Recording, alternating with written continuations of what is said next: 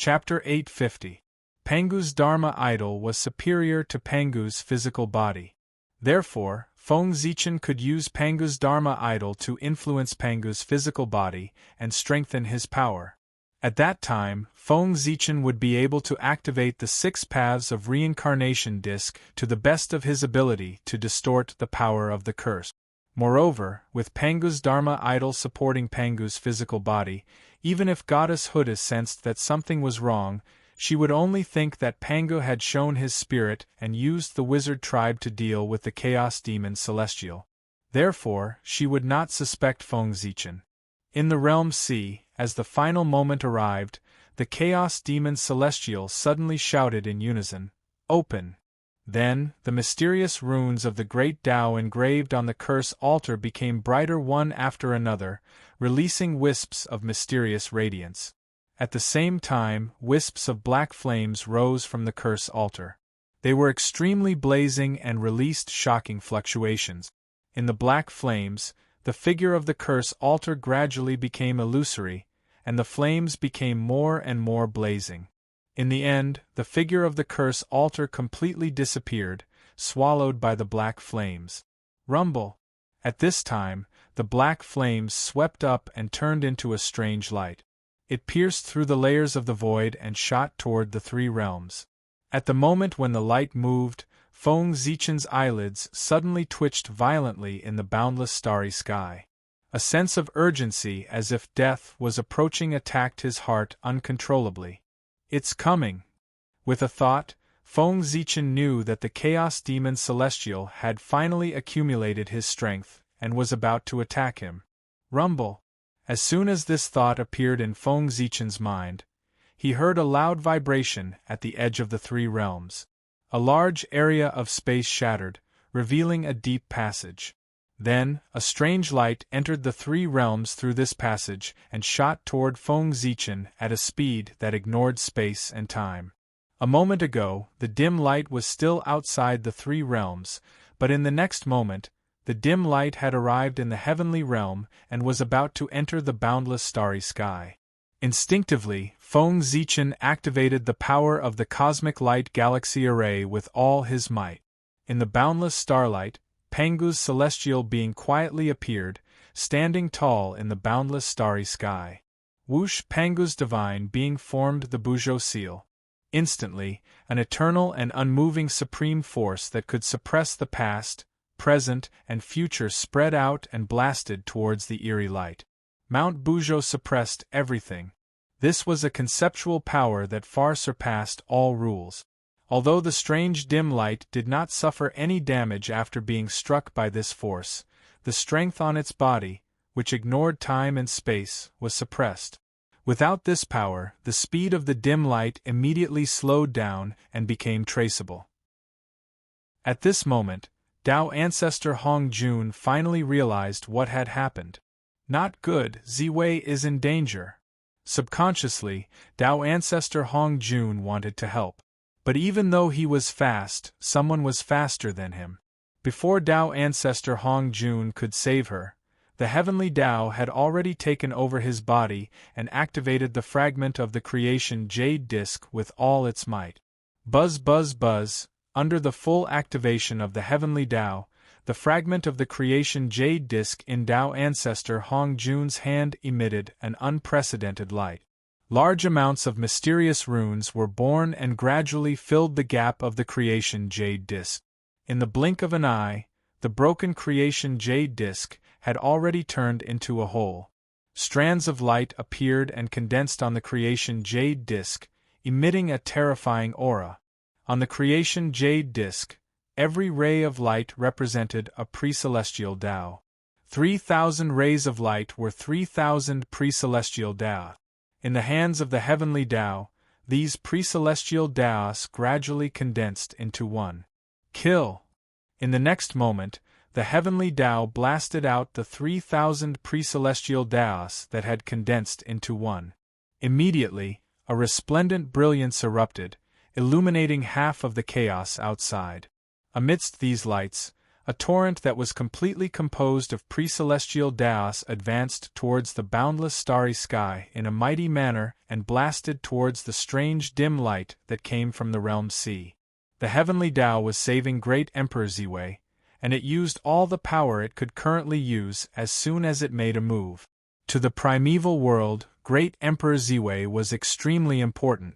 Therefore, when he was in danger, the heavenly Tao definitely couldn't sit idly by and do its best to save him.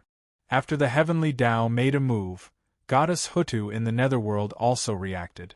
Thinking of her agreement with Great Emperor Ziwei, she made a move.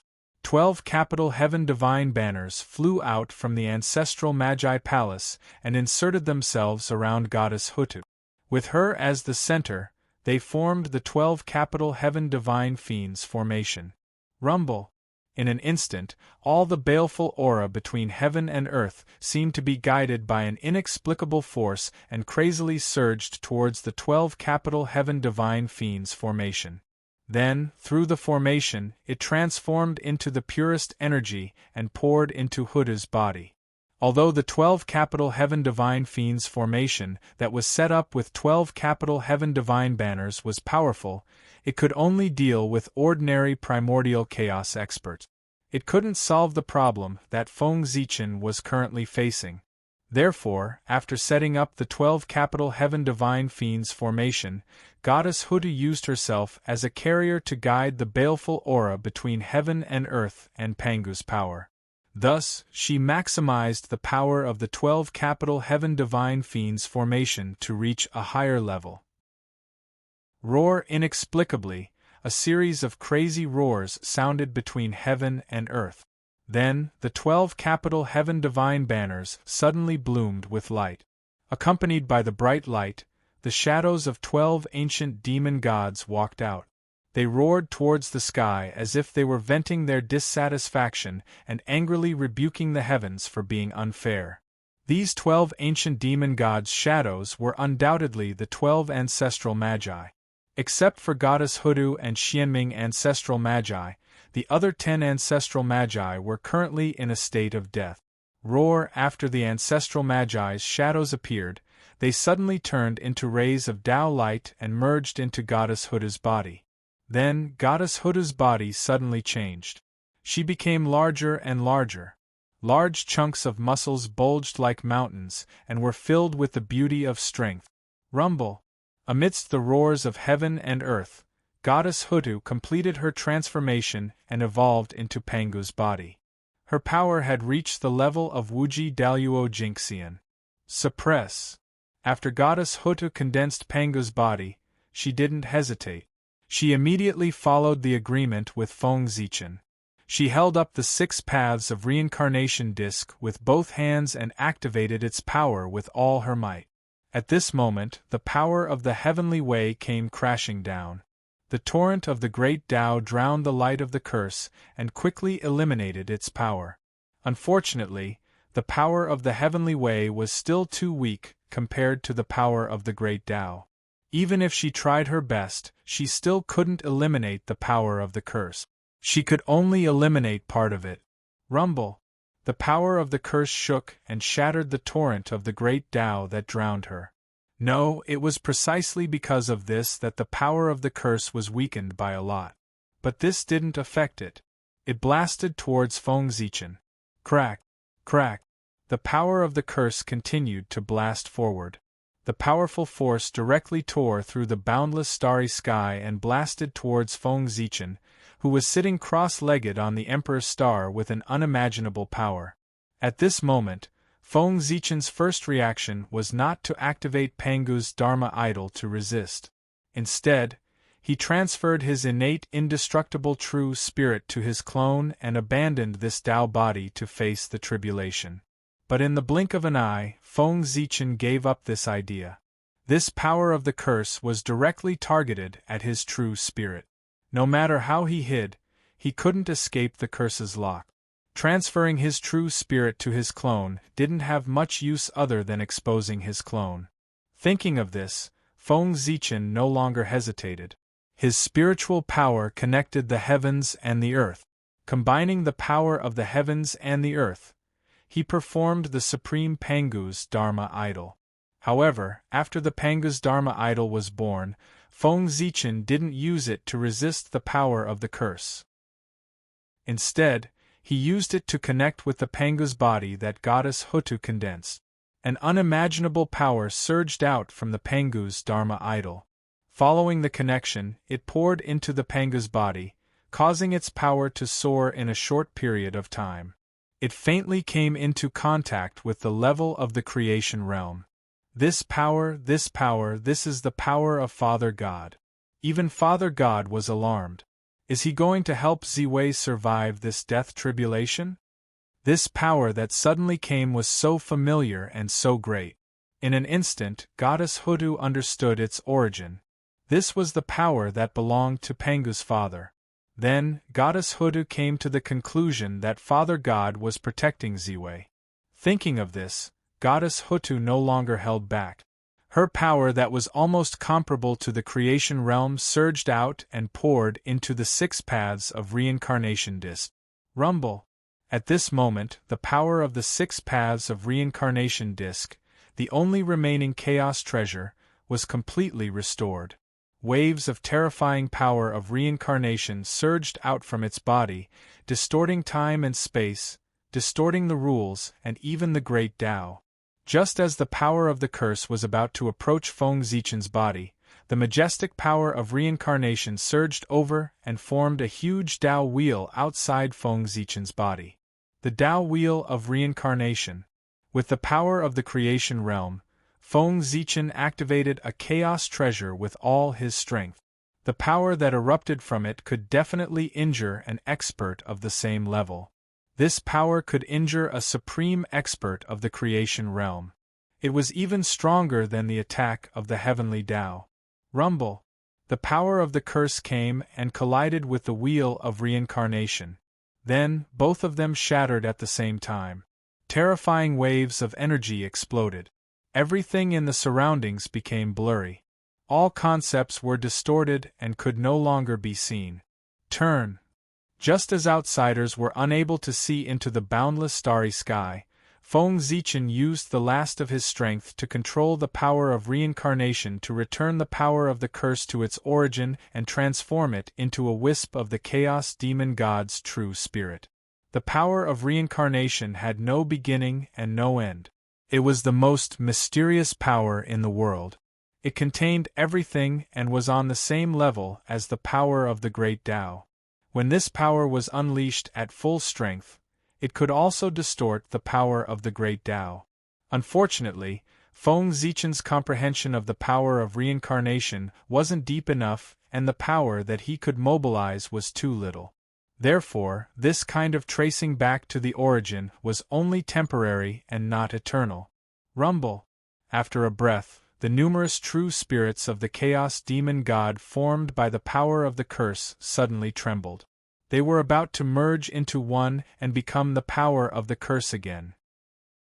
However, how could Feng Zichen, who had turned the power of the curse into the true spirit of the Chaos Demon God with great difficulty, allow this to happen? At the critical moment, Feng Zichen flipped his hand and took out his Tao-proving treasure, Hongmeng Daozhong.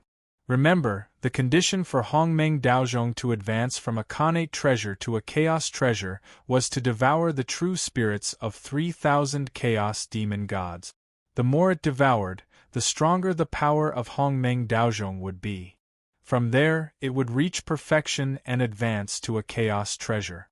Now, although the true spirits of the Chaos Demon Gods were weak, there were enough of them.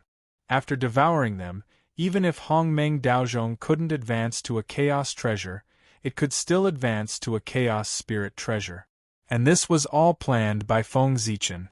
As early as when he saw these Chaos Demon Gods cursing him with their true spirits, Feng Zichen made this plan to let Hongmeng Daozhong devour the true spirits of these Chaos Demon Gods to complete the transformation.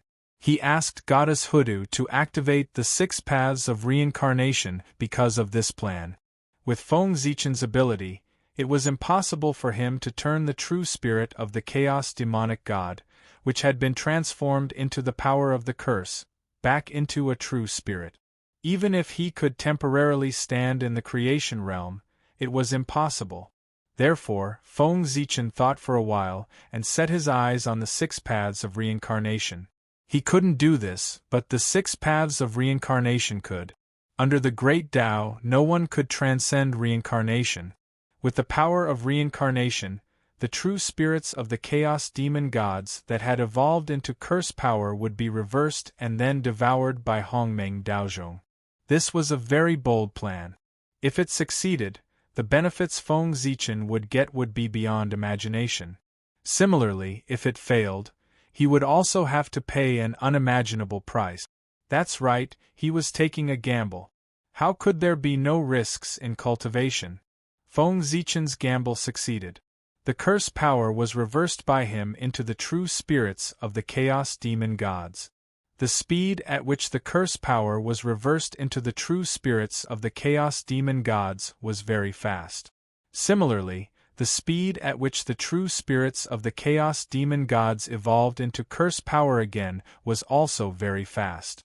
This meant that Feng Zichen didn't have much time to let Hongmeng Daozhong devour these chaotic true spirits one by one. Desperate times called for desperate measures. Therefore, Feng Zichen did something shocking again. He pinched a Taoist seal with his hand and pointed at Hongmeng Daozhong. Explode!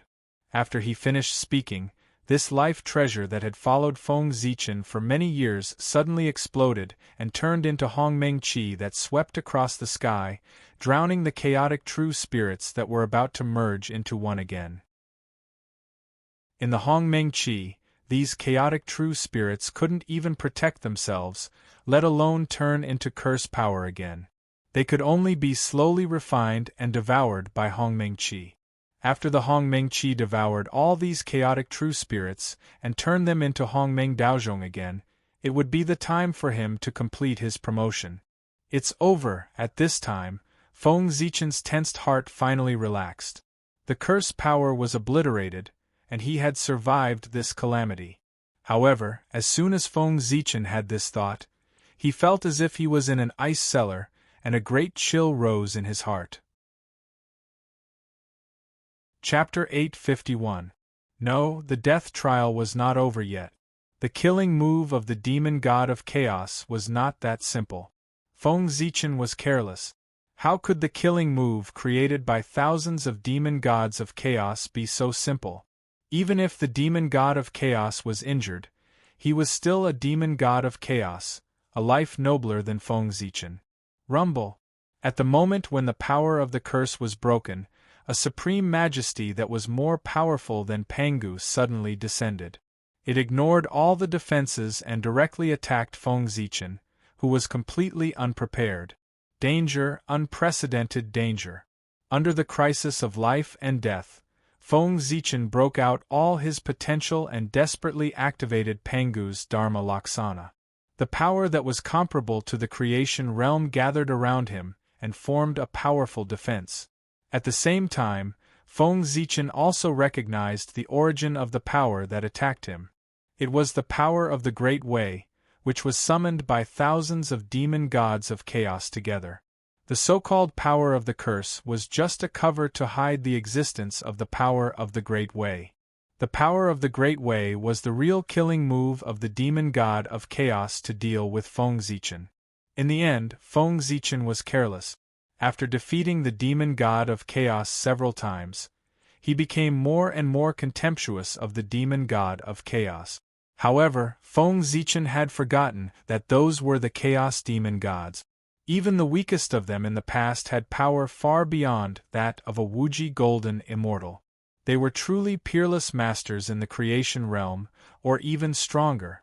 Even if they had fallen into the mortal world and their strength was only comparable to that of Daluo Jinxian, their essence would not change and they would still be far more powerful than the creatures of the untainted land. How could it be so easy for the demon god of chaos to kill a person if he was determined to do so? They were the successors of the Great Way and could summon the power of the Great Way. Layers of defense rose around Feng Zichen's body. Every layer of defense was formed by Pangu's Dharma idol and Pangu's Abhijna in the past. They could withstand a strike from the creation realm. However, the supreme defense that could block a strike from an expert of the creation realm could not give Feng Zichen the slightest sense of security.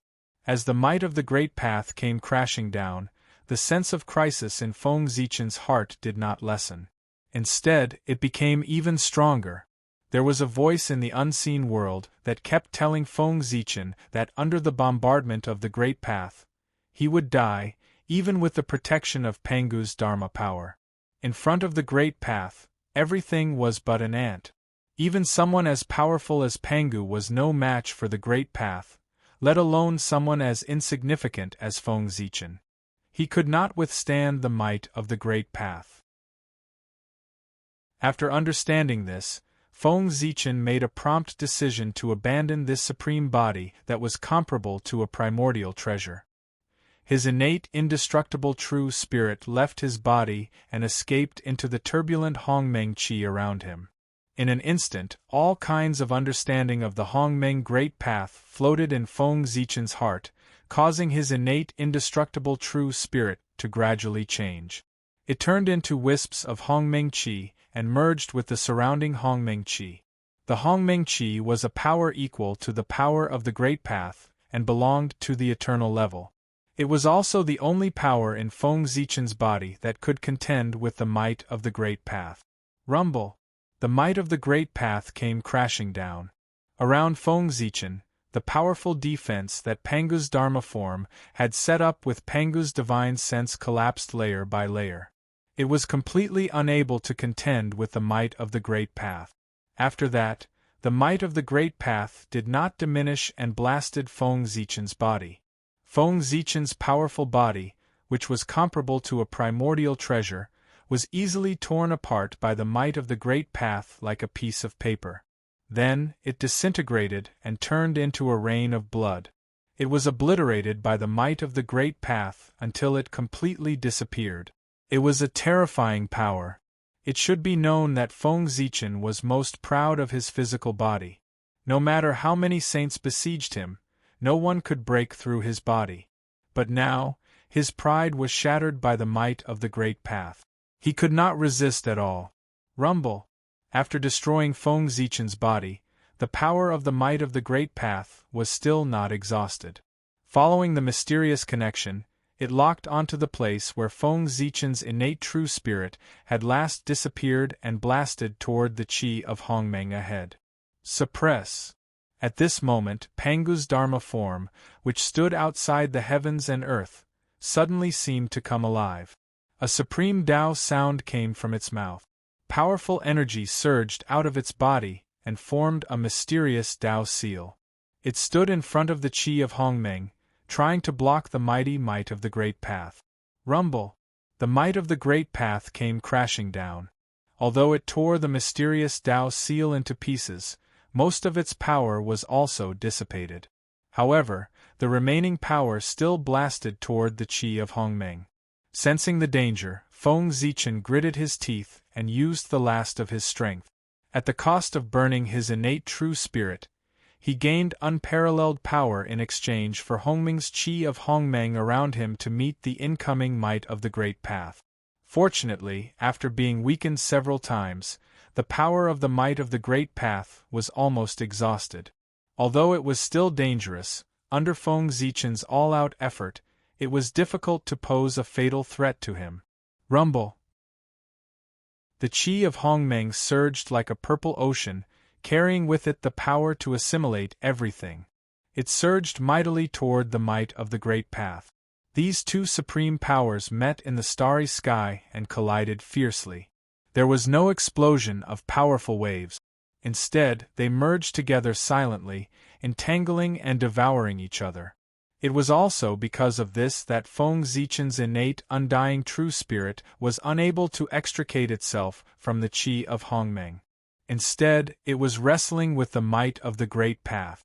Looking at the situation, Feng Zichen's innate, undying true spirit would not be able to extricate itself from the Qi of Hongmeng if the might of the Great Path could not be extinguished. It would be trapped inside forever. Feng Zichen observed silently for a moment and found that the competition between the Qi of Hongmeng and the might of the Great Path was in a stalemate. One devoured the other, and the other devoured the other. There was no hope of victory at all. If this situation continued, Feng Zichen would have no hope of extricating himself in this lifetime. But how could he just watch this stalemate continue? Feng Zichen was not a person who was willing to be trapped. With a thought, Feng Zichen activated the backup plan that he had left behind. The clone that he had previously condensed with the same combat strength as himself suddenly stepped out of the palace of heaven and took over the boundless starry sky. It reactivated the galaxy of cosmic light array. In an instant, endless starlight surged and poured into the Qi of Hongmeng, strengthening its power and helping it to devour the might of the Great Path. However, the level of the Qi of Hongmeng was too high. Even if it devoured the power of the starlight in the sky, it was just a drop in the bucket. Although it was useful, it would not be effective in a short period of time. Feng Zichen silently calculated. With the support of the boundless starry sky, it would take at least tens of millions of years for the Qi of Hongmeng to refine the might of the Great Path. Tens of millions of years. This was a period of time that Feng Zichen could not accept, but fortunately, due to the support of the boundless starry sky, the pressure of the Qi of Hongmeng was slightly relieved. Feng Zichen was finally able to divert a bit of his attention and establish contact with his clone. Then, Feng Zichen used the power of his clone to deduce a way to escape. However, no matter how he deduced, he could not find a way to escape in a short period of time. But Feng Zichen calculated that being trapped in the Qi of Hongmeng was not a bad thing for him. Feng Zichen's true spirit had merged with the Qi of Hongmeng. This meant that when the Qi of Hongmeng devoured the might of the Great Path, he could also gain some benefit. The might of the Great Path was an extraordinary power. As long as a trace of it was refined, there would be endless benefits. Moreover, the Qi of Hongmeng and the might of the Great Path belonged to the supreme power of the eternal level. When the two entangled with each other, there would be all kinds of mysteries. Feng Zichen was able to observe the battle between the two at a close distance. It would definitely help him understand the mysteries of the two. If he could catch a glimpse of the mysteries of the eternal level, it would not be a loss even if he fell once. In addition to the might of the Great Path, there were also traces of the chaotic true spirits of thousands of chaos demon gods in the Qi of Hongmeng. When the Qi of Hongmeng was devouring the might of the Great Path, it was also devouring them. No, that was not right. In addition to the Qi of Hongmeng, the might of the Great Path was also devouring the chaotic true spirits of these chaos demon gods. Otherwise, how could a rootless duckweed's might of the Great Path be in a stalemate with the Qi of Hongmeng for tens of millions of years? Feng Zichen, who had merged with the Qi of Hongmeng, would be able to gain benefits no matter whether the Qi of Hongmeng devoured the chaotic true spirits of the chaos demon gods or the might of the Great Path. He would either gain a deeper understanding of the Tao of Hongmeng, or gain a better understanding of the Great Path. In short, when the Qi of Hongmeng completely devoured the might of the Great Path and the chaotic true spirits of the chaos demon gods, Feng Zichen would be able to break free and achieve the realm of the Wuji Daluo Jingxian. This calamity was Feng Zichen's calamity, and also his opportunity. If he could not overcome it, he would die. If he could overcome it, he would be able to achieve the realm of the Wuji Daluo Jingxian. But now, Feng Zichen had obviously overcome the calamity and was reincarnated. His opportunity came naturally. He was now transforming into the realm of the Wuji Daluo Jingxian and was about to break free. If he could achieve the realm of the Wuji Daluo Jingxian after being trapped for tens of millions of years, anyone would happily agree to such a good thing. But Feng Zichen would not. At present, the untainted land was going through an unprecedented change. How could he miss it and cultivate in seclusion peacefully for tens of millions of years? Moreover, his body was completely destroyed by the might of the Great Path, and there was no possibility of recovery. After breaking free, Feng Zichen would have to refine his body, which would take tens of thousands of years. What's more, the demon gods of chaos were still eyeing him covetously. If they found that Feng Zichen had not died but had obtained a great opportunity, would they continue to take revenge? At that time, Feng Zichen was trapped and had no freedom. In the face of the revenge of the demon gods of chaos, he was really helpless. As an old cunning man, Feng Zichen would not put himself in a passive situation. Therefore, he was unwilling to be trapped here. He wanted to break free. But it was not easy to break free. After thinking for a while, Feng Zichen made up his mind and activated the Dharma form of Pangu again with the help of the power of his doppelganger. With his cultivation at the 9th heaven of Hunyuan, he could not figure out a way to break free. But with the vision of Pangu's Dharma form of creation, he should be able to figure out a way to break free. With this thought, the power of heaven and earth had condensed into a mass under the guidance of the cosmic light formation of the Milky Way. An incomparably huge Dharma form of Pangu appeared again and stood between heaven and earth. Rumble! In the void that no one could see, Pangu's Dharma form suddenly operated. Endless power gushed out of his body and spread to every corner of time and space, searching for all the futures that Feng Zichen could possibly break free. However, after searching for a long time, Feng Zichen saw many futures where he could successfully break free and become the Wuji Daluo Jinxian, but that was thousands of years later. As for the futures that could break free in a short time, Feng Zichen did not find any. After searching for a while, Feng Zichen still could not find the future he wanted to see. Just as he was gradually disappointed, he saw Haotian by chance. It was the future Haotian. He was achieving Dao and breaking through the realm of Hunyuan Daluo Jinxian. With Haotian's accumulation, he did not encounter any accidents during this period. He completed the breakthrough smoothly and stepped into the realm of Hunyuan that he had always dreamed of. At this time, according to the normal operating rules of heaven and earth, Haotian achieved Dao and cultivated to the level of Hunyuan Daluo Jinxian. He should transcend, step down from the position of Celestial Emperor, and go to the chaos to cultivate. After that, Great Emperor Ziwei ascended the throne and became the new Celestial Emperor. However, in this future, Feng Zichen was trapped and could not break free. He could not replace Haotian and become the new Celestial Emperor. However, heaven and earth could not be without a ruler for a day. Great Emperor Ziwei did not appear for a long time. The heavenly axiom had no choice but to choose a new celestial emperor. For this reason, the three realms entered an era of struggle for hegemony.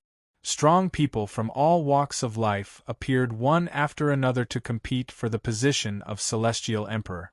In the realm of creation, Feng Zichen's vision was forcibly broadened, and his wisdom grew.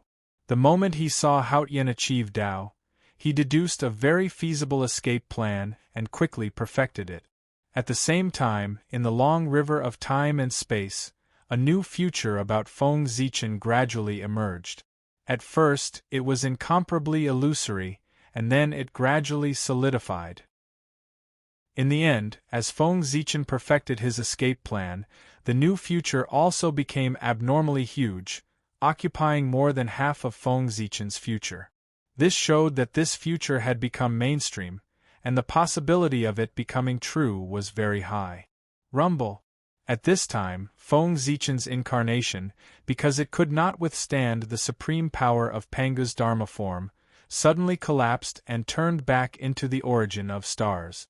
At the same time, in front of Feng Zichen's eyes, all the futures were being retracted, and the long river of time and space also faded, and soon it was completely invisible. Looking at the shattered incarnation, Feng Zichen's eyes flickered, and immediately made up his mind to follow the plan that he had just deduced. With a thought, Feng Zichen began to gather the origin of stars formed after the shattered incarnation. However, he did not recondense it into an incarnation. Instead, he integrated it into the qi of Hongmeng, and exchanged it for a wisp of his innate true spirit. Feng Zichen's incarnation's combat power was comparable to that of the ninth heaven of Hunyuan. In order to refine it, Feng Zichen had consumed countless treasures of heaven and earth. The origin contained in it could resurrect several Daluo Jinxian. Chapter 852. The Qi of Hongmeng had only devoured 2/3 of the origin, but its power had grown significantly. It gradually gained the upper hand in the battle with the might of the Great Path. It was also at this moment that Feng Zichen's innate undying true spirit in the Qi of Hongmeng vibrated. It resonated with the origin formed by the incarnation and surged with a powerful force. Rumble! The Qi of Hongmeng and the might of the Great Path trembled at the same time. It was as if an unknown change had occurred. The battle between them became even more intense as they frantically devoured each other. At this moment, Feng Zichen's innate undying true spirit seized the opportunity and forcibly separated a wisp of his true spirit from the Qi of Hongmeng. Wrapped in a wisp of refined might of the Great Path, it rushed out of the boundless starry sky and fell towards the untainted land. After losing this wisp of Feng Zichen's true spirit, the power of Hongmeng's Qi had decreased. However, because it had devoured Feng Zichen's incarnation, its power had not decreased by much. It was still able to suppress the might of the Great Path. Gradually, the restless two sides gradually calmed down and returned to a state of stalemate. However, upon closer inspection, one could still see that in the battle between the two sides, the Qi of Hongmeng had gradually gained the upper hand. The might of the Great Path's defeat was already foreseeable. Just before Feng Zichen's wisp of innate undying true spirit escaped from the boundless starry sky, the great masters of the untainted land finally realized what had happened. A peerless powerhouse had attacked great Emperor Ziwei. During this time, Tao ancestor Hongjun and goddess Hudu had stepped in to save him. Even so, the terrifying attack still rushed into the boundless starry sky and brazenly attacked great Emperor Ziwei. Immediately, in the boundless starry sky, an unimaginable wave of energy erupted.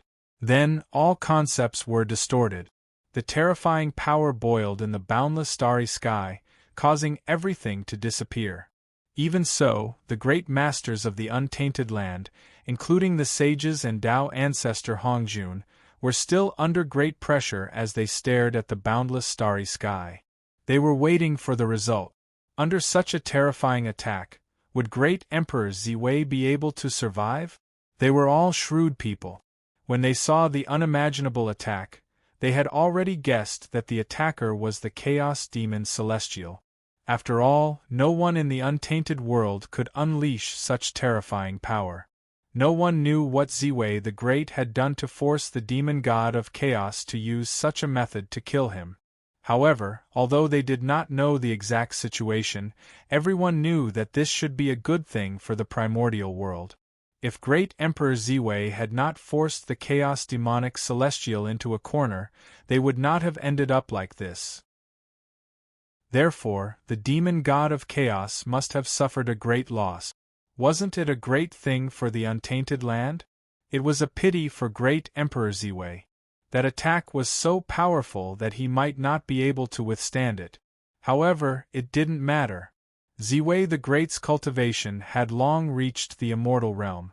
Even if he perished this time, he would be resurrected after a few million years. Moreover, unlike Di Jun and the others, great Emperor Ziwei was a meritorious person. No one dared to stop his resurrection. Even the heavenly path would take the initiative to help great Emperor Ziwei resurrect. This meant that the resurrection of great Emperor Ziwei would be much easier than that of ordinary people. Just as everyone was pondering, the terrifying fluctuation in the boundless starry sky lasted for a moment and suddenly disappeared. Then, everyone saw that in the center of the boundless starry sky, the incomparably brilliant Ziwei star's radiance had suddenly dimmed significantly. Seeing this scene, everyone realized that something must have happened to great Emperor Ziwei. Otherwise, the Ziwei star that symbolized his fate would not have dimmed for no reason. However, although the Ziwei star had dimmed, there were no signs of manifestation between heaven and earth. This meant that although something had happened to great Emperor Ziwei, he had not perished. He was most likely seriously injured, or perhaps even more seriously. In short, his condition was not good. Just as everyone was speculating about great Emperor Ziwei's condition, a ray of purple divine light suddenly fell from the boundless starry sky. It fell toward the untainted land and immediately disappeared into the mortal world. Seeing this ray of purple light, everyone's expression changed drastically. This was because they recognized the origin of that ray of purple light. It was a wisp of the true spirit of great Emperor Ziwei. His true spirit had fallen into the mortal world. Great Emperor Ziwei was going to reincarnate and cultivate again. What happened to great Emperor Ziwei? He was actually forced to separate a wisp of his true spirit to reincarnate and cultivate again. It seemed that this imperial emperor's condition was much more serious than they had imagined. Thinking of this, everyone unleashed their magical powers. 2 rays of divine light shot out from their eyes as they looked toward the boundless starry sky. However, at this moment, the backup plan left behind by Feng Zichen was activated. Zhouxing rotated, and the galactic cosmic light formation spread out. It sealed off the boundless starry sky once again, completely severing its connection with the outside world. Everyone looked over. Other than the resplendent starlight, they could not see anything else. The moment the boundless starry sky was sealed, another ray of purple brilliance fell from the starry sky and flew toward the underworld. It fell into the reincarnation palace and disappeared. Looking at this scene with a frown, everyone thought for a while and understood the reason. This ray of purple brilliance was probably the reward for Goddess Hudu's help. No wonder no one reacted when great Emperor Ziwei was in trouble this time. However, Goddess Hudu was able to help in time. It turned out that the 2 of them had already reached an agreement in secret. That ray of purple brilliance was the last remaining power of Feng Zichen's incarnation. It was about 1/5 of it, and it was enough for Hutu to revive ancestral shaman Di Jiang. Feng Zichen was a man of his word. How could he go back on his word? Since he had already promised Goddess Hudu that as long as he helped, he would help revive ancestral shaman Di Jiang regardless of whether he succeeded or not. Now, Goddess Hudu had already made a move and fulfilled her promise. Feng Zichen naturally would not go back on his word. He deliberately left behind a portion of his incarnation's power to help Goddess Hudu revive ancestral shaman Di Jiang. Ancestral shaman Di Jiang was in existence in the primordial chaos realm. Although it was difficult to revive him, the 12 ancestral shaman palaces had been established for so long. It was not without effect. They had long accumulated a lot of power in secret. Now, with a portion of Feng Zichen's incarnation's origin, it was not difficult to revive Di Jiang. It was estimated that in less than 10,000 years, ancestral shaman Di Jiang would return. However, Di Jiang's return might not be a bad thing for the demon clan. Instead, it might be a good thing. After Di Jiang's revival, the pressure on the demon clan would undoubtedly increase greatly. There might even be the power to exterminate the demon clan. At this time, in order to balance the heavenly Tao, the demon clan's destiny would also carry out a final struggle. There was an 80% chance that Di Jun would be revived. This was a foreseeable future. It was also the general trend that could not be violated. Primordial chaos Daluo Jinxian was known to be indestructible. After such a figure fell, he would basically return. It was easier said than done to stop him. They could stop him for a while, but they definitely could not stop him forever. In fact, after the return of Dong Huangtai, Di Jun's revival was already foreseeable. The only difference was that it would happen sooner or later. And the revival of Di Jiang would only accelerate this process. Silently, the figure of Tao ancestor Hongjun appeared outside the boundless starry sky. He wanted to enter the boundless starry sky to check the true situation of great Emperor Ziwei. Unfortunately, even someone as powerful as him was blocked by the galaxy of cosmic light array and could not enter. After using his magical power, Tao Ancestor Hongjuan's eyes turned completely purple. It was as if they had been replaced by the heavenly Tao. They did not contain the slightest emotion and were incomparably cold. At this moment, in the boundless starry sky, the situation suddenly changed. Zhouxing trembled together, each releasing a wisp of origin. It gathered on Ziwei star, forming a wonderful scene. It was a great god. His figure was incomparably tall, even larger than Zhouxing. He sat cross-legged in the middle of the boundless starry sky. However, his condition was very bad. His eyes were tightly shut, as if he was in a deep sleep. His body also became incomparably illusory, as if he would dissipate at any time. However, as this god breathed, the surrounding essence of the stars all poured into his body, helping him stabilize his body. This caused his condition to gradually develop in a good direction. Seeing this scene, Tao Ancestor Hongjun let out a long sigh of relief. Something had obviously happened to Great Emperor Ziwei, and it was very serious. His physical body had been destroyed, his divine consciousness had fallen into a deep sleep, and his innate indestructible true spirit was dim and lightless. It was like an illusion that could shatter at any time. Fortunately, although these problems were serious, they were not fatal. With the nourishment of the boundless starry sky, it would not be long before Great Emperor Ziwei's divine consciousness awakened and he would find a way to restore his physical body. This scene was specially condensed by Feng Zichen so that outsiders could see it. To be more precise, it was for Tao Ancestor Hongjun to see. Before leaving, Feng Zichen knew that if Tao Ancestor Hongjun could not see his condition, he would definitely not be at ease. Therefore, this scene was created to deal with Tao Ancestor Hongjun. After confirming Great Emperor Ziwei's condition, Tao Ancestor Hongjun nodded and said to everyone, "You don't have to worry. Although Great Emperor Ziwei's injuries are serious, they are not fatal. In addition to the nourishment of the boundless starry sky, there shouldn't be any major problems. You will be able to see him during the next sparring session." The next sparring session? That would be 1,000,000 years later.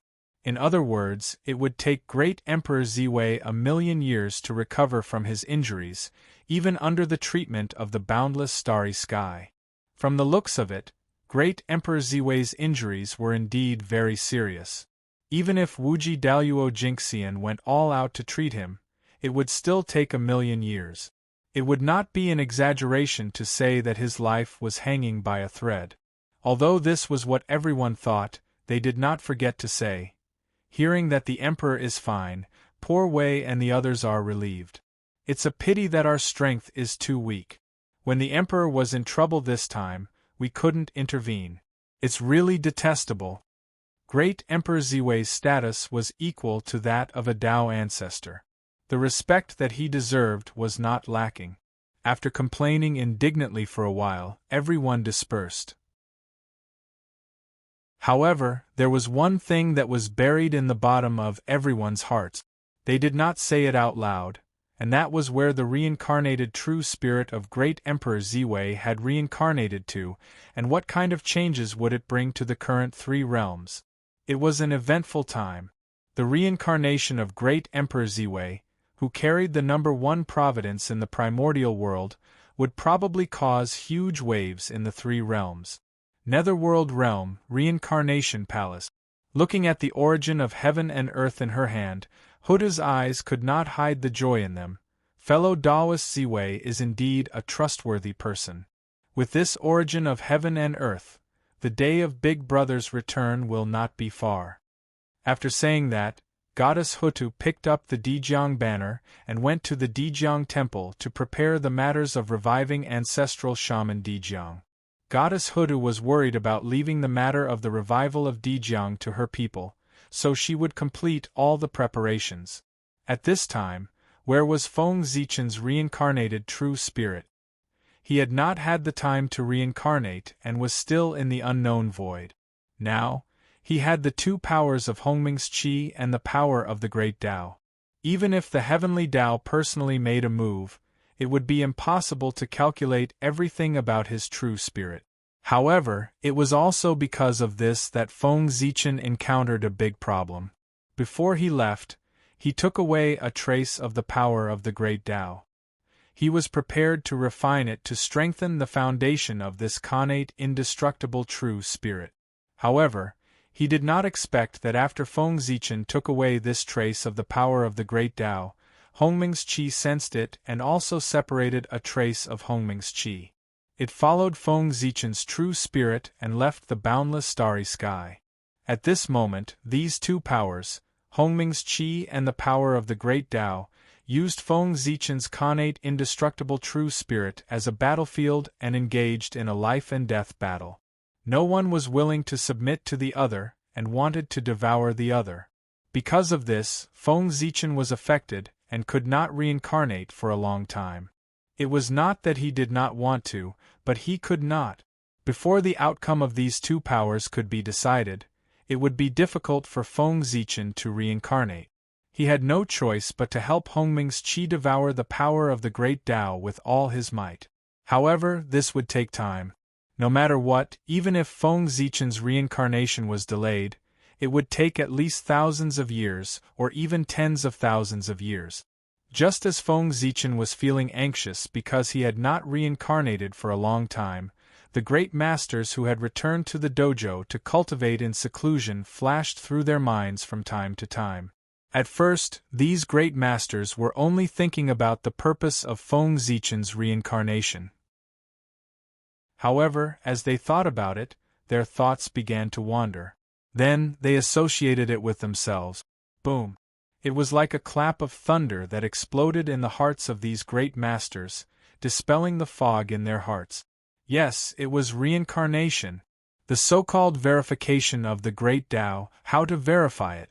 Naturally, it was to verify it with heaven and earth and with everyone. However, it was easy to verify it with heaven and earth, but difficult to verify it with everyone. They could not fight with everyone, right? Not to mention whether this would work or not, at the very least, the Heavenly Tao would not agree to let them, these great masters, engage in a chaotic battle in the primordial world.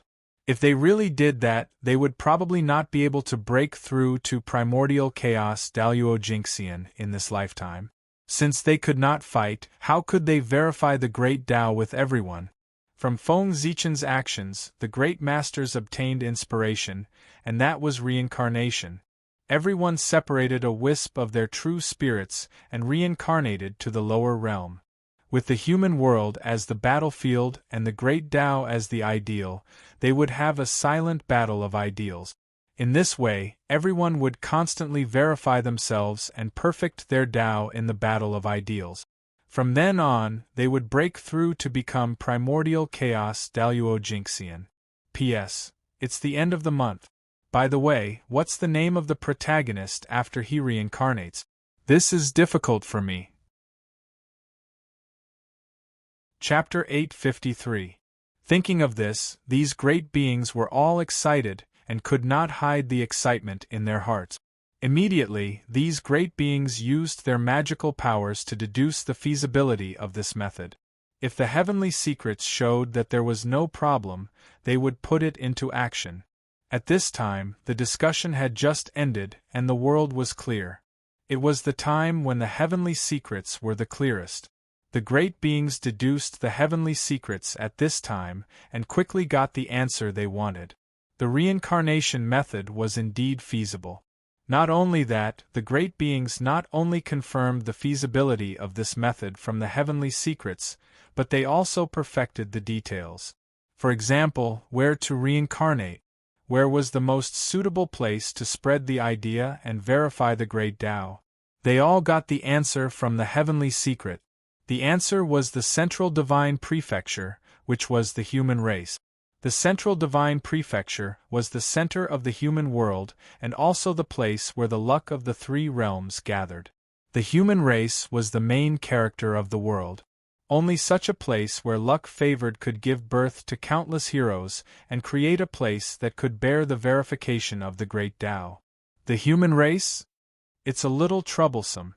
After coming back to their senses from the heavenly mystery, the group of great divine ability cultivators all revealed looks of contemplation. The central divine prefecture and the human race were the human emperor's territory. If they did not inform him, they would reincarnate directly. It would be fine if the human emperor did not find out. If the human emperor found out, he would at least kill their clones.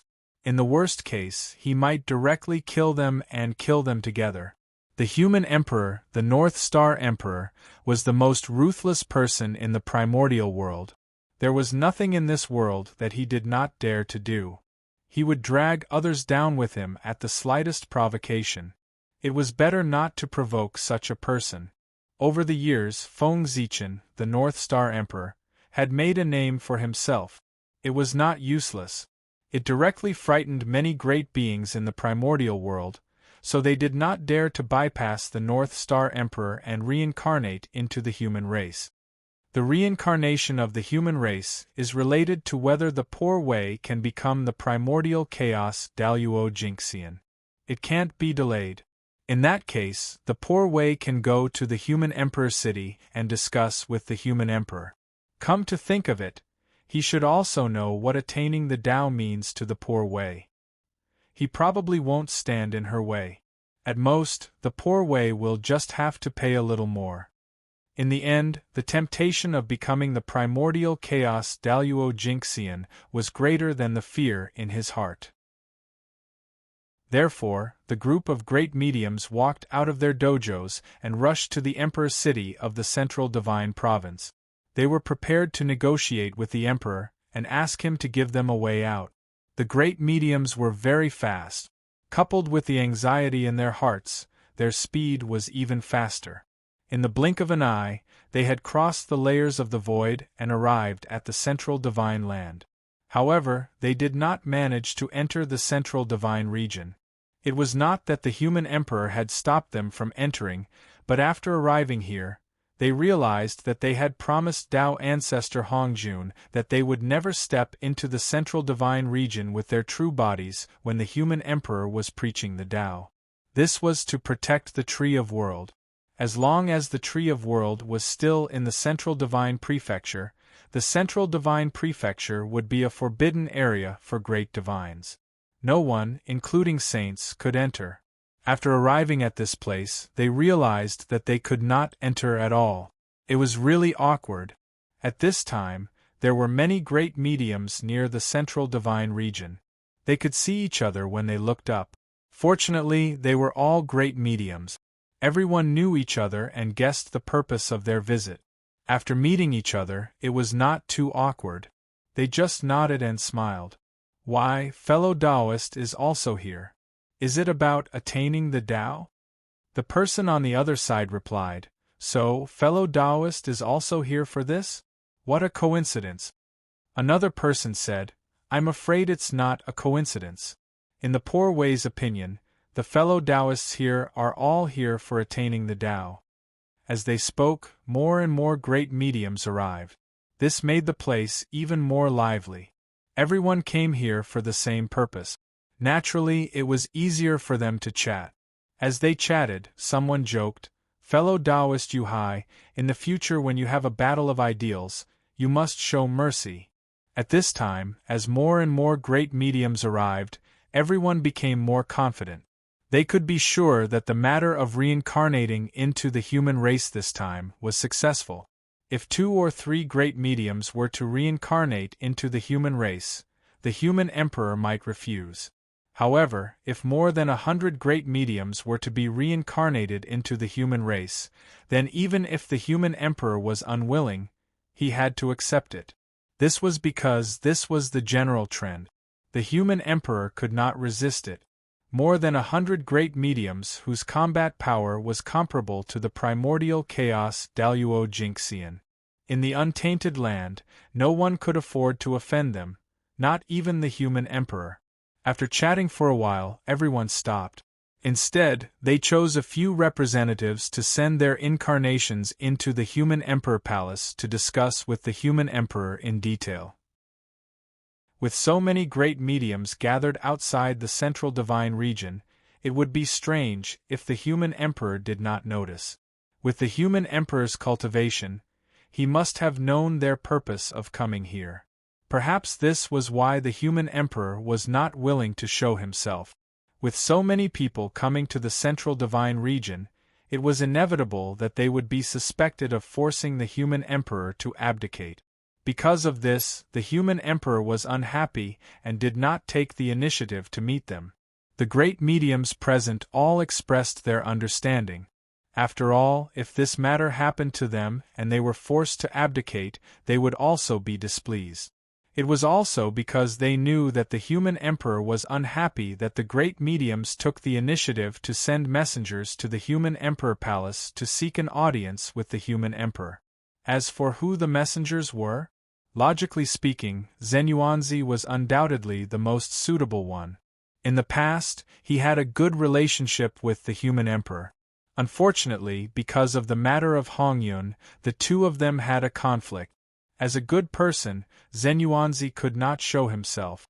For this reason, Zenyuanzi directly gave up reincarnating into the human race and achieved Tao by confirming the Great Path. Firstly, he did not want to owe the human race a favor. Secondly, Zenyuanzi was very confident that he could achieve Tao without confirming the Great Path with others. After guarding the Eastern land for countless years, Zenyuanzi finally ushered in his own blessing. The power of heaven and earth helped him achieve Tao. Zenyuanzi did not plan to reincarnate into the human race. His two sworn enemies, Patriarch Kuan-Pung and Patriarch Nether River, did not plan to reincarnate into the human race either. Patriarch Kuan-Pung was a typical example of someone behind him. He did not panic and could discuss Tao with the expert behind him to break through the primordial chaos Daluo Jinxian. As for Patriarch Nether River, the reason was even simpler. This person cultivated the Tao of slaughter and the Tao of blood. If he wanted to achieve Tao, he must see blood. How could a battle of ideas help him achieve Tao? Therefore, this matter had nothing to do with Patriarch Nether River. Everyone discussed for a long time. In the end, the great Void Taoist, Taoist Hu Tian, and Taoist Shan Hai, who were the most senior and strongest among the three great mediums, went to the human emperor palace to discuss with the human emperor in detail. However, before the three of them appeared, the human emperor had already taken the initiative to leave the human emperor palace and come in front of the great mediums. It was enough to leave them alone for a while. Could he really not meet them? Therefore, the human emperor sat in the human emperor palace and watched the great mediums discuss for a long time. After they reached a conclusion, he took the initiative to leave the human emperor palace and meet them. Seeing the human emperor appear, the great mediums knew that he did it on purpose. However, they also knew that he was not in a good mood. Moreover, they had a favor to ask of him, so they did not take it to heart. Instead, they replied respectfully, "Greetings, Emperor." The human emperor nodded as a greeting and said, "Fellow Taoists, I already know the purpose of your visit. You want to achieve Tao through the human race and the central godly land. I actually have no objection. Now, the demon gods of chaos are eyeing the untainted land covetously. Even Brother Ziwei was killed by them. At this time, you have achieved Tao and improved your strength. Undoubtedly, the strength of the untainted land will soar." The great mediums cooperated and said, "Indeed, in recent years, the demon gods of chaos have become more and more arrogant. They have repeatedly offended the untainted land and even injured Emperor Ziwei secretly.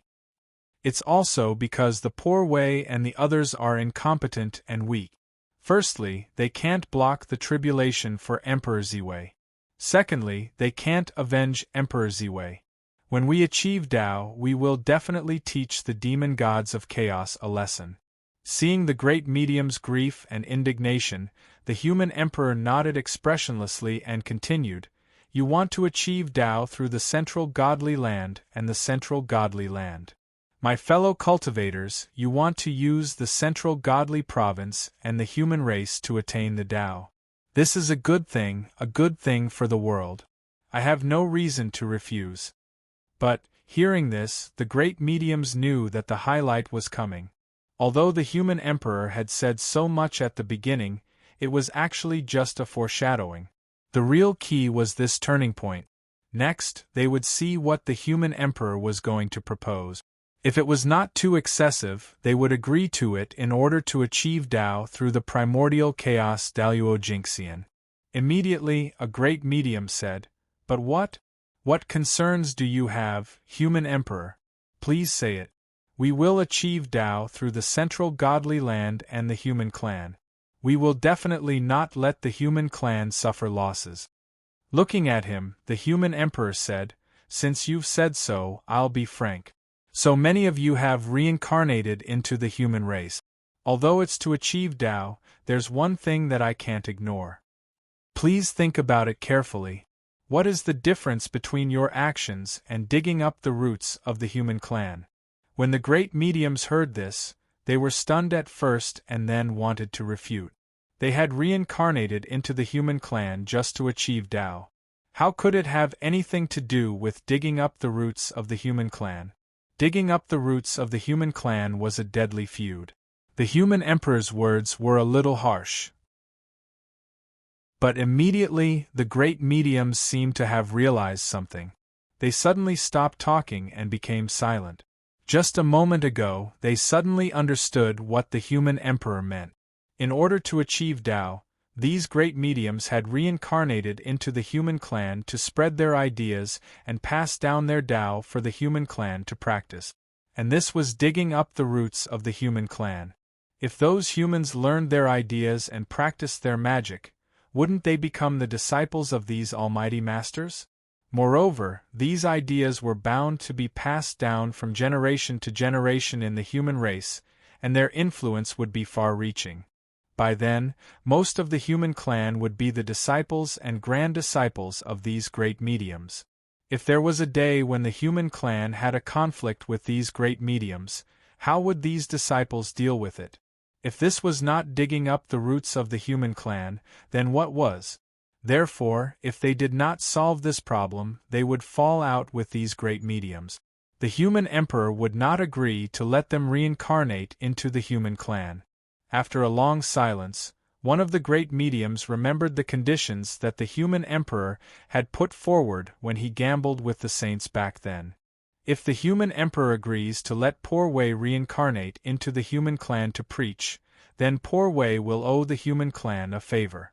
Moreover, after Poor Wei's incarnation reincarnates into the human clan, she will only be a human clan. Her successor will also be a successor of the human clan. It will have nothing to do with Poor Wei. He intended to draw a line between himself and his successor. As long as he did not admit that the human clan who had learned his ideas were his successors, then these human clan would have nothing to do with him. In this way, there would be no problem of digging up the roots of the human clan. He was also a decisive person. In order to achieve Tao, he directly made such a promise to the human emperor in exchange for a chance to reincarnate. In this way, he would be giving the human clan a Tao orthodoxy for free and also doing them a favor. However, he did not lose out. He could achieve Tao with this and achieve the realm of primordial chaos Daluo-Jinxian. This was the greatest benefit. Hearing this, a smile appeared on the human emperor's face. He nodded and said, "Okay." After the great medium received a positive answer, he was overjoyed. His intuition told him that his true spirit was beating non-stop. He was closer to the primordial chaos Tao fruit. "Thank you, human emperor, for your help. Poor Wei will go and prepare. When Poor Wei reincarnates, I will disturb you again." After saying this, the person bid farewell to the human emperor and left in a hurry. After this great medium left, the rest of the great medium followed him and promised the human emperor the same conditions. In this regard, The human emperor did not refuse anyone and nodded in agreement. With so many great medium helping the human clan for free, why would the human clan worry about not prospering? When these great medium all achieved Tao, the human clan's foundation was bound to reach a higher level. The other three major continents, the three pure ones, the eastern Tai, and the western two sages all frowned when they saw this scene. The great medium all achieved Tao. This was something that they had long foreseen. Therefore, they were not surprised. However, each of them owed the human clan a favor. This gave them a headache. At the moment, these favors might not be too precious. However, when these people achieved Tao, these favors would become extraordinary things. This meant that the human clan suddenly had hundreds of primordial chaos Daluo Jinxian realm protectors to protect their development. In this way, who in the three realms could shake the human clan? The sages? Even the sages could not stop hundreds of primordial chaos Daluo Jinxian. Damn it, the human clan is getting more and more troublesome. Previously, in the hearts of the sages, the human clan was just a tale that could not be removed. However, after today, the sages would undoubtedly pay more attention to the human clan and view them as a major threat. This was a force that was even more terrifying than the shamans and demons. This was because even if the shamans and demons worked together, they would not be able to find hundreds of primordial chaos Daluo Jinxian. Although these future primordial chaos Daluo Jinxian would not die for the human clan and would be completely tied to the human clan's war chariot. But, even if it was just one time, it was already hard enough for the human race to bear the consequences. Chapter 854. We have to think of a way to suppress the humans. The saints were helpless. To prevent the humans from continuing to grow, they had to think of a way to suppress them. How could they suppress them? At this moment, it was too late to fully develop their forces. The simplest and most convenient way was to drive the tigers to devour the wolves. Therefore, the saints thought about it and decided to increase the strength of the demons to suppress the humans. The liches and demons were mortal enemies. The demons and humans were also mortal enemies that could not be reconciled. Therefore, the saints were very relieved to increase the strength of the demons to suppress the humans. They were not afraid that the demons would betray them and join forces with the humans to fight them. The sorcerer tribe and the humans were allies. If the two tribes joined forces, they could easily defeat the demons. At this moment, the demons could only join forces with the saints to fight against the increasingly powerful humans and sorcerer tribe. Otherwise, the only thing that awaited the demon race was extermination. At this moment, the demons would not fall out with the saints at all. Because under the oppression of the humans and sorcerer tribe, the two sides had become natural allies. If they did not join forces, they would be defeated by the two groups sooner or later. For the sake of the future, the demons and the saints had to join forces. Thinking of this, the saints had a plan. Silently, the power used to seal the great war of liches and demons in the river of time and space began to loosen and shake. The liches and demons of the past reappeared in the river of time and space. Back then, after the great war of liches and demons ended, the saints immediately joined forces to seal this period of history and the past of the demon gods, making it completely invisible and untraceable. The remnant imprints of the fallen Yao gods were also sealed in this battlefield, sinking into oblivion along with this period of history. Tens of millions of years had passed since the great war of liches and demons ended, but not many demon gods were revived. Most of the imprints were sealed by the saint. How could these demon gods be revived? However, things were different now. In order to stop the development of the human race, the saints had made up their minds to release these demon gods and let them revive. They would fight the human race and the wizard race. It would be best if they fought to the death. Rumble. As the seal was lifted, the history of the great war of sorcerer tribe became clearer. It was reflected in the river of time and space. The shadows of the demon gods appeared and swept across the battlefield. They kept attacking the seal, trying to escape. At this moment, the saints had already lifted the seal.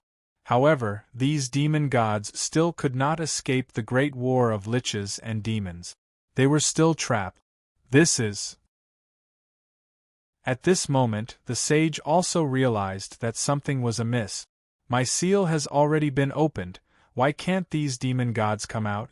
Just as the sages were puzzled, another change occurred in the river of time and space. Large patches of starlight appeared and gathered in the sky above the battlefield, forming a vast sea of stars. In the sea of stars, countless stars rotated, forming an indescribable formation that firmly sealed the past, preventing the demonic god imprints from rushing out of this place. At the same time, the river of spacetime trembled again. A huge samsara disk appeared and stood above the sea of stars, cooperating with the sea of stars to suppress the demon gods. This was not the end. Behind the roulette, several hundred figures appeared. They either formed Tao imprints, held precious vases, or raised great cauldrons. Their forms were all different, but they all released a mysterious Tao might that connected together. They worked together with the sea of stars and the reincarnation roulette to form a seal that suppressed the demonic god. The three seals represented three peerless figures: Great Emperor Ziwei, Goddess Hutu, and Renhuang Gaochen. These three people were unwilling to see the demon gods revive and the demon race rise again. Therefore, after the sage sealed this time and space, the three of them secretly found this place and added 3 more seals to the sage's seal, completely cutting off the demon race's rise. At this moment, although the sage's seal had been broken, the seals of Great Emperor Ziwei, Goddess Hutu, and the others were still there. It would be troublesome to break these 3 seals. Although Great Emperor Ziwei was no longer here, Goddess Hutu and Renhuang Gaochen were still here. If they wanted to break their seals, it was inevitable that they would have to face them. It was also a huge problem. Just as the sages were having a headache, Dong Huang Tai secretly set up a mysterious altar in the North Continent. He also used the Bell of Chaos to conceal the secrets of heaven, making it difficult for outsiders to detect this place. Then, Dong Huang Tai took the blood of 10,000 races and placed it on the altar. With this as a sacrifice, he actually bypassed everyone's perception and forcefully condensed a trace of Di Jun's innate true spirit. However, this trace of innate true spirit was very fragile. It was as if a gust of wind could extinguish it. Dong Huang Tai had no choice but to send this trace of Di Jun's innate true spirit into the cycle of reincarnation so that it could be reborn and cultivate again. Entrusted with the power of reincarnation, it could repair Di Jun's innate true spirit. Not long after this, a wisp of true sun fire fell from the sun star and fell into the North Continent. It merged with a wisp of creation chi. After being nurtured for 1,000 years, an innate fire crow was born. Like the golden crow, the innate fire crow was a spirit born from the sun. However, the innate fire crow was far less noble than the golden crow. It was just an ordinary innate life form, not an innate divine being like the golden crow. However, although the innate fire crow was inferior to the golden crow, in theory, the two bloodlines were of the same origin. The innate fire crow born from the true sun fire had the possibility of transforming into the golden crow. Yes, that's right. The innate fire crow born from the true sun fire in the North Continent was Di Jun's reincarnation. Logically speaking, with Di Jun's status, even if he was in dire straits, it was impossible for him to reincarnate as an innate life form. At the very least, he should be an innate divine being. It would be easy for him to reincarnate as an innate divine being. After all, the primordial chaos Daluo Jinxian had a strong foundation. How could Di Jun reincarnate as an ordinary innate life form? However, Di Jun did not follow the rules. He reincarnated as an ordinary innate life form. Of course, Di Jun did this on purpose. He felt that his starting point in his previous life was too high. He was born as an innate divine being, the Taoist Lord of Tai. Jun had not experienced the realm below the Taoist Lord of Tai. It was inevitable that he would feel regretful. Therefore, using this opportunity, Jun decided to re-embark on the path of cultivation. He would start from the bottom and work his way up to the top. He would rise step by step and return to the peak. Jun's idea was very good. It could be said that he had the same idea as Feng Zichen, the great of Ziwei.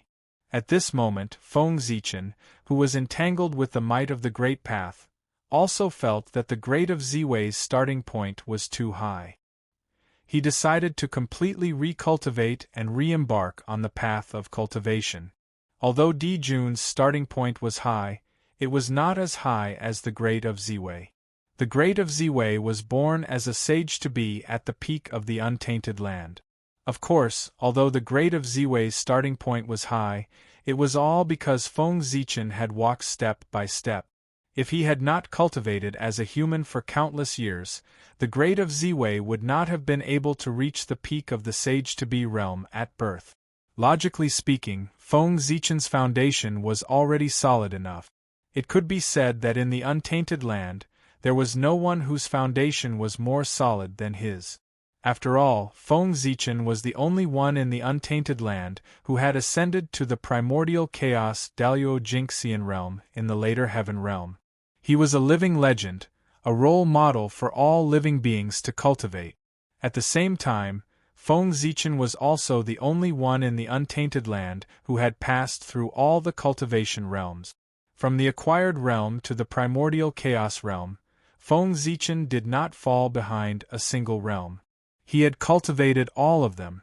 But even so, Feng Zichen still had to recultivate. It was an unprecedented recultivation. It was even more thorough than Jun. He had to start cultivating from the body of a mortal.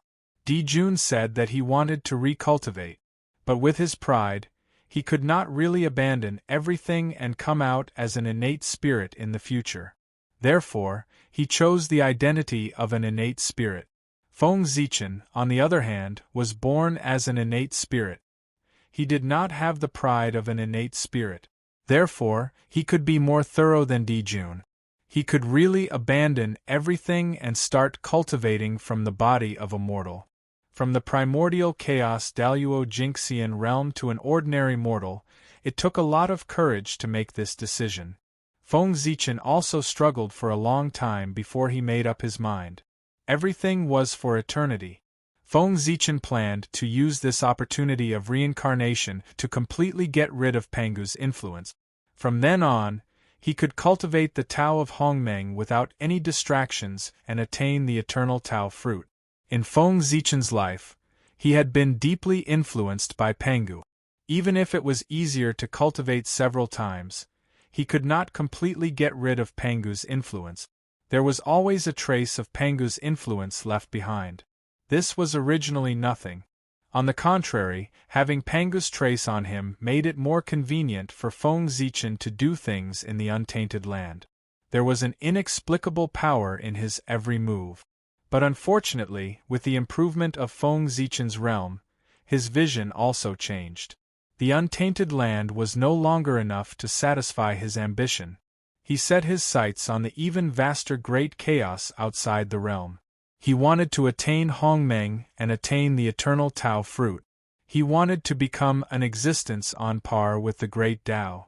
Hongmeng was a power on par with the great Tao. They were both at the level of eternity. Feng Zichen wanted to attain the Hongmeng Tao fruit, but Pangu wanted to attain the great Tao fruit. For this reason, Feng Zichen, who could not get rid of Pangu's influence, could only instinctively get closer to the great Tao. From then on, he would get further and further away from Hongmeng. Even if he had the Hongmeng treasure, it would be difficult for him to cultivate the eternal Hongmeng Tao fruit. Therefore, Feng Zichen had the idea of using the opportunity of reincarnation to get rid of Pangu's influence. He would walk the path of cultivation again and reorganize his cultivation system. He would change his main cultivation path from Pangu's Tao to Hongmeng's Tao so that everything would be based on Hongmeng. This was the path that Feng Zichen should take. From the time the Hongmeng Tao Jade chose Feng Zichen, his future was already destined. He would walk the path of attaining the Hongmeng Tao. Pangu valued Feng Zichen so much. It was not without the influence of the Hongmeng Tao Jade. To be chosen by the Hongmeng Tao Jade meant that Feng Zichen had the potential to achieve eternity. And what Feng Zichen wanted to achieve was the Hongmeng Tao fruit. It did not conflict with the Tao fruit that Pangu wanted to achieve. In that case, it meant that Feng Zichen might be Pangu's friend on the future path. Therefore, Pangu would take care of Feng Zichen. Otherwise, no matter how great Pangu was, it would be impossible for him to cultivate a competitor. When Feng Zichen was young, he did not know anything. He worshipped Pangu too much and thought that Pangu was omnipotent. Therefore, the cultivation system that he created was based on Pangu. The Tao of gods and demons was born from this. It was precisely because of this that Feng Zichen had completely overlooked the supreme fortuitous encounters and the primordial grand Tao that the primordial Tao Jade carried. He had merely treated it as an auxiliary treasure to cultivate the Pangu's Tao. Step by step, the influence of Pangu's Tao on Feng Zichen deepened. Even if Feng Zichen later realized this, he could not completely remove this influence. Gradually, it became what it was today. It affected Feng Zichen's cultivation of the Hongmeng's Tao. Yes, Feng Zichen was still unable to comprehend the Hongmeng's Tao because of Pangu's influence. To be more precise, it was the influence of Pangu's Tao. Although Hongmeng was not weaker than the Tao, it had not matured yet. How could it resist the power of the Tao on Pangu's body? Feng Zichen was naturally unable to comprehend Hongmeng's Tao after being suppressed by it. This was something that Feng Zichen discovered by chance when the Hongmeng's Tao Qi was fighting with the Tao's Tao Qi. After understanding this, Feng Zichen was naturally more determined to recultivate. It was time to set things right and return to the right path. Hongmeng was Feng Zichen's final destination. As for the Tao, that was what Pangu was after. Hongmeng belonged to Feng Zichen, and the Tao belonged to Pangu. It was only right that they did not invade each other. However, although he had taken the wrong path, Feng Zichen did not regret it at all. Pangu's Tao was of great help to him. If it were not for Pangu's Tao, Feng Zichen might not be where he was today. Or, Feng Zichen might be where he was today, but the human race definitely would not be where they were today. Hongmeng could only help Feng Zichen himself, but Pangu's Tao could help the entire human race. The human race had risen because of the Tao of gods and demons derived from Pangu's Tao body. Therefore, even though he had taken the wrong path, Feng Zichen did not regret it at all. With a decision in his heart, Feng Zichen immediately took action. He suddenly ignited this wisp of innate true spirit and turned it into a huge force that poured into the Hongmeng aura. In an instant, with the help of Feng Zichen's true spirit, the Hongmeng aura that was entangled with the power of the Tao sword. It directly suppressed the power of the Tao and devoured it. When the Hongmeng aura won and completely devoured the power of the Tao, Feng Zichen's wisp of innate true spirit was really only left with a little bit. And a little bit of innate true spirit was the standard for mortals. The birth of a connate godfiend had a complete innate true spirit. There was only one connate life form, and only one innate true spirit. With this little bit of innate true spirit, he could reincarnate as an ordinary postnatal life form. In fact, even if Feng Zichen did not want to reincarnate as an ordinary postnatal life form, he could not protect his true spirit. The Hongmeng aura and the power of the Tao were entangled, and it was difficult to determine the winner in a short time. If Feng Zichen did not want to wait tens of thousands of years to reincarnate, he could only ignite his true spirit to increase the power of the Hongmeng aura. It seemed like there were many choices, but in fact, Feng Zichen had no choice. Whoosh!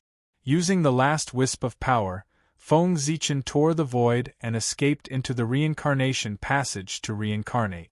However, reincarnation was one thing. Feng Zichen did not want to have an extra pair of parents. Therefore, although he was reincarnated as an postnatal life form, he was born from the heavens and earth. P.S. Begging for monthly votes.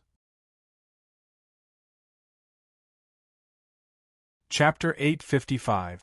We have to think of a way to suppress the human race. The saints were helpless. To prevent the human race from growing stronger, they had to think of a way to suppress the human race. How could they suppress the human race? At this moment, it was too late to cultivate their forces. The simplest and most convenient way was to drive the tiger to devour the wolf. Therefore, the saints thought about it and decided to increase the demon race's strength to suppress the human race. The liches and demons were mortal enemies. The demon race and the human race were also mortal enemies that could not be reconciled. Therefore, the saints were very relieved to increase the demon race's strength to suppress the human race. They were not afraid that the demon race would betray them and join forces with the human race to fight them. The sorcerer race and the human race were allies. If the two races joined forces, they could easily defeat the demon race. At this moment, the demon race could only join forces with the saints to fight against the increasingly powerful human race and sorcerer race. Otherwise, what awaited the demon race was extinction. At this moment, the demon race would not fall out with the saints at all, because, under the oppression of the human race and sorcerer race, they had become natural allies. If they did not join forces, they would be defeated by the two groups sooner or later. For the sake of the future, the demon race and the saints had to join forces. Thinking of this, the saints had a plan. Silently, the power used to seal the great liches and demons in the river of time and space began to loosen and shake. The former battlefield of the liches and demons reappeared in the river of time and space.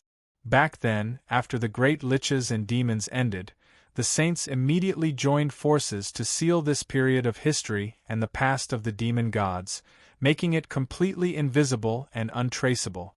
The remnant imprints of the fallen Yao gods were also sealed in this battlefield, sinking into oblivion along with this period of history. Tens of millions of years had passed since the great liches and demons ended, but not many demon gods were revived. Most of the imprints were sealed by the saint. How could these demon gods be revived? However, things were different now. In order to stop the development of the human race, the saints made up their minds to release these demon gods and let them revive to fight the human race and sorcerer race. It would be best if they fought to the death. Rumble. As the seal was lifted, the history of the great liches and sorcerer race became clearer. It was reflected in the river of time and space. The shadows of the demon gods appeared and swept across the battlefield. They kept attacking the seal, trying to escape from it. At this moment, the saints had already lifted the seal. However, these demon gods were still unable to break out of the great liches and demons' battlefield. At this moment, the sage also realized that something was amiss. My seal has already been opened, why can't these demon gods come out? Just as the sages were puzzled, another change occurred in the river of time and space. Large patches of starlight appeared and gathered in the sky above the lich demon battlefield, forming a vast sea of stars. In the sea of stars, countless stars rotated, forming an indescribable formation that firmly sealed the past, preventing the demonic god imprints from rushing out of this place. At the same time, the river of spacetime trembled again. A huge samsara disk appeared and stood above the sea of stars, cooperating with the sea of stars to suppress the demon gods. This was not the end. Behind the roulette, several hundred figures appeared. They either formed Tao imprints, held precious vases, or raised great cauldrons. Their forms were all different, but they all released a mysterious Tao might. They connected together, working together with the sea of stars and the reincarnation roulette to form a seal to suppress the demonic god.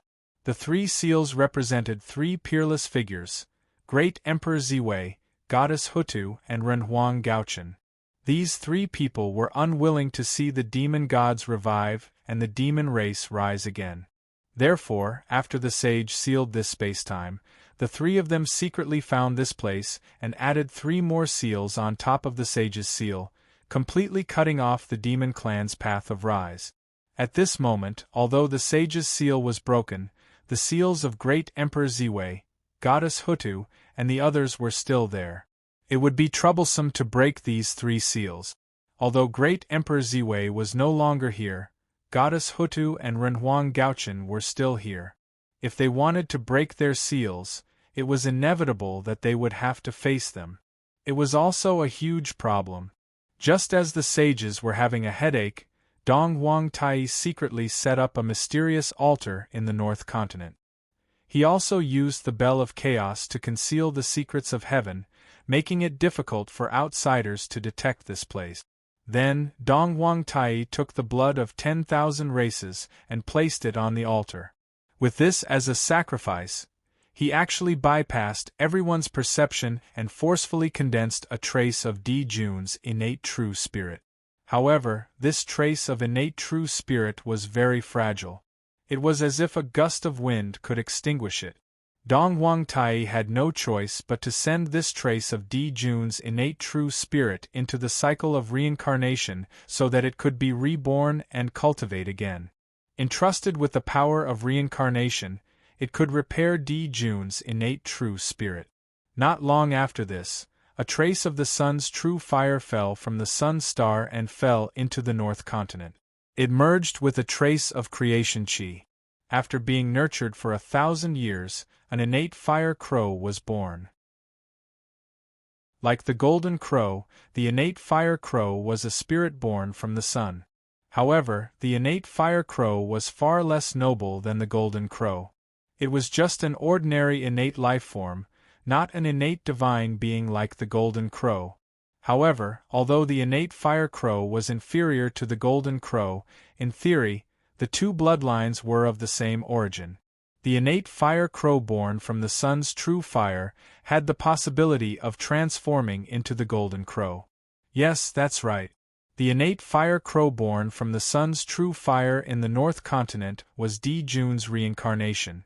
Logically speaking, with Di Jun's status, even if he was in dire straits, it was impossible for him to reincarnate as an innate life form. At the very least, he should be an innate divine being. Even becoming an innate divine being would be a piece of cake. After all, the primordial chaos Daluo Jinxian's foundation was there. How could Di Jun reincarnate as an ordinary innate life form? However, Di Jun did not play by the rules. He reincarnated as an ordinary innate life form. Of course, Di Jun did this on purpose. He felt that his starting point in his previous life was too high. He was born as an innate divine being, a Downlord of Tai. Di Jun had not experienced the realm below the Downlord of Tai, so it was inevitable that he would feel regretful. Therefore, using this opportunity, Di Jun decided to re-embark on the path of cultivation. He would start from the bottom and work his way up to the top. He would rise step by step and return to the peak. Di Jun's idea was very good. It could be said that he had the same idea as Feng Zichen, Great Emperor Ziwei. At this moment, Feng Zichen, who was entangled with the might of the Great Path, also felt that Great Emperor Ziwei's starting point was too high. He decided to completely recultivate and re-embark on the path of cultivation. Although Di Jun's starting point was high, it was not as high as Great Emperor Ziwei's. Great Emperor Ziwei was born as a sage-to-be at the peak of the untainted land. Of course, although Great Emperor Ziwei's starting point was high, it was all because Feng Zichen had walked step by step. If he had not cultivated as a human for countless years, Great Emperor Ziwei would not have been able to reach the peak of the sage-to-be realm at birth. Logically speaking, Feng Zichen's foundation was already solid enough. It could be said that in the untainted land, there was no one whose foundation was more solid than his. After all, Feng Zichen was the only one in the untainted land who had ascended to the primordial chaos Daluo Jinxian realm after reaching the heaven realm. He was a living legend, a role model for all living beings to cultivate. At the same time, Feng Zichen was also the only one in the untainted land who had passed through all the cultivation realms. From the acquired realm to the primordial chaos realm, Feng Zichen did not fall behind in any of the realms. But even so, Feng Zichen still had to recultivate. It was an unprecedented recultivation. It was even more thorough than Dijun. He had to start cultivating from the body of a mortal. Dijun said that he wanted to recultivate, but with his pride, he could not really abandon everything and come out as an innate spirit in the future. Therefore, he chose the identity of an innate spirit. Feng Zichen, on the other hand, was born as an innate spirit. He did not have the pride of an innate saint. Therefore, he could be more thorough than Dijun. He could really abandon everything and start cultivating from the body of a mortal. From the primordial chaos Daluo Jinxian realm to an ordinary mortal, it took a lot of courage to make this decision. Feng Zichen also struggled for a long time before he made up his mind. Everything was for eternity. Feng Zichen planned to take this opportunity of reincarnation to completely get rid of Pangu's influence. From then on, he could cultivate the Tao of Hongmeng without any distractions and attain the eternal Tao fruit. In Feng Zichen's life, he had been deeply influenced by Pangu. Even if he cultivated more easily several times, he could not completely get rid of Pangu's influence. There was always a trace of Pangu's influence left behind. This was originally nothing. On the contrary, having Pangu's trace on him made it more convenient for Feng Zichen to do things in the untainted land. There was an inexplicable power in his every move. Unfortunately, with the improvement of Feng Zichen's realm, his vision also changed. The untainted land was no longer enough to satisfy his ambition. He set his sights on the vaster great chaos outside the realm. He wanted to attain Hongmeng and attain the eternal Tao fruit. He wanted to become an existence on par with the great Tao. Hongmeng was a power on par with the great Tao. They were both at the level of eternity. Feng Zichen wanted to attain the Hongmeng Tao fruit, but Pangu wanted to attain the great Tao fruit. For this reason, Feng Zichen, who could not get rid of Pangu's influence, could only instinctively get closer to the great Tao. As a result, he got further and further away from Hongmeng. Even with the Hongmeng treasure, it was difficult for him to cultivate the eternal Hongmeng Tao fruit. Therefore, Feng Zichen had the idea of using the opportunity of reincarnation to get rid of Pangu's influence. He walked the path of cultivation again, reorganized his cultivation system, and changed his main cultivation path from Pangu's Tao to Hongmeng's Tao, so that everything would be based on Hongmeng. This was the path that Feng Zichen should take. From the time the Hongmeng Tao Jade chose Feng Zichen, his future was already destined. He was going to walk the path of Hongmeng. Pangu valued Feng Zichen so much. It might not be without the influence of the Hongmeng Tao Jade. To be chosen by the Hongmeng Tao Jade meant that Feng Zichen had the talent to achieve eternity. And what Feng Zichen wanted to achieve was the Hongmeng Tao fruit.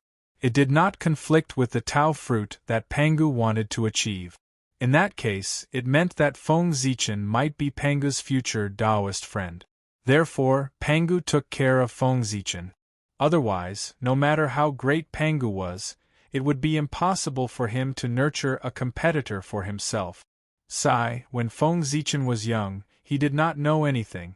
He worshipped Pangu too much and thought that Pangu was omnipotent. Therefore, the cultivation system that he created was based on Pangu. The Tao of gods and demons was born from this. It was also because of this that Feng Zichen completely ignored the Hongmeng Tao Jade itself. The Hongmeng Tao was a supreme opportunity. He only used it as an auxiliary treasure to cultivate Pangu's Tao. Step by step, the influence of Pangu's Tao on Feng Zichen deepened. Even if Feng Zichen later realized this, he could not completely remove this influence. Gradually, it became what it was today. It affected Feng Zichen's cultivation of the Hongmeng's Tao. Yes, Feng Zichen was still unable to comprehend the Hongmeng's Tao because of Pangu's influence. To be more precise, it was the influence of Pangu's Tao. Although Hongmeng was not weaker than the Tao, it had not yet matured. How could it resist the power of the Tao on Pangu's body? Being suppressed by it, Feng Zichen naturally could not comprehend Hongmeng's Tao. This was something that Feng Zichen discovered by chance when the Hongmeng's Qi and the power of the Tao were fighting. After understanding this, Feng Zichen was naturally more determined to recultivate. It was time to set things right and return to the right path. Hongmeng was Feng Zichen's final destination. As for the Tao, that was what Pangu sought. Hongmeng belonged to Feng Zichen, and the Tao belonged to Pangu. It was only right that they did not invade each other. However, although he had taken the wrong path, Feng Zichen did not regret it at all. Pangu's Tao was of great help to him. If it were not for Pangu's Tao, Feng Zichen might not be where he was today. Or, Feng Zichen might be where he was today, but the human race definitely would not be where they were today.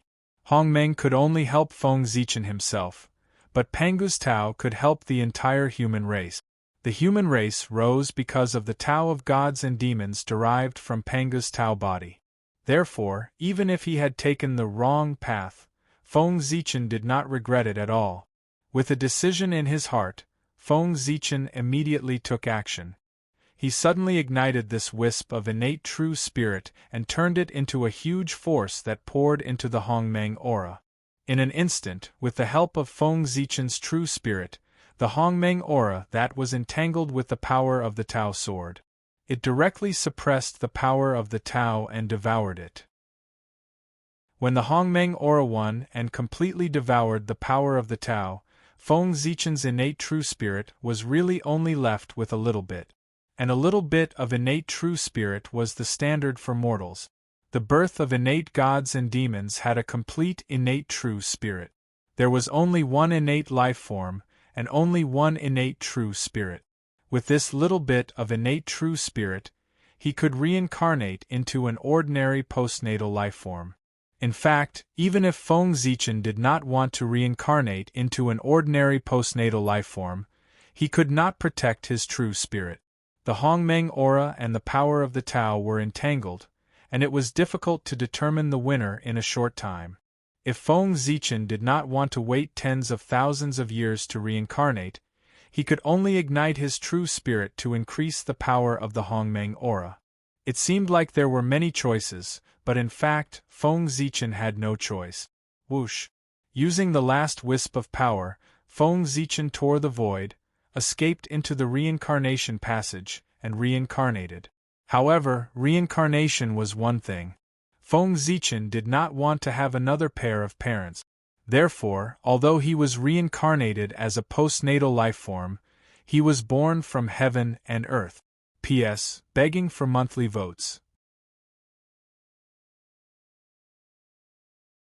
Chapter 856. After cultivating for a while, Feng Zichen waited for his body to reach its limit. Then, he stood up and walked to the front of the iron tree, continuing his previous actions. Pa, in the valley, the sound of slapping could be heard again. Don't get me wrong. This was not the movement of many people, but the sound of Feng Zichen's body hitting the iron tree. After about 10 minutes, the strength in Feng Zichen's body was exhausted. He ended the tempering and sat on the ground again to breathe in the qi of heaven and earth. When his strength was restored, he continued to temper his body. Just like that, he cultivated again and again. Every time he breathed in the qi of heaven and earth, Feng Zichen could feel his skin membrane growing stronger. A full 2 hours had passed. Feng Zichen had completed 9 cycles of cultivation of the Hongmeng Taoist scripture. At this time, Feng Zichen stopped and stood silently in front of the iron tree. It was not that he wanted to stop, but just now, after completing 9 cycles of cultivation, he felt that he was hungry. Even if he was a cultivator, as long as he had not reached the Anidia realm, he had to eat. In the early stages of cultivation, the path of the celestial demon required a large amount of food. The early stages of the path of the celestial demon focused on tempering one's body. This required a large amount of blood and flesh to provide sufficient blood and qi for tempering one's body. If one did not have enough food, where would the blood and qi come from to temper one's body? Forcefully cultivating would only cause one's body to be depleted. If it was light, one would fall seriously ill. If it was serious, one's life would be in danger. Cultivation was actually a very dangerous thing. If one moved, one's life would be in danger. Feng Zichen had just eaten a few wild fruits to satisfy his hunger. What was that enough? After 2 hours of high-intensity cultivation, it had long been digested. That was why he felt hungry. Speaking of hunger, Feng Zichen could not help but sigh. This was a feeling that he had not felt in a long time. One had to know that he had not known what hunger was for at least tens of millions of years. After finishing his cultivation, Feng Zichen looked around to check the results of his cultivation. As weak as he was, he couldn't even perform the simplest inner vision. Looking at his physical body, Feng Zichen found that his entire body had a jade-like color, and there was a faint purple light. His entire body had perfect lines, and his muscles naturally appeared, emitting a strong aura. Well, Feng Zichen was very dissatisfied. This body was far inferior to the invincible body that had been destroyed by the Chaos Demon God. The difference between a sage and an ant was like the difference between a sage and an ant. However, no matter how bad it was still his, so he could only reluctantly use it. Previously, when I was cultivating, other than absorbing the qi of heaven and earth, most of it was the acquired qi that remained after I condensed my body. Now that I've used it all up, if I continue to cultivate, without sufficient energy to support me, I'm afraid that my life essence will be consumed. Even my flesh and blood will be consumed. It seems that I have to look for precious herbs or some demon beast meat, vicious beast meat, or other food that contains a lot of energy. Otherwise, my cultivation speed will be greatly reduced. Feng Zichen muttered thoughtfully. He was very clear that the reason why he could cultivate so quickly just now was completely dependent on the acquired qi that had not been completely consumed when he condensed his body.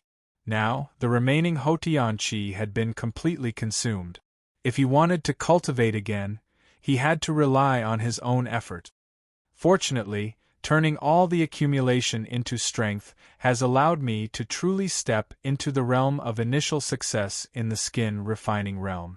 Ordinary swords should not be able to cut my skin. Feng Zichen glanced at his body. With a thought, his right arm clenched into a fist, and he fiercely punched in front of him. Boom! In an instant, the skin on his entire arm seemed to be hiding countless dragons and snakes, constantly moving up and down. As he punched out, a domineering dragon's roar could be faintly heard from the fist wind, as if an azure dragon was roaring. In the void, there was a faint sound of something breaking through the air. This was the sign of initial success in skin refining. With a thought, Feng Zichen gathered all the strength in his body. In an instant, the skin on his body seemed to be filled with air, and his entire body swelled up. Casually picking up a hard stone from the ground, Feng Zichen used all his strength to cut his body. Other than leaving a red mark, there were no other injuries. It was difficult to be injured by swords and sabers. At this stage of martial arts cultivation, one could actually start to consider advancing to the next stage, which was blood tempering. However, Feng Zichen wanted to walk the path of the demon god, and his current level was far from enough. The prerequisite for cultivating the path of the demon god was to cultivate all 6 stages of the acquired realm of martial arts to the extreme. Then, combining all the strength in his body, he would open the bridge of heaven and earth, and open the spirit sea in one fell swoop. Only then would he be considered to have stepped into the acquired realm of the demon god. That's right, the acquired realm of martial arts did not have a spirit sea. The spirit sea of martial arts was called the Sea of Qi, and in the Khanate realm, It was also called the Khanate Sea of Qi. Once the body refining was completed, one could open up the Sea of Qi and advance to the Khanate realm. In ancient times, the reason why the martial path of the demon god could be popularized in the human clan was not only because of the Khanate bloodline, but also because of the good environment at that time. At that time, the human clan ate the meat of Khanate ferocious beasts every meal, so their chi and blood were incomparably vigorous. They were all dragons and phoenixes among men, so it was naturally not difficult for them to cultivate the path of the demon god. But now, the human clan did not have such good treatment. If one wanted to cultivate the path of the demon god, they could only use the acquired realm of the martial path to temper their foundation until their physical fitness was comparable to that of the ancient human clan. Only then could they begin to cultivate the path of the demon god. Thinking of this, Feng Zichen could not help but miss the days when he was in the Feng tribe. At that time, although the human clan was not strong, it was not difficult for Feng Zichen. With the protection of Emperor Sui, Feng Zichen had never suffered much since he was young. His food was whatever the Sui sovereign ate, he would eat. After being able to cultivate, the human clan did not lack Feng Zichen's cultivation resources. Although there was no Khanate spirit root, there was an endless supply of Khanate spirit herbs, Khanate wild fruits, ferocious beast meat, and demonic beast meat. It was not like now, where he had to go out and find food himself. Sigh. With a sigh, Feng Zichen first found a few wild fruits to satisfy his hunger, then went out to look for food. To be precise, he went out to look for meat. If one wanted to succeed in the martial path, there was no lack of meat. Eating wild fruits was useless, but spirit fruits were more suitable. The valley Feng Zichen was in was located in a huge mountain range. From the perspective of a mortal, Feng Zichen could not see the end of it. It did not look small. But as for how big it was, he did not know. Earlier, Feng Zichen had already looked around. The location of this valley was very hidden and unusually ordinary. Firstly, it was not a place where spirit chi gathered. Secondly, there were no rare and precious fruit. It was just an ordinary valley. Therefore, it was very safe here. Even if there were ferocious beasts and cultivators in the mountain, they would not come here because they did not like this place. The reason why Feng Zichen was born in this valley was that he liked the ordinariness of this place. The more ordinary it was, the safer it was. With Feng Zichen's mortal cultivation, if he was born in a place where spirit chi gathered, he would have been eaten by the demonic beasts that lived there. Of course, the ordinariness of this place also indicated that there were no ferocious beasts or precious herbs in the mountain. Feng Zichen looked around and only saw a few wild chickens and rabbit. These were all ordinary animals that did not have a trace of spirit chi in their bodies. Eating them could only fill one's stomach, and could not improve one's cultivation speed. Feng Zichen did not like them, so he was too lazy to catch them. After looking around the valley, Feng Zichen did not find any ferocious beasts or spiritual herbs that could help him cultivate. He decided to go out of the valley to try his luck and see if he could pick up some ferocious beasts or spiritual herbs. Immediately, Feng Zichen strode out of the valley. Speaking of hurrying, Feng Zichen was not used to it. He had not hurried like this for tens of millions of years. In the past, wherever he wanted to go, he could go with just a thought. No matter how bad it was, he could also fly. Even if he took a step, he would be hundreds of millions of miles away. It was not like now, where he had to travel for half a day just to get out of the valley. After about an hour, Feng Zichen finally walked out of the valley. Looking up, he saw a vast mountain range appear in front of him. As far as the eye could see, there was a boundless ancient forest in front of him.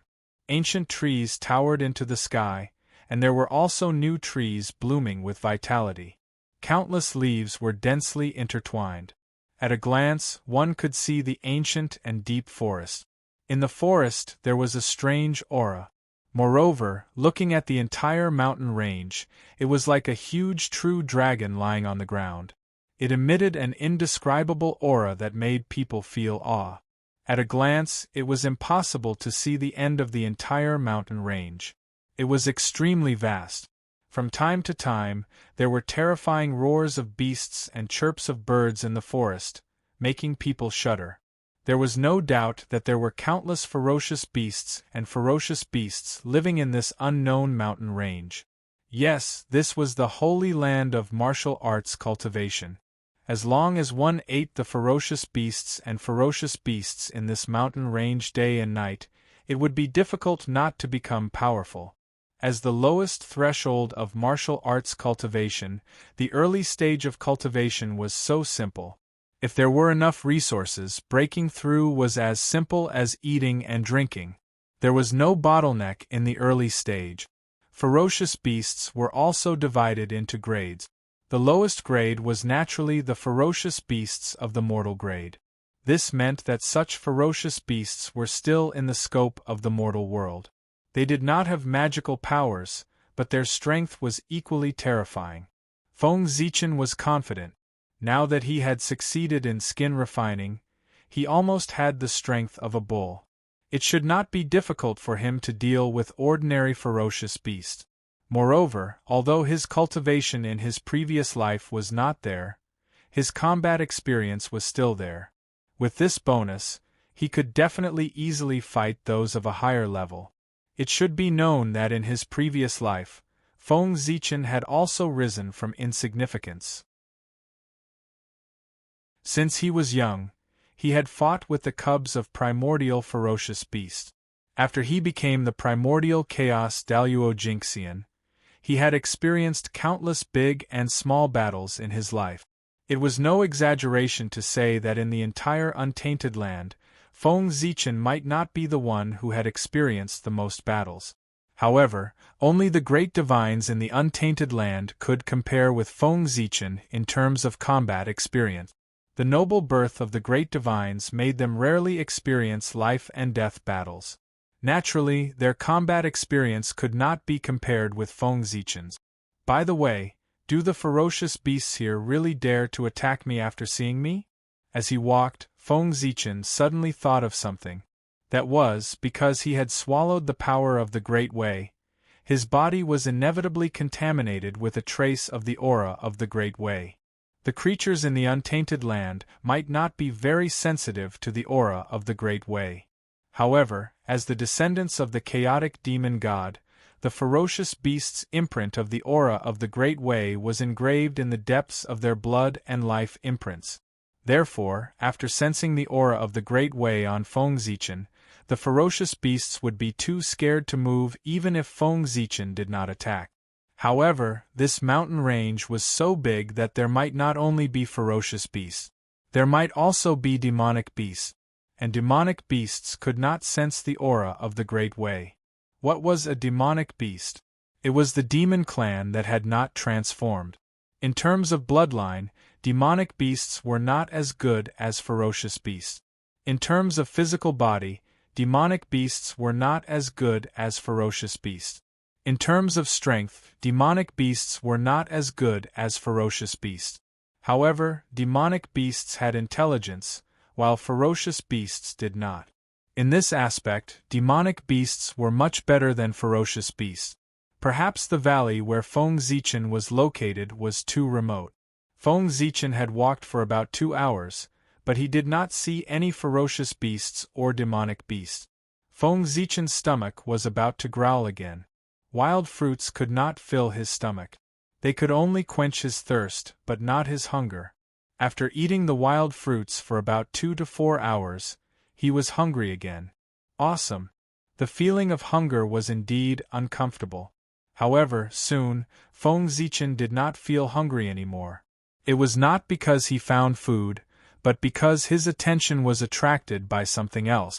As he walked, Feng Zichen suddenly realized that the ground under his feet was spewing out wisps of dragon aura from time to time. At first, Feng Zichen thought that it was his illusion. After all, his strength was gone, and his perception had dropped to the freezing point. It was normal to have illusions, but every once in a while, Feng Zichen could feel the signs of the appearance of dragon aura. If it happened once or twice, it could be said that it was an illusion, but this time it was not an illusion but a fact. In other words, there was indeed dragon aura spewing out from the ground. After thinking for a while, Feng Zichen silently operated the Hongmeng Taoist scripture. A small vortex slowly formed beside him, and a wisp of dragon aura that had just spewed out from the ground was sucked into Feng Zichen's body. When the dragon aura entered his body, Feng Zichen immediately noticed the difference. This was indeed dragon aura, and it was an extremely pure dragon aura. Judging from the concentration of this dragon aura, even if its owner was not a Khanate godfiend, he was still a top-level Khanate lifeform, and his strength was close to the level of a Tao Lord. A Khanate Tao Lord was not weak. Even in the 5 continents where the Taoist priests were rampant, he could be considered an expert, let alone in this remote area. He could probably be considered an overlord. However, such a powerful divine dragon had fallen.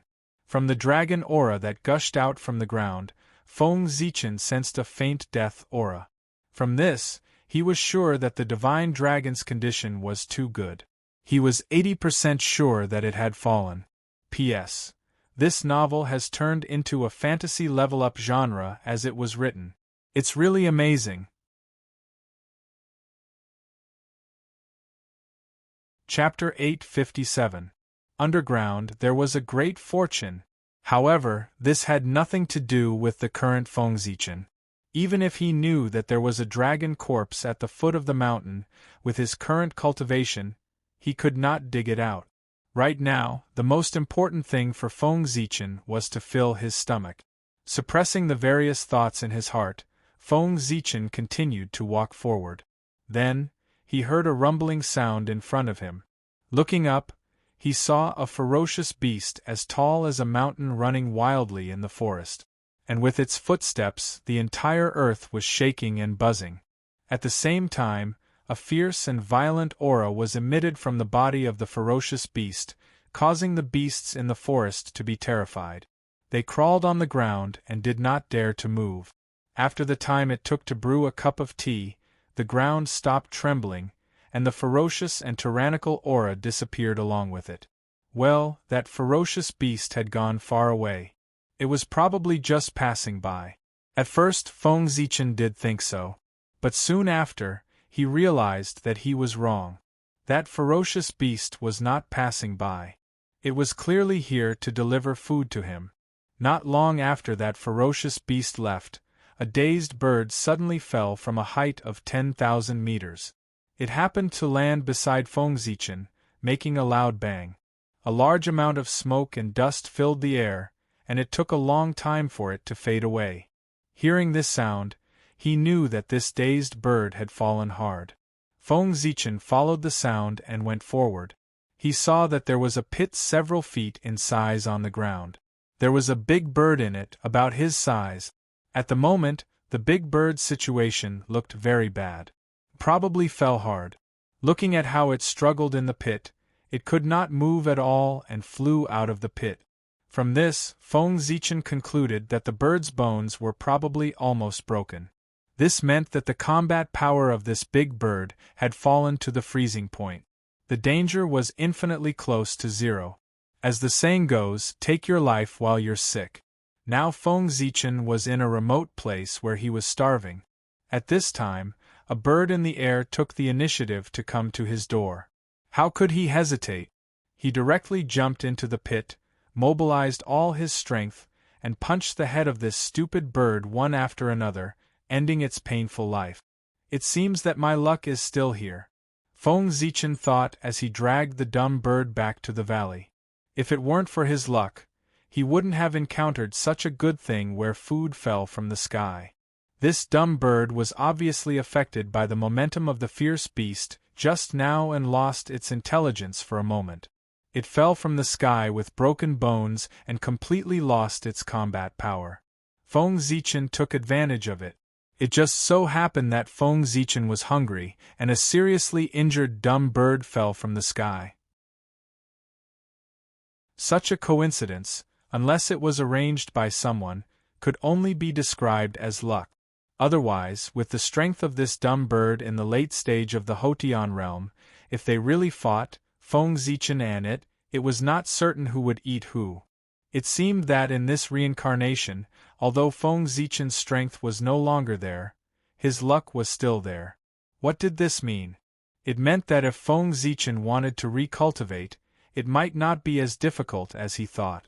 As for why there was no supernatural manifestation before, it was obvious that Feng Zichen had just been born, and his luck was not stable yet. That was why he was hungry for a while. Now, as his state stabilized, the magic of his luck began to show. With this luck, it is difficult for me to keep a low profile. Thinking of this, Feng Zichen looked up to the sky and sighed. Then, he lowered his head and saw that there was a fluctuation of spirit energy in the grass next to him. Stepping forward to take a look, Feng Zichen found 2 ginseng-like plants. He dug them out and found that they were 200-year-old blood ginseng, which was the great supplement that Feng Zichen currently needed. What good luck! Happily putting away the 200-year-old blood ginseng, Feng Zichen dragged the dumb bird's body and continued to walk forward. After that, Feng Zichen did not encounter any more rare medicinal materials, and returned to the valley where he was born smoothly. Next, it was time to make a fire and cook. However, before making a fire, he had to deal with the dumb bird's body. Dragging the dumb bird's body to a small stream, Feng Zichen began to wash it. And in the process of washing the bird's body, from the upstream of the stream, a medium-sized pill furnace suddenly floated over. Feng Zichen reached out and scooped it up. Looking around, he found that it was a magic treasure. According to the division of the current cultivation world, it should belong to the level of a magic weapon. In the ancient times there were only 6 levels of magic treasures, which were acquired magic treasures, acquired spiritual treasures, acquired supreme treasures, innate magic treasures, innate spiritual treasures, and innate supreme treasures. And as the cultivation of the cultivators became lower and lower, there were gradually 2 more levels under acquired magic treasures, which were magic weapons and precious treasures.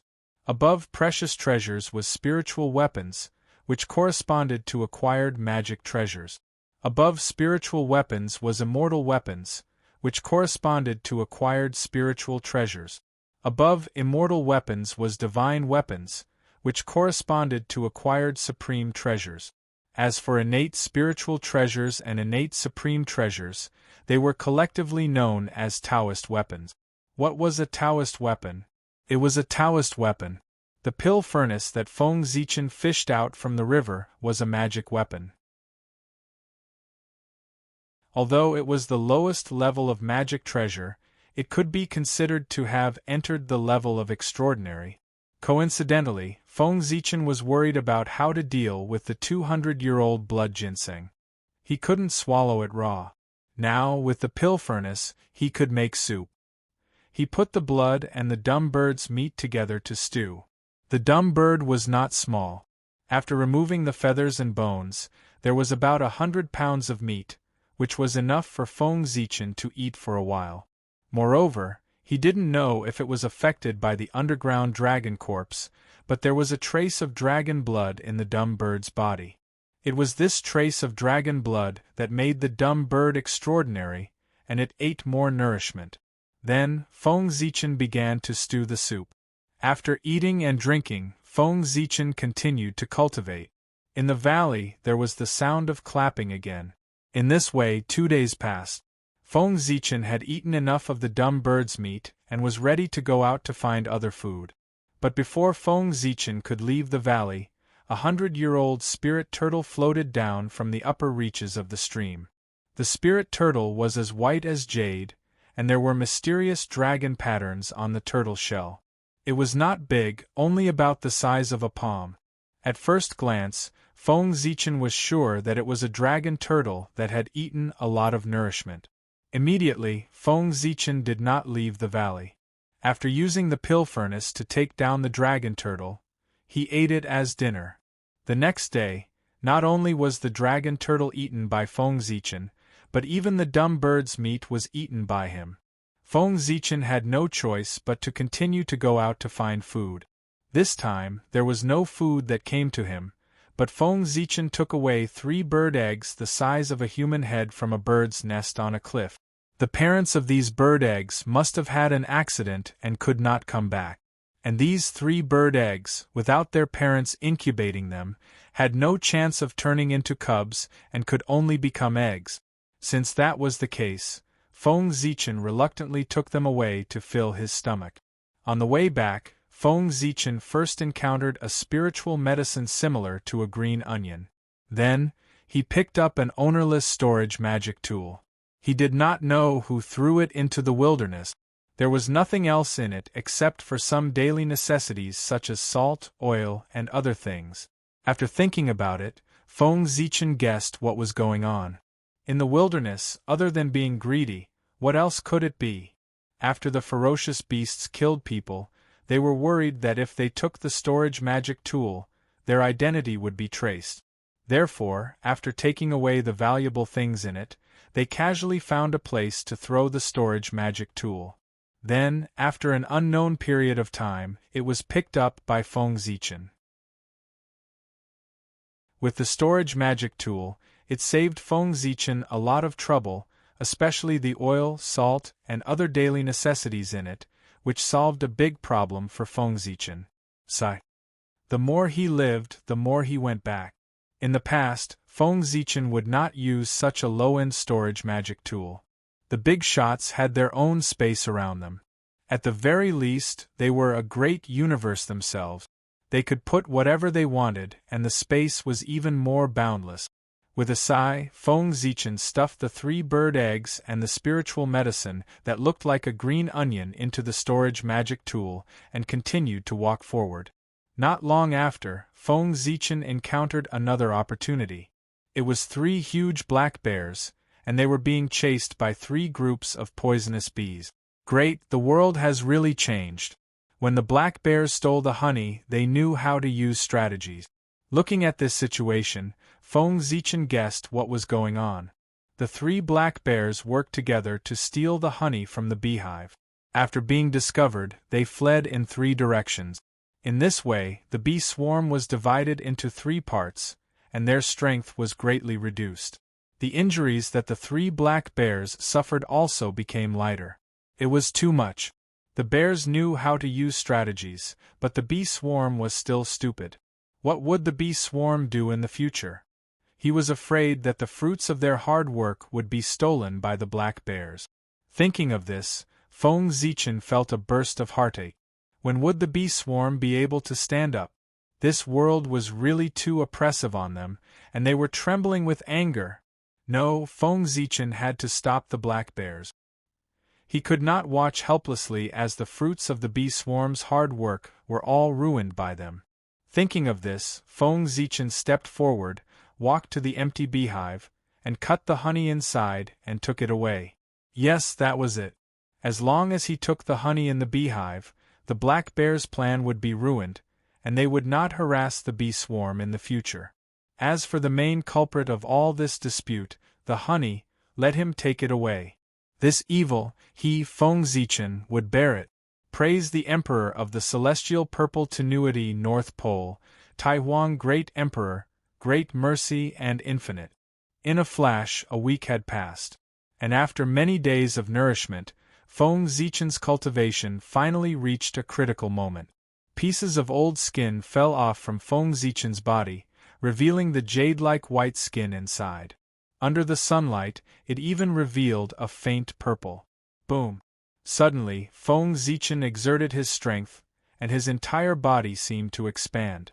Layers of muscles bulged, giving people the beauty of strength. At the same time, mysterious patterns appeared on Feng Zichen's skin one after another. They were mysterious, and a faint pressure filled the air. The appearance of Tao patterns on the skin was a sign that the skin refining stage had reached the limit. In other words, Feng Zichen had completed the skin refining stage. He had established the foundation of cultivating the path of gods and demons, and had begun the next stage of blood extraction cultivation. With a thought, Feng Zichen visualized Hongmeng Daozhong in his mind. Clang! Clang! Clang! The Dao bell roared, blooming with endless mystery. At the same time, with the sound of the bell, Feng Zichen's flesh and blood began to tremble, constantly trembling. Feng Zichen was refining his body. He visualized Hongmeng Daozhong in his sea of consciousness. As the Dao bell trembled, his body trembled as well, and he experienced the changes, thus achieving the goal of refining his flesh and blood. The sound of the bell became more and more urgent, and Feng Zichen's flesh and blood trembled more and more violently.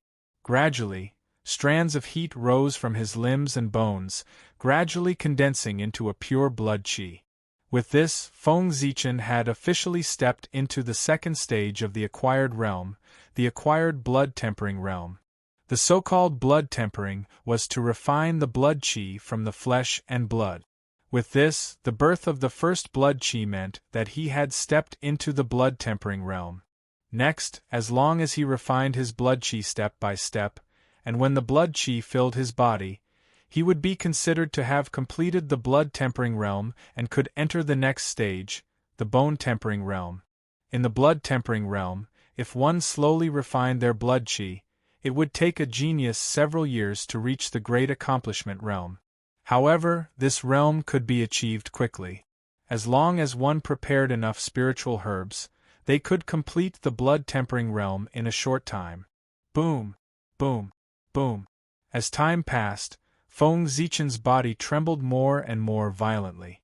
At the same time, more and more blood qi emerged from his body.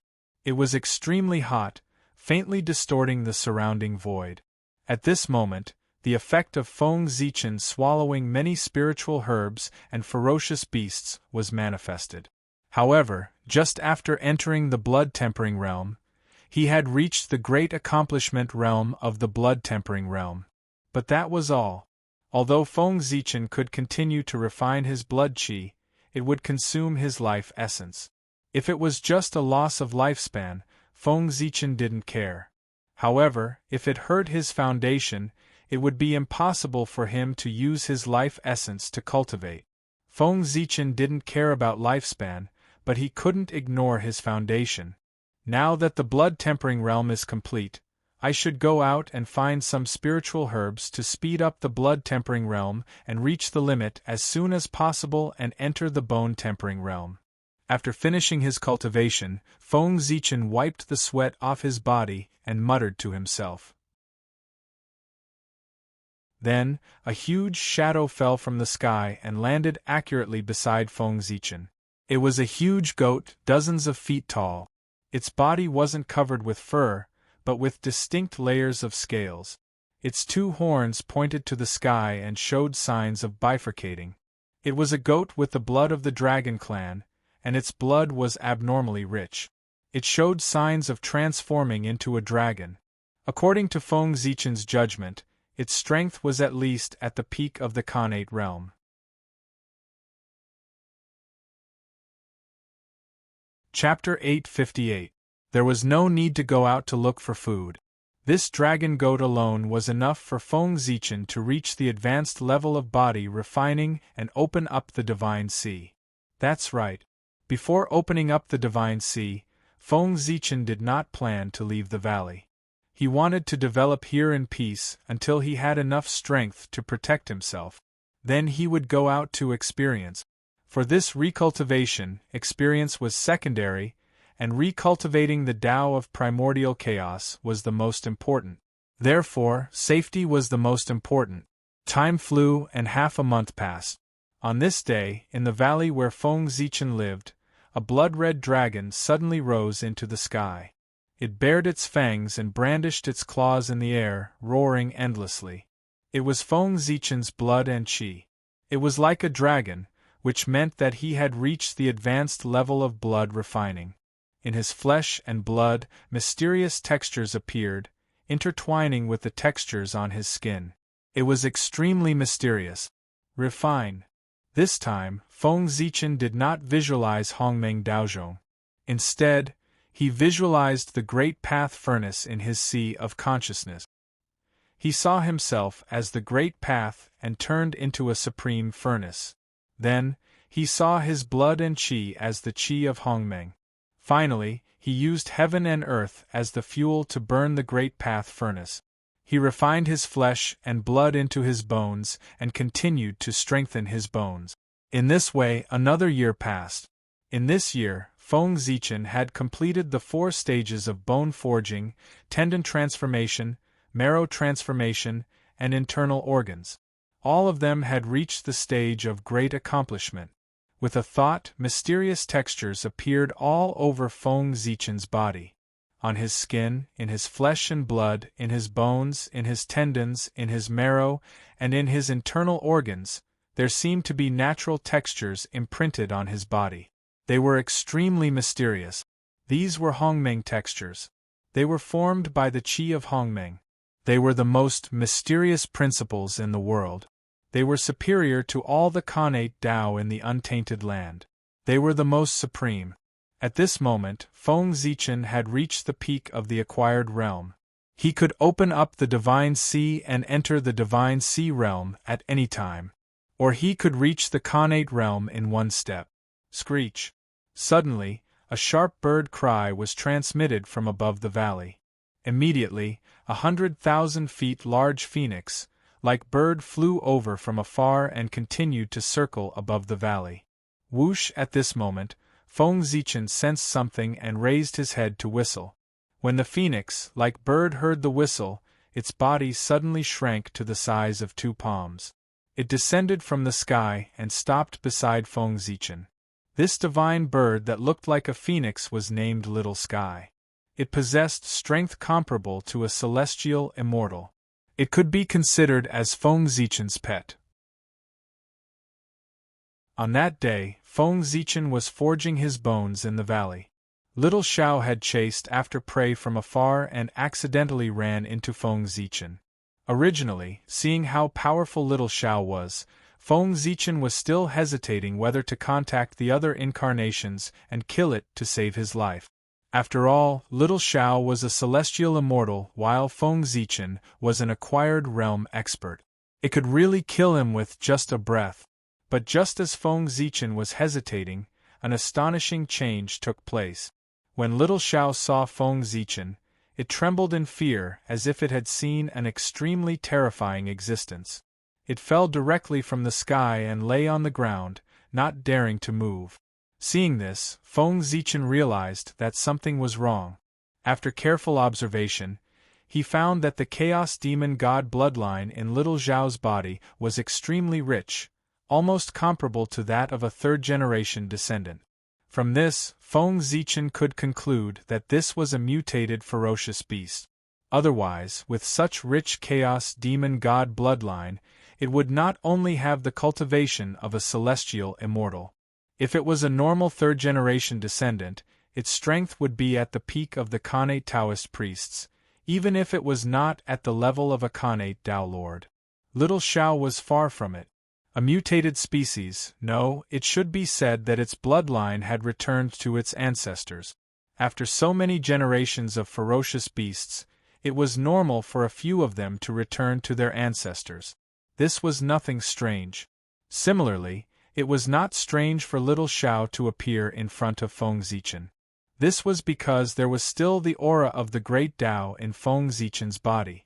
This was the source of the Chaos Demon God, and the source of all the ferocious beasts in the primordial world. The impossibility that originated from the life mark made the ferocious beasts both happy and afraid of the aura of the great Tao. Although it made them afraid, the ferocious beasts could not help but want to get close to the aura of the great Tao. This feeling was stronger for ferocious beasts whose bloodline was also rich. Therefore, Feng Zichen was a human-shaped ferocious beast. As long as he was there would always be high-level ferocious beasts approaching him, intentionally or unintentionally. Little Shao came for this reason. But at the same time, because its bloodline was too powerful, the aura of the great Tao had a greater impact on it. Therefore, after seeing Feng Zichen, little Xiao was so afraid. The instinctive fear made it not dare to resist Feng Zichen at all. However, although little Xiao was afraid of Feng Zichen, because its strength was too high, Feng Zichen could not do anything to it. With Feng Zichen's current strength, it was impossible for him to hurt little Xiao. Therefore, Feng Zichen simply ignored it and continued to temper his bones. Later, for some reason, this divine bird peeped at Feng Zichen's cultivation for more than a month. As if it had suddenly gained intelligence, it suddenly soared into the sky. At first, Feng Zichen thought it had run away, but not long after, it flew back and caught a divine image realm flood dragon. It placed it in front of Feng Zichen and chirped at him, as if it was asking for credit. Feng Zichen understood its meaning. This flood dragon was a tribute to Emperor Ziwei. Good heavens, it really gained intelligence. Feng Zichen did not stand on ceremony and directly accepted this gift. It just so happened that he had eaten enough mutton and changed to flood dragon meat. Ever since he formed an alliance with the 5 pre-celestial races, in order to show his sincerity, Feng Zichen did not eat the descendants of the 5 sacred beasts. Even if there were evil people among them, he would only kill and not eat. He really had not eaten flood dragon meat for a long time. Just like that, time passed day by day. And every few days, little Xiao would catch a new ferocious beast and offer it to Feng Zichen. Gradually, Feng Zichen became familiar with little Xiao and decided to give it a chance to become his mount. To be honest, little Xiao's appearance was really excellent. It had the magnificence of the phoenix, the dominance of the dragon clan, and the dignity of an emperor. It was indeed an excellent mount. Otherwise, Feng Zichen would not have thought of making it his mount. How could the mount of great Emperor Ziwei be ordinary? Similarly, to a ferocious beast, being able to become great Emperor Ziwei's mount was also an incredible opportunity. According to Feng Zichen's research, little Xiao should have the bloodlines of 2 Chaos Demon Gods at the same time, namely the Phoenix Demon God and the Emperor Demon God, which made it so extraordinary. Its shape was like a phoenix, which was inherited from the Phoenix Demon God. At the same time, the innate Emperor aura on its body, as well as the rainbow-colored feathers on its tail, were inherited from the Emperor Demon God. Emperor Phoenix Bird. Feng Zichen combined little Xiao's appearance and named it the Emperor Phoenix Bird Clan. However, Feng Zichen did not know if there was a second Emperor Phoenix Bird in this world. Originally, Feng Zichen wanted to call the Emperor Phoenix Bird Little Phoenix, but he felt that this name was not nice. It sounded like a homonym for Little Yellow, which sounded like a dog's name. It immediately lowered the Emperor Phoenix Bird's level. Therefore, Feng Zichen called it Little Xiao. Just like this, with Little Xiao's worship, Feng Zichen completed the 6 stages of the acquired realm at the fastest speed possible and met the prerequisites for cultivating the path of the celestial demon. Rumble. In the valley, rays of light rose, accompanied by the sound of landslides and tsunamis. This was the commotion caused by Feng Zichen opening his deity ocean. The reason why it was so intense was because there was a problem with it. Feng Zichen had always thought that opening the deity ocean was a very simple matter. In fact, it was indeed so in the beginning. He easily opened the bridge of heaven and earth, and received the power of heaven and earth into his body to help him open the deity ocean. So far, everything had been going smoothly. However, after the deity ocean was opened, an accident happened. After the deity ocean was opened, a cultivator would obtain an opportunity, which was to awaken the innate bloodline in their body and choose one of them.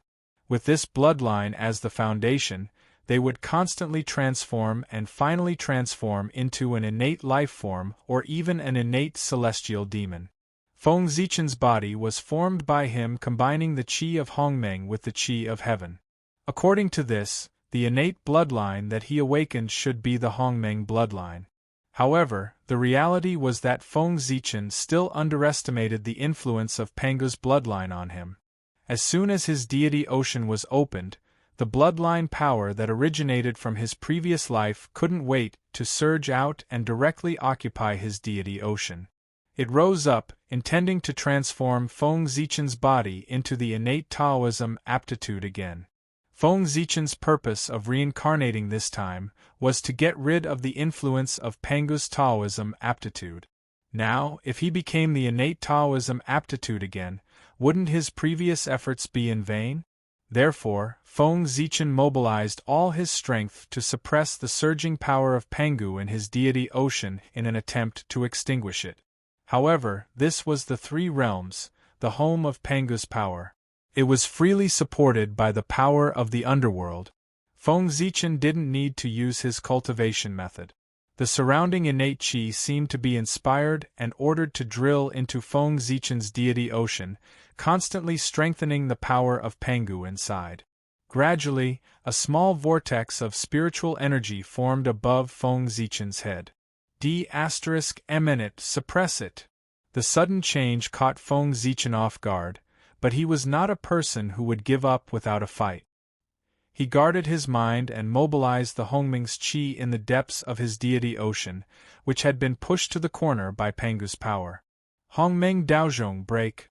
With a thought, Feng Zichen manipulated the Hongming's qi and turned it into the appearance of Hongming Daozhong. Then, he suddenly knocked on it.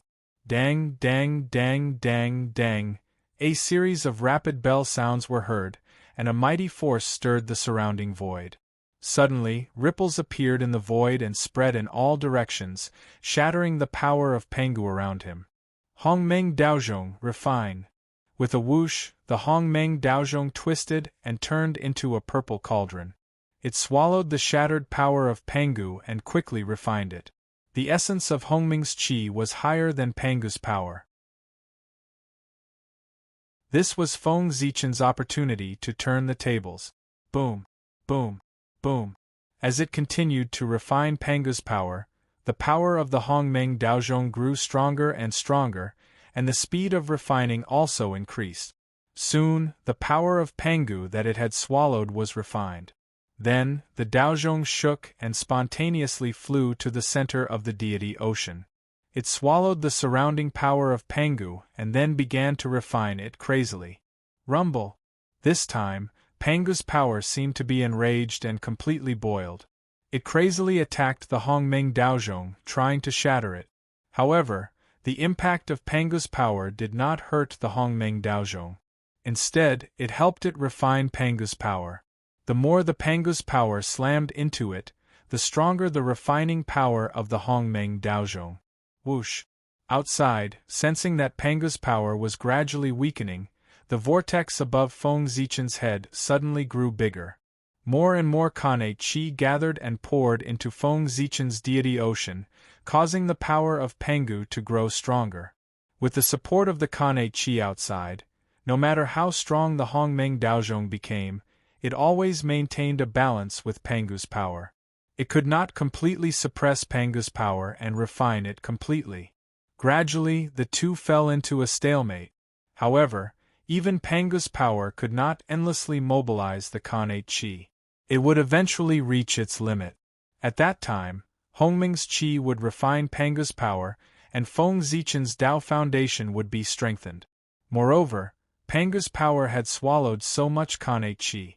When Hongming's qi completely refined it, Feng Zichen's strength was bound to usher in a leap. Feng Zichen was very much looking forward to this. Time passed by second. In the blink of an eye, 3 years had passed.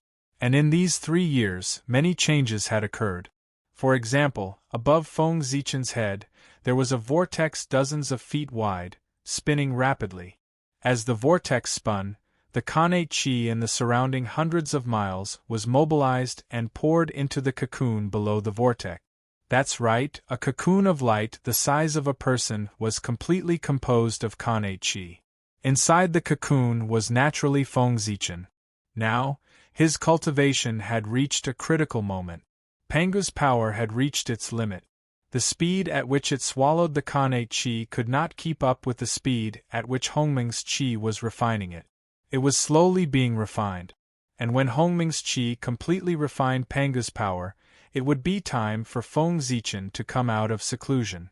However, the atmosphere in the valley was a little strange. A large group of people had gathered nearby. Obviously, Feng Zichen's breakthrough this time had attracted the attention of many people. The Khanate chi in the surrounding hundreds of miles had been mobilized. Everyone was not blind. How could they not see or feel it? Thinking that a precious treasure had appeared, the nearby masters rushed over. And judging from their appearance, it was obvious that they had been here for more than a day or two. These masters were vaguely divided into two groups. One group was led by the human clan, occupying the south side of the valley. The other group was led by the demon clan, occupying the back of the valley. At this time, the two forces were confronting each other. No one wanted to give in to the other. Both wanted to take this unborn treasure for themselves. If Feng Zichen knew that he was being treated as a treasure, how would he feel? He would probably not know whether to laugh or cry. It was also at this time that a golden fire crow sensed the changes here. It flapped its wings and flew over.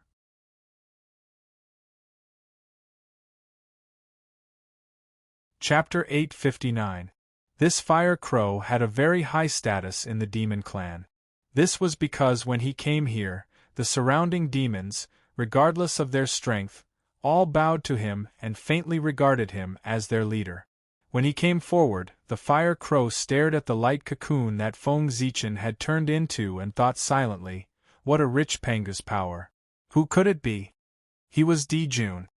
He, who had also chosen to reincarnate, did not stay in the North Continent. Instead, he went all the way north and crossed an unknown distance to arrive at this very vast continent. This was simply a miniature version of the untainted land.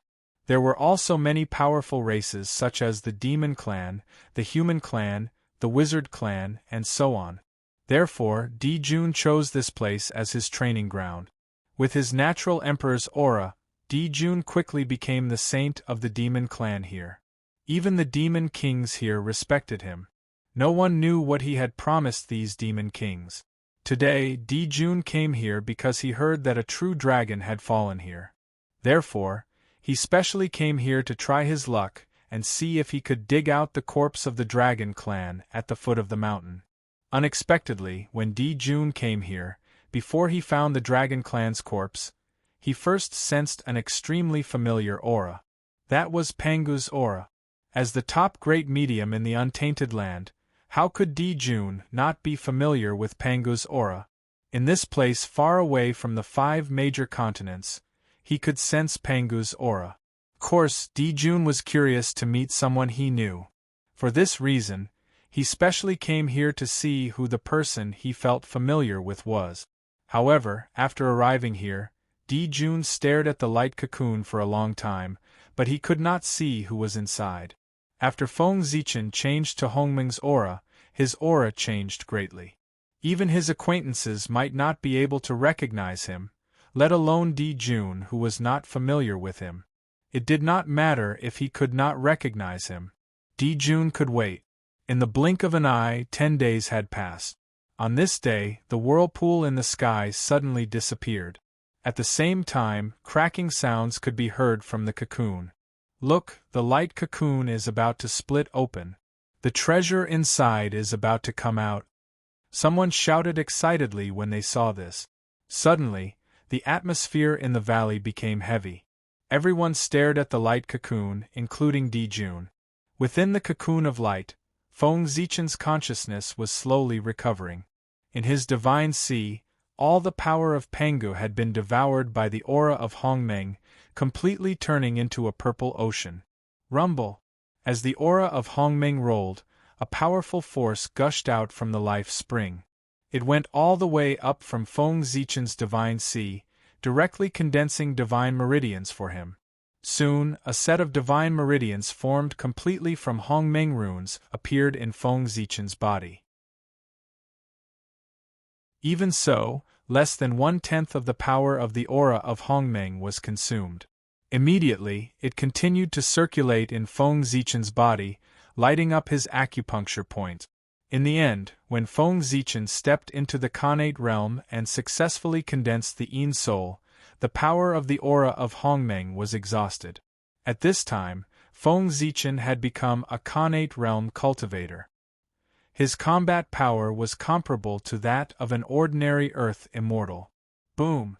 Feng Zichen's body moved, and a bright divine light burst out from his body, shattering the cocoon of light that enveloped him. However, after the cocoon of light was shattered, it did not disappear. Instead, it turned into a robe and draped over Feng Zichen's body. Huh! It's not a treasure, it's a person. Seeing that after the cocoon of light was shattered, what appeared was not a treasure, but a person, everyone could not help but feel a little disappointed. Only Di Jun's eyes suddenly burst with light as he stared at Feng Zichen. He recognized the other party's origin. No wonder he felt familiar. It was the aura of Ziwei Star. In this way, the other party's identity was confirmed.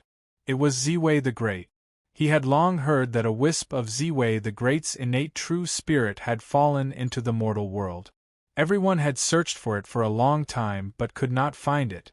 It turned out that it had been born here.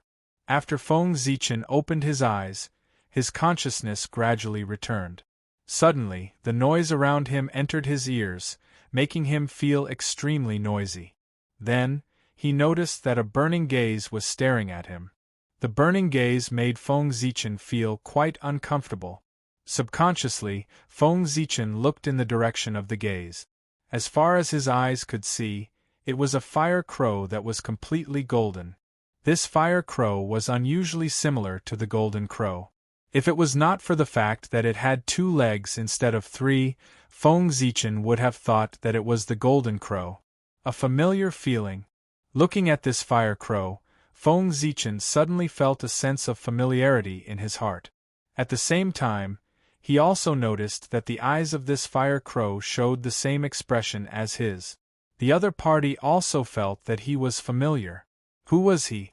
Looking at the respectful attitude of the surrounding demons, Feng Zichen suddenly had a flash of inspiration and guessed the identity of this fire crow. It was Di Jun. Di Jun had been resurrected. It's you. It's actually you. The two of them stared at each other and actually said at the same time. Then, the two of them stood up at the same time and charged towards each other. Boom! Raging flames raged. Di Jun flapped his wings, and the resplendent true fire of the sun erupted from his body, enveloping his entire body. It turned into a dazzling great sun seal and blasted towards Feng Zichen. On the other side, on Feng Zichen's body, the Emperor's aura was vast and mighty. Resplendent starlight filled the air, converging into a majestic Ziwei Emperor's seal that faced Di Jun's divine ability. Boom! The two of them met in midair, and a powerful force overflowed in all directions, forming strong wind pressure that swept away all the surrounding weeds. Then, the two of them retreated at the same time. This exchange of blows was actually a draw. No, to be precise, Feng Zichen won. This was because Di Jun's current cultivation was slightly higher than Feng Zichen's. However, after exchanging blows with Feng Zichen, the two of them were actually tied. From the looks of it, Di Jun had lost. The two of them were at the same level. Di Jun was definitely not a match for Feng Zichen. Of course, that was not necessarily the case. When one's strength reached their level, a momentary victory or defeat was nothing. In the end, it still depended on one's means and planning. After all, so what if one's strength was stronger than the other? If one could defeat the other, could one kill the other? When one's strength reached the level of primordial chaos Daluo Jinxian, it was easy to determine the winner, but it was difficult to determine the life and death of the other. After the first attack, the two of them continued to exchange blows. They constantly collided in the air, causing the earth and rocks to crack and the mountain rocks to explode. Where did these two people come from? Why are they so strong? Seeing the two of them fighting, both sides wanted to go forward and help. The demon clan wanted to help Dijun, and the human clan wanted to help Feng Zichen. Unfortunately, although the two of them were both in the Khanate realm, their combat strength was so strong that ordinary Earth immortals could not compare to them. No one could help at all. In particular, the divine powers of the two of them were even more confusing to the people present. This was because they could not tell at all whether the two of them were using divine powers or not. Although they could be called mystical powers, when the two of them fought, they used the most ordinary fighting style. The collision of fist against fist, the collision of flesh against flesh, it was all close combat, just like a brawl between mortals. There was no trace of mystical powers at all. But if they were not divine powers, right? The power of this move was too strong. Every move of theirs was accompanied by the power of heaven and earth. When they moved, they could collapse mountains and crush stones. The power was so great that it was terrifying. However, these people's knowledge was shallow. They did not understand Feng Zichen and Dijun at all. When the strength of the two of them reached such a level, their divine powers had long been integrated into every inch of their flesh and blood. It was as if they had become instincts. Every move of theirs was a divine power. A punch was a divine power. A kick was also a divine power. Even a sway of the body or a breath forward was also a divine power. In the eyes of ordinary people, the two of them were like mortals fighting. However, every move of theirs contained one or several kinds of divine powers. It was abnormally mysterious. The two of them fought excitedly. As they fought, they went all the way forward and went deep into the forest. Boom! At a certain moment, after the two of them attacked each other again, they suddenly retreated backward with the help of the force. They did not move forward anymore. Separated by a large distance, they faced each other from a distance. Looking at Feng Zichen, who was opposite him, Dijun took a deep breath and asked in a deep voice, "Who are you?" "Dijun, why do you ask when you already know the answer?" Feng Zichen also looked at Dijun and responded with a smile. Dijun stared at him for a long time before he shook his head and said, "I really don't know who you are." After that, without waiting for Feng Zichen to speak, Dijun continued, "You can hide it from everyone, but you can't hide it from me. You are not Great Emperor Ziwei, and you can't be him. The North Star was personally sealed by me and Tai. The divine ability used to seal it was derived from the remains of the demon god sealed by me and Tai. Even teacher doesn't know how to break it," Tai said with a smile. "Therefore, I can be sure that after being sealed by Tai and me, it is absolutely impossible for Ziwei Star to give birth to an innate demon god. He doesn't have the conditions at all." Speaking of this, Dijun looked at Feng Zichen and asked word by word, "Then, who are you?" Feng Zichen smiled and said, "Dijun, why don't you take a guess?" Dijun shook his head and said bluntly, "I can't guess. Since I woke up, I have been wondering who you are. How did you bypass the seal of Tai and me, enter Ziwei Star, and be born as Great Emperor Ziwei?" "Unfortunately, I have thought for a long time, but I still can't get the answer. The only thing I can be sure of is that you are not a natural innate demon god born by Ziwei Star at all, but a great medium who took over the nest of Ziwei Star, and was born under the pretense of Ziwei Star." "Ha ha!" After hearing Dijun's words, Feng Zichen laughed a few times and said, "In the untainted land, there are many people who have guessed this, but only you can confirm it. You are indeed the person who established the heavenly court. You are indeed extraordinary." Feng Zichen did not hide his admiration for Dijun. In terms of strength, Dijun was not as good as Tai.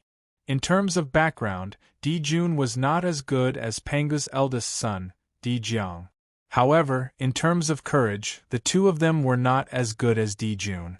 If he did not have unparalleled courage, how could Dijun have the idea of establishing the heavenly court, becoming the celestial emperor, and unifying the untainted land?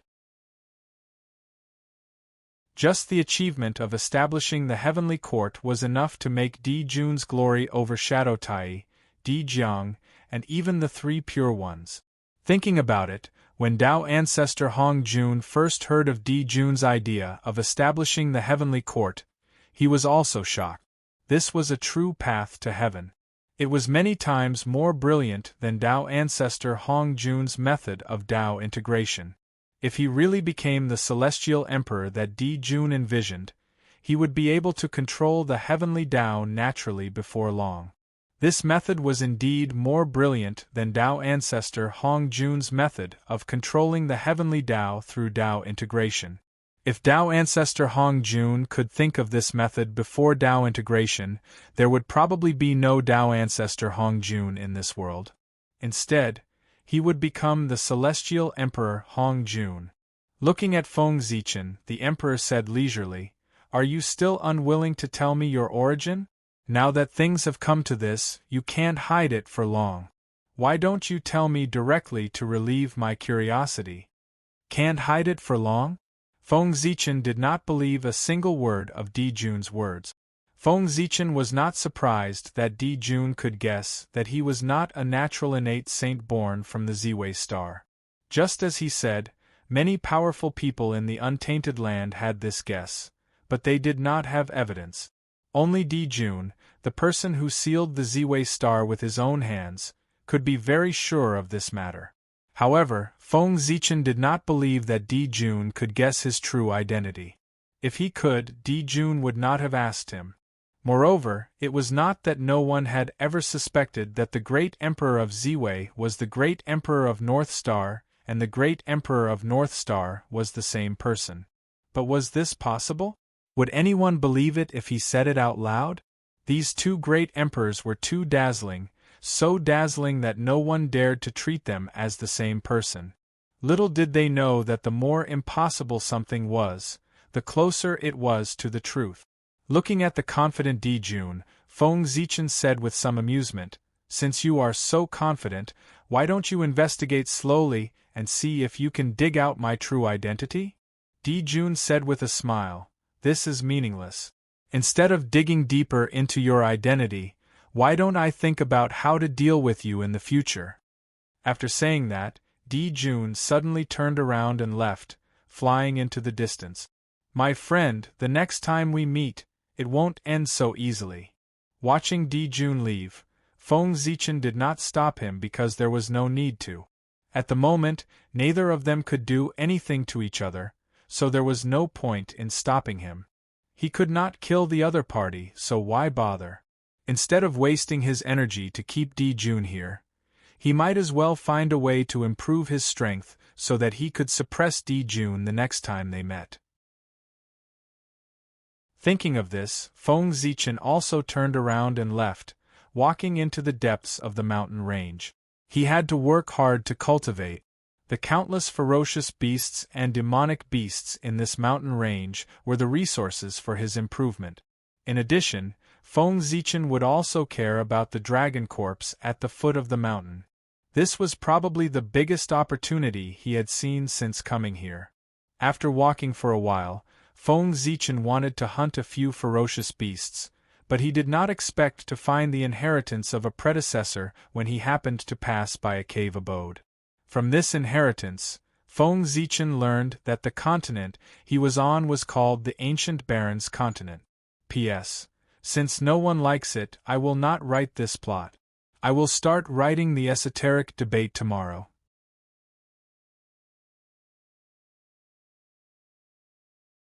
Chapter 860. Putting aside the fact that Feng Zichen's reincarnation was cultivating hard in the ancient Barrens mainland, many powerful beings in the 5 continents were almost done with their preparations as time passed. They were looking for the right time to reincarnate in the Central God Province. Meanwhile, Feng Zichen, North Star, sat quietly under the World Tree, waiting for the arrival of the Great Masters so that they could be reincarnated. However, before the powerful beings arrived, Feng Zichen, who was meditating with his eyes closed, seemed to have sensed something. He suddenly opened his eyes and looked at a corner of the Central God Province in shock. he saw that the purple gas was vast and mighty, giving birth to all kinds of strange phenomena. Immediately, the purple gas suddenly condensed and turned into an old man in a purple robe, who looked to be in his 70s or 80s. Looking at the old man's appearance, it was obviously the Grand Pure One's good corpse, Grand Supreme Elderly Lord. Did the Grand Pure One's incarnation reincarnate in the lower realm? Of course not. Even if the Grand Pure One reincarnated into the human race, Feng Zichen would not be shocked, let alone Grand Supreme Elderly Lord reincarnated into the human race. In addition, even if the Grand Pure One wanted to reincarnate into the human race, he could not avoid Feng Zichen. He had to get his consent. However, the Taoist who looked like Grand Supreme Elderly Lord reincarnated into the human race without telling Feng Zichen. He could not help but be shocked. In the world, Feng Zichen could not think of anyone else other than Tao Ancestor Hongjun who could do that.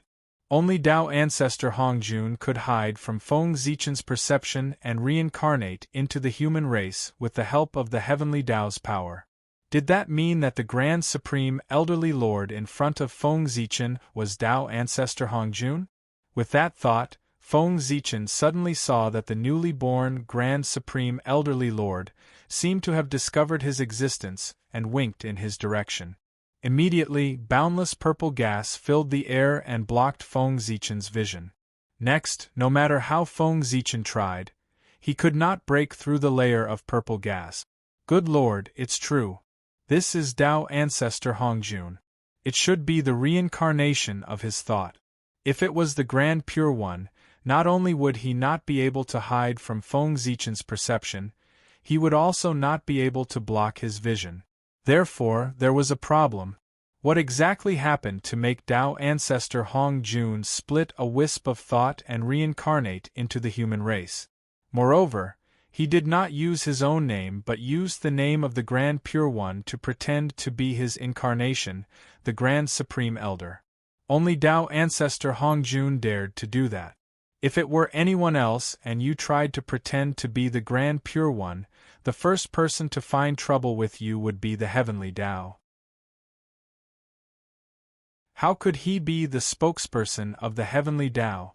Next, the Grand Supreme Heavenly Tao could open a treasure that could open the heavens could not be heaven opening the heavens. However, if the person who impersonated him was Tao Ancestor Hongjun, the Grand Pure One would not even dare to fart. In fact, he could not take the initiative to expose Tao Ancestor Hongjun's identity. He had to think of a way to hide it from the world, so that the world would believe that Tao Ancestor Hongjun's Grand Supreme Elderly Lord was his incarnation. The Grand Pure One thought, "I'm in a difficult situation." Just as Feng Zichen had guessed, the Grand Pure One, who was in the 8th Scenery Palace, had mixed feelings. How could he not know that Tao Ancestor Hongjun had impersonated him? In fact, he knew it earlier than Feng Zichen.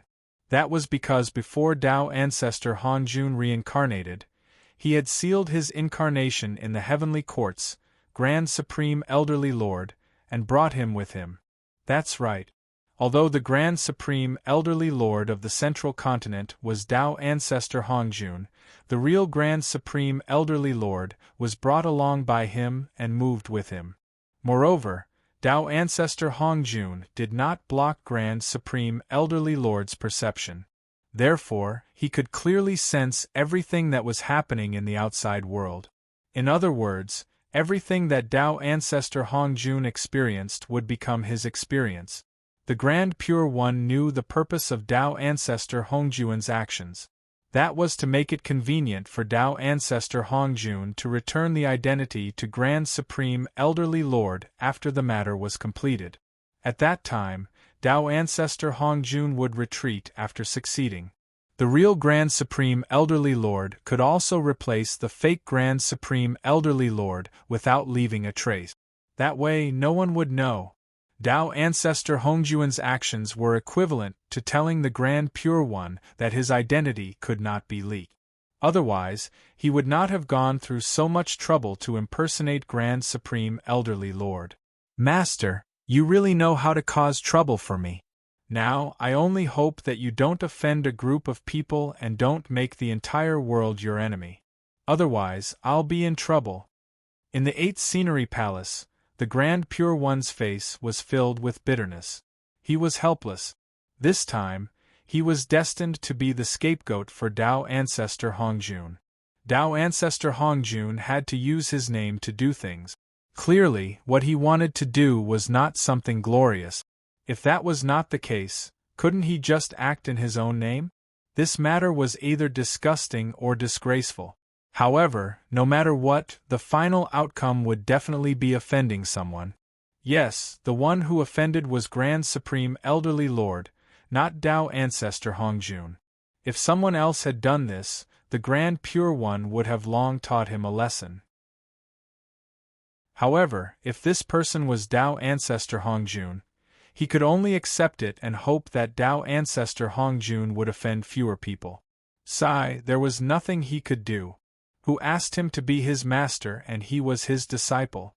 Feng Zichen did not know how depressed the Grand Pure One was, but he was quite puzzled now. Why did Tao Ancestor Hongjun reincarnate all of a sudden? Did he have some plans? Or did he feel that the human race was developing too quickly and was preparing to use this opportunity to suppress the human race? His thoughts were in a mess. Feng Zichen could not figure out Tao Ancestor Hongjun's purpose. Therefore, after thinking about it, Feng Zichen decided to reincarnate into the human race and personally see what Tao Ancestor Hongjun was planning. However, he could not be the one to reincarnate this time. That would cause too much of a commotion. Someone else had to go. Who? Naturally, it was Xianqing. By now, Xianqing should have disappeared. Otherwise, if Xianqing's identity was exposed one day, it would be troublesome. The 3 Pure Ones would definitely fight Feng Zichen to the death. Moreover, thinking about that scene, Feng Zichen felt very awkward. In addition, no one would stand on Feng Zichen's side. He was indeed in the wrong.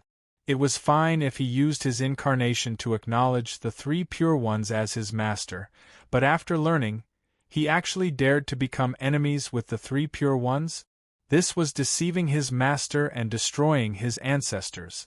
No, this was worse than deceiving his master and destroying his ancestors. Because Xianqing's identity had not been exposed yet. He was still a spy that Feng Zichen had placed beside the 3 Pure Ones. Was he playing a spy, or was he playing the 3 Pure Ones like fools? If the 3 Pure Ones knew that the disciple that they had painstakingly cultivated was their mortal enemy, Feng Zichen's incarnation, they would go crazy with anger. They would directly become the laughing stock of the 3 realms.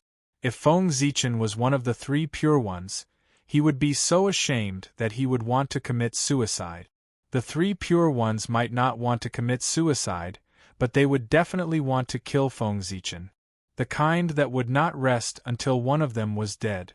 Therefore, in order to prevent this from happening, Feng Zichen had to take advantage of the fact that Xianqing's identity had not been exposed to completely eliminate this hidden danger. As for how to solve it, then he could only let Xianqing die. As long as Xianqing died, and it was the kind that could not be resurrected, then everything on him would vanish. The relationship between him and Feng Zichen would also be completely sealed, and no one would know. Then how would Xianqing die completely? That would be related to what he would do when he reincarnated into the human race. To be honest, Feng Zichen felt that he was wronged in this matter with Xianqing. He also did not want to play a spy. Back then, he let Xianqing become the disciple of the Shangqing saint because he felt that his future was uncertain, so he wanted to leave a way out for himself. If he was unfortunate enough to die in the calamity of the demon race's massacre, he could start over with Xianqing's identity. At that time, Feng Zichen would never have thought that he would come to this step today and become mortal enemies with the 3 Pure Ones. The heavens took pity on him. His original intention was really just to leave a way out for himself. Only the heavens knew that after countless years, things would develop to this step. This was all caused by too many accidents, and it had nothing to do with Feng Zichen. In addition, although Xian Qing was prepared to become the disciple of the Shangqing saint, he had not gone yet, had he? It was the Shangqing saint who took the initiative to take him as his disciple. It was not Xian Qing who took the initiative. It was the Shangqing saint who took the initiative. He was passive. If there was someone to blame, it was the Shangqing saint's fault. In short, he was not wrong. It was all someone else's fault. Thinking of the scene when his identity was exposed in the future, Feng Zichen crazily pushed away the responsibility in his heart. On Penglai Island, Xian Qing, who was in seclusion, suddenly opened his eyes. Sigh, in the end we still came to this step. However, it is indeed time to end things with the three pure ones. If we continue to drag things out, it will only make things worse. When my identity is exposed, it will be a catastrophe of the world. With a sigh, Xian Qing took a step out and left Penglai Island, rushing towards Golden Ao Island.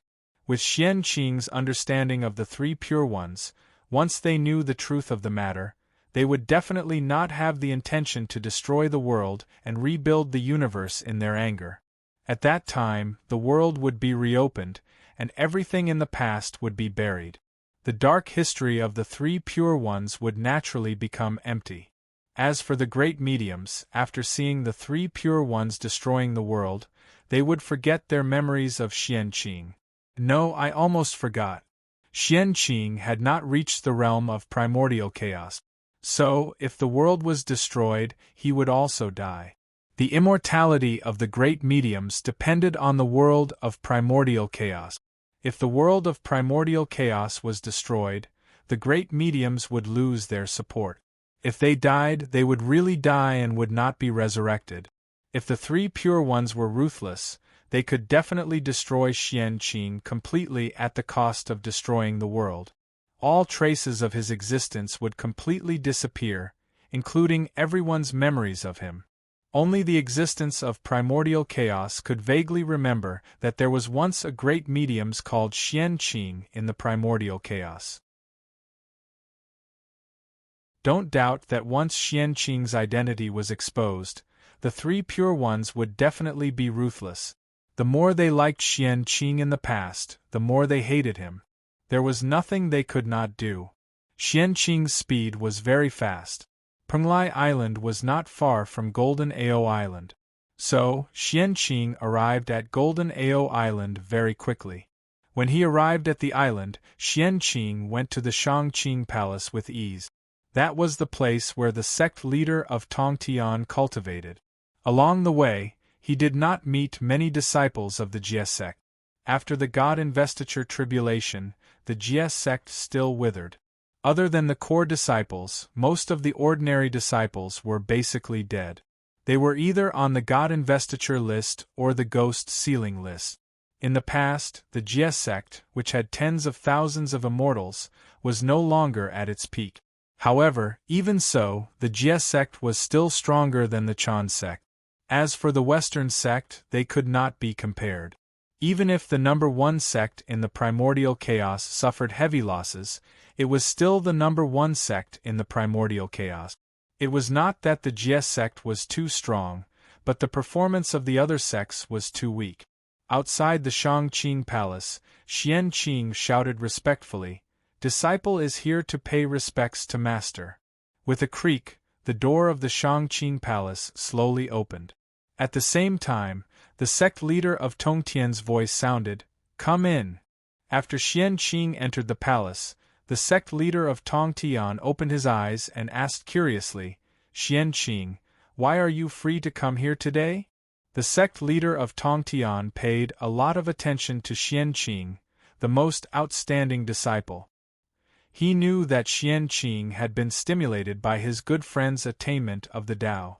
In recent years, Xian Qing had been living in seclusion and working hard to cultivate so that he could reach the realm of the primordial chaos Daluo Jinxian as soon as possible. Since Xian Qing was working so hard, the sect leader of Tongtian naturally could not say anything. He could only support Xian Qing silently and occasionally explain the Tao of the primordial chaos to Xian Qing. However, Xianqing did work hard. Although Xianqing's realm was still at the great completeness of the sage-to-be, his aura was more stable. He was not inferior to those great mediums at the peak. This meant that Xianqing had reached the extreme of the sage-to-be realm and could start to break through the realm of the primordial chaos Daluo Jingxian. Yes, after the sage-to-be great completeness, Xianqing could break through and become the primordial chaos Daluo Jingxian. This was the real cultivation sequence. After the sage-to-be realm was the primordial chaos. There was no such thing as a half-step. When Xianqing's realm reached the great completeness, he could break through.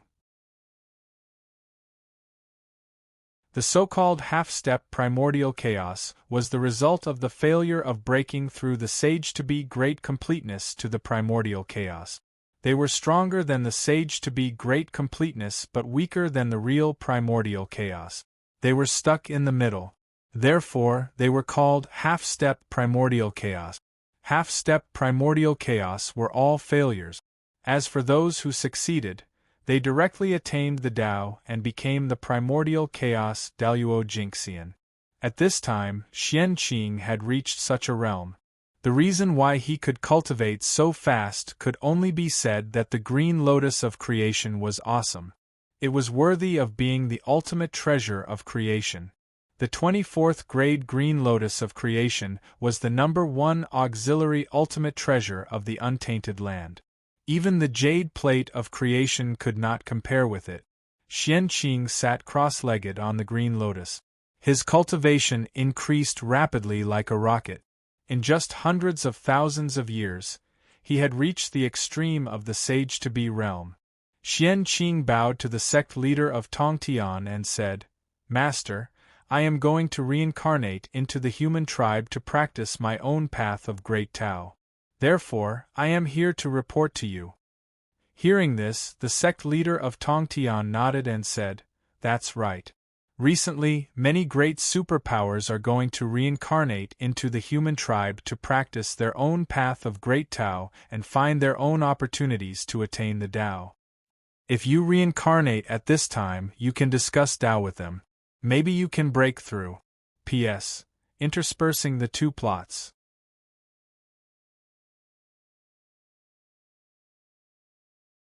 Chapter 861. Do you want me to ask the human sovereign to leave a place for you to be reincarnated? Xianqing shook his head and said, "Master, you have forgotten that I am an immortal master of the human clan. I have been worshipped by the human clan for generations. If I want to be reincarnated into the human clan, even the human sovereign can't stop me." Tongtian smiled and said, "Indeed, I have forgotten that you have a high status in the human clan. You have the destiny of the human clan. Even the 3 sovereigns and 5 emperors have to respect you when they see you." After chatting with Tongtian for a while, Xianqing didn't forget the purpose of his visit. He said to Tongtian, "Master, I plan to go all in this reincarnation. I will be reincarnated with my original body, not as a strand of true spirit." Suddenly, the prime of Tongtian widened his eyes in shock. This expression shouldn't have appeared on Tongtian's face, but it still appeared. It could be seen that Xianqing's words had shocked Tongtian. "Reincarnated with your original body? Are you crazy?" The prime of Tongtian asked in disbelief. No wonder he was so shocked. What Xianqing said was too shocking. It was too dangerous to reincarnate with one's original body. It would be fine if there was no accident. But if there was an accident, although there was no risk of death, his cultivation would be in danger. At that time, tens of millions of years of cultivation would be gone. It would take at least millions of years to recover. This feeling was even worse than death. Therefore, Tongtian wanted to persuade Xianqing to change his mind. "Xianqing, with your talent, you will achieve Tao sooner or later. Why are you so persistent now? Even if you fail now, there will be a next time and a time after that. There is no need to do such a dangerous thing and gamble with your cultivation." Tongtian thought that Xianqing must have been stimulated by external factors. Seeing that more and more great mediums were about to achieve Tao, he didn't want to fall behind others. That was why he couldn't wait to achieve Tao. Xianqing shook his head and said, "Master, you don't have to persuade me anymore. I have made up my mind. The idea of reincarnating with my original body was not made on impulse. I have thought about it carefully. Disciple has been in seclusion for many years, and I roamed the river of space-time day and night in search of an opportunity to break through. One day I had a feeling in my heart and saw the great Tao. I understood that the opportunity to achieve Tao was in this reincarnation." The Tongtian sect leader was silent. Since Xianqing said that this was his chance to achieve Tao, it meant that he had already made up his mind and would not change it easily. Since things had already come to this, the Grand Master of Heaven should not continue to persuade him. However, for some reason, he had a bad premonition in his heart. It was as if he would lose this disciple forever if he agreed with Xianqing's decision. Under the influence of such emotions, the Prime of Tongtian tried to persuade him again. "Do you really want to do that? Can't you use another method?" Xianqing continued to shake his head and said firmly, "Master, we can't retreat. The Grand Tao is right in front of me. If I retreat, a flaw will appear in my Tao heart. I'm afraid I'll never be able to attain the Tao. Disciple, there is no way out. I can only fight with all my might." Attaining the Tao was a very mysterious thing. If you didn't see the opportunity to attain the Tao, nothing would happen. However, if you saw it, you would give it up because of fear. This fear would be imprinted in your Tao heart. The next time you attain the Tao, it would be magnified infinitely, making you unable to attain the Tao in this life. On the road of Tao there was no retreat. This was how it was. As soon as he said this, the Tongtian sect leader knew that he could not persuade him. He could only say, "Forget it. It's all up to you." Seeing the Tongtian sect leader's expression, Xianqing could not help but laugh and say, "Master, look at what you're saying. It's as if I will definitely fail. Since I dare to put all my eggs in one basket, I naturally have full confidence. Besides, I'm a great medium. I'll always exist with the heavens and the Tao. I'll never die. So what if I fail? I won't die anyway. At most, I'll start over." "But Master's expression makes it seem like you're going to be separated forever. You." The Tongtian sect leader, who was still sulking, was angered by Xianqing.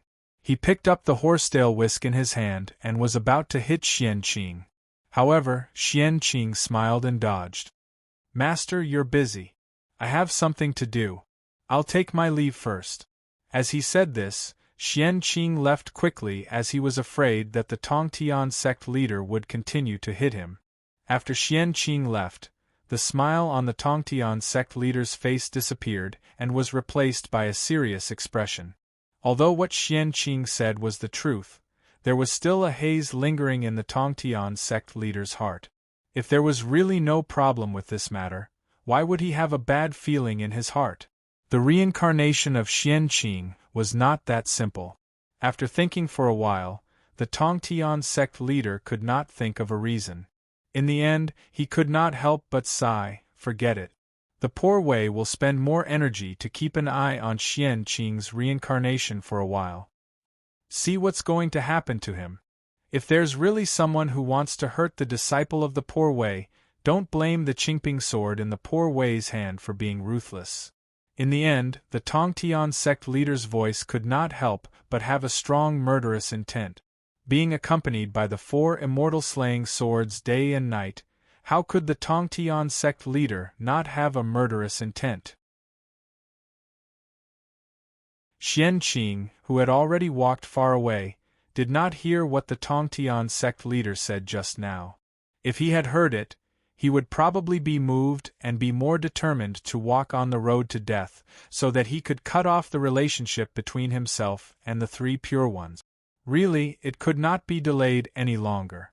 On the way, Xianqing did not notice the situation around him because he had something on his mind.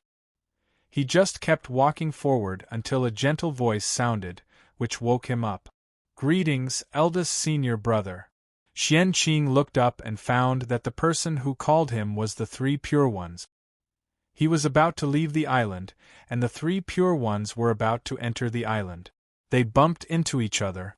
"Greetings, junior sisters." Xianqing nodded and greeted the Three Pure Ones. He was about to leave. But at this moment, he heard Yun Xiao ask, "Are you leaving, eldest senior brother?" Xianqing nodded and replied, "Yes." He could not help but stop in his tracks, because he had just remembered something. After this reincarnation, he was destined not to come back. What would happen to the Three Immortal Island? And what about those creatures in the East Sea who were under his protection? Thinking of this, Xianqing suddenly said to the Three Pure Ones, "Junior sisters, can I ask you for a favor?" When the three cloud fairies heard that, they hurriedly replied seriously, "Of course. We owe senior brother a debt of gratitude. Senior brother's matters are our matters. Even if we have to risk our lives, we won't frown." These words made Xianqing a little embarrassed. He quickly said, "Junior sister, you're being too serious. What I want to ask for your help is not a big deal. I just want you to help me take care of the Three Immortal Island and the creatures outside the island while I'm away." "Leave? How long will eldest senior brother be away? Do you need me to help you take care of the Three Immortal Island?" Knowing that Xianqing was going to leave for a while, Yun Xiao quickly asked, "How long would he be away?" Of course, he would never come back, Xianqing replied in his heart. However, he could think that way, but he could not say that out loud. Xianqing pretended to think for a while and said, "How long will he be away? It's hard to say. At least 100 years or 1,000 years. At most, it might be 1,000,000 years." Yun Xiao asked in confusion, "Where is eldest senior brother going? It's actually going to take so long?" Xianqing smiled and pretended to be mysterious as he replied, "You'll know after a while." At this point, before Yun Xiao could ask, Xianqing interrupted, "All right, don't ask about me. Let's talk about whether you agree to my request." Hearing this, the Three Pure Ones hurriedly said, "Junior sister has no reason to refuse senior brother's request. That was an agreement."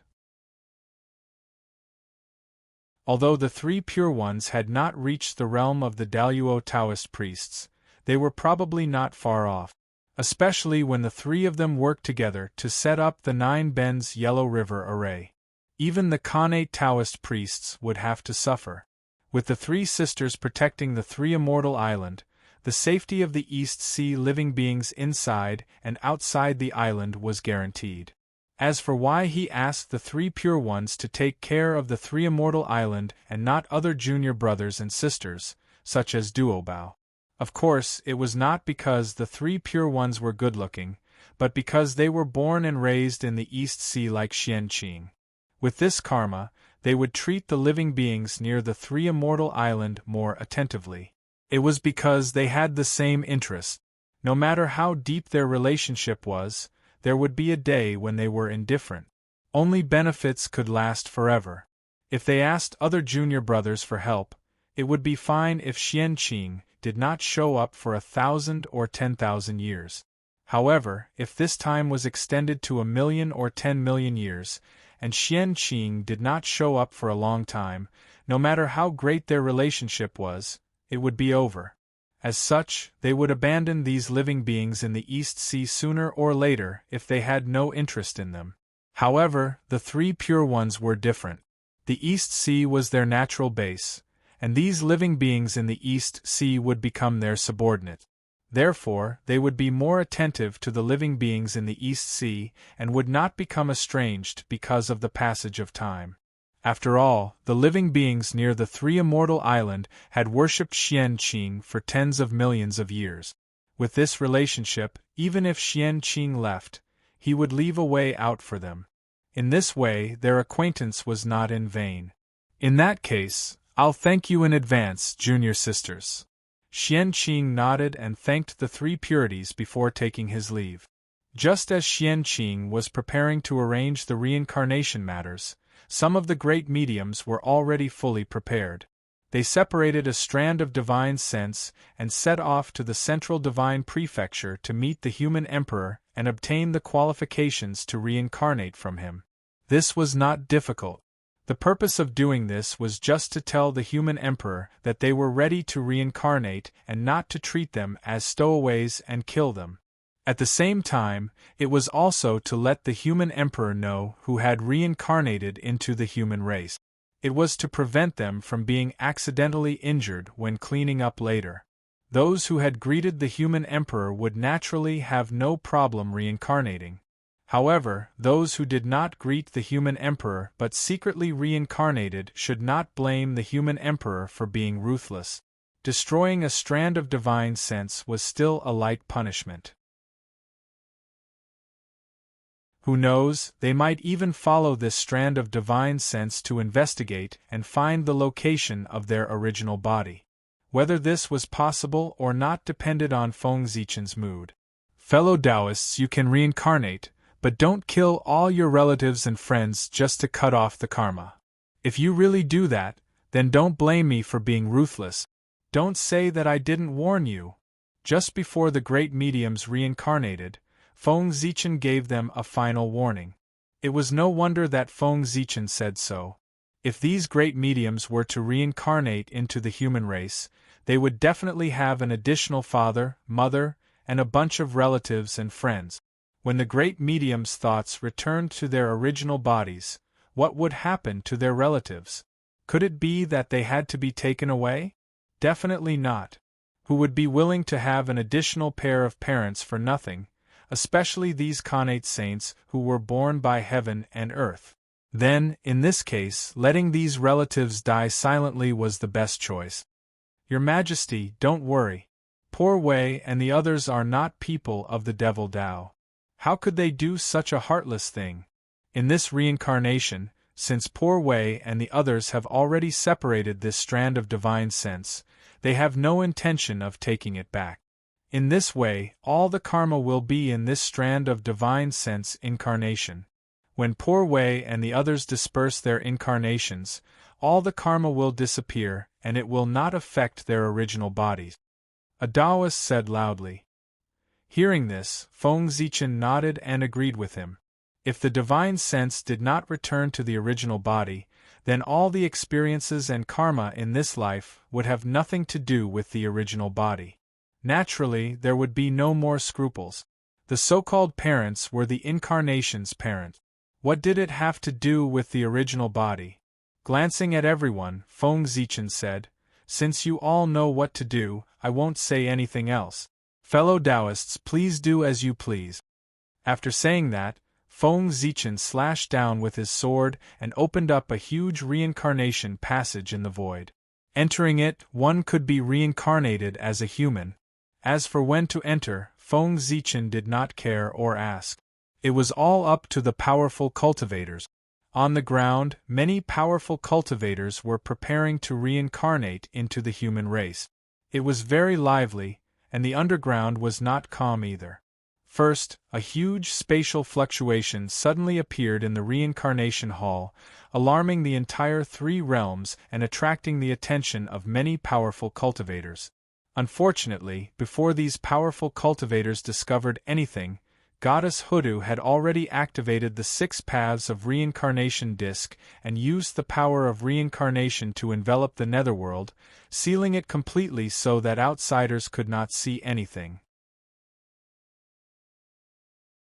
However, although they could not see what was happening in the netherworld, everyone could roughly guess. Who else in the primordial world could create such a strong spatial fluctuation other than space ancestral Magus Di Jiang? Thinking back to the origin of heaven and earth that fell from the boundless starry sky before Ziwei the Great sealed it, it was not difficult to guess that it was most likely the return of ancestral Magus Di Jiang. The 12 ancestral Magi palaces had suppressed the primordial world for many years and had accumulated a lot of power for the return of the ancestral Magus. In addition to the origin of heaven and earth left behind by Ziwei the Great, It would not be difficult for Goddess Hutu to revive ancestral Magus Di Jiang. P.S. Rich woman, where are you? I don't want to work hard anymore.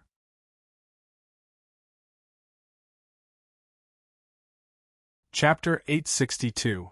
He just didn't know how much strength Di Jiang had left after his resurrection. How long would it take for him to recover to his peak? Was it 100 years, 10,000 years, or millions of years? Also, since Di Jiang had returned, would his old enemy, Di Jun, return be far away? The two of them were old enemies. Their luck would naturally be tied together. If one side was resurrected, the other side would most likely be resurrected and returned in a short period of time under the guidance of the aura. It was chaotic. It was all chaotic. Di Jiang and Di Jun had suddenly resurrected. No one knew what kind of changes their resurrection would bring to the current three realms. At this moment, the group of powerful beings still didn't know that Di Jun had actually been resurrected and returned long ago. It was just that he was training in the ancient Barons continent and didn't appear in the 5 continents. If they knew this news, the powerful beings of the primordial world would most likely not be shocked. Because the present was different from the past. In the past, Di Jun was the primordial chaos Daluo Jinxian. His realm was higher than everyone. But now, everyone was about to step into this realm and stand at the same height. As such, they weren't as afraid of Di Jun and Di Jun as before. In short, they had become stronger, and they had confidence in their hearts. The news of Di Jun and Di Jiang's return was like a huge rock suddenly thrown into a calm lake in the current 3 realms. Not only did it cause huge ripples, but it also stirred up the lake water. It caused unknown variables to occur in the established future. These were all irresistible. Although everyone felt helpless, they could only silently adjust their plans to deal with the changing situation in the future. The fluctuations of Di Jiang's recovery also covered up the movements in another place in the Nether Realm.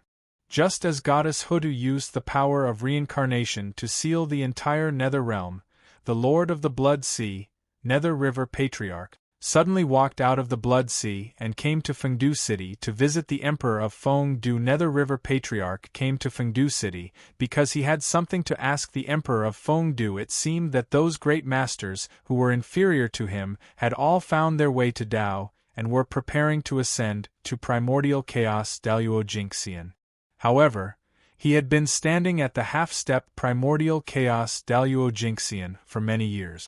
He was known as the existence closest to the primordial chaos Daluo Jinxian in the primordial chaos. However, he had been stuck at the half-step primordial chaos realm and could not advance. The Nether River Patriarch couldn't help but panic. How could he not be anxious? Aside from Di Jun and Tai, the Nether River Patriarch was the first among the 3,000 guests of the Purple Cloud Palace to reach half-step origin creation realm. He was far ahead of everyone else.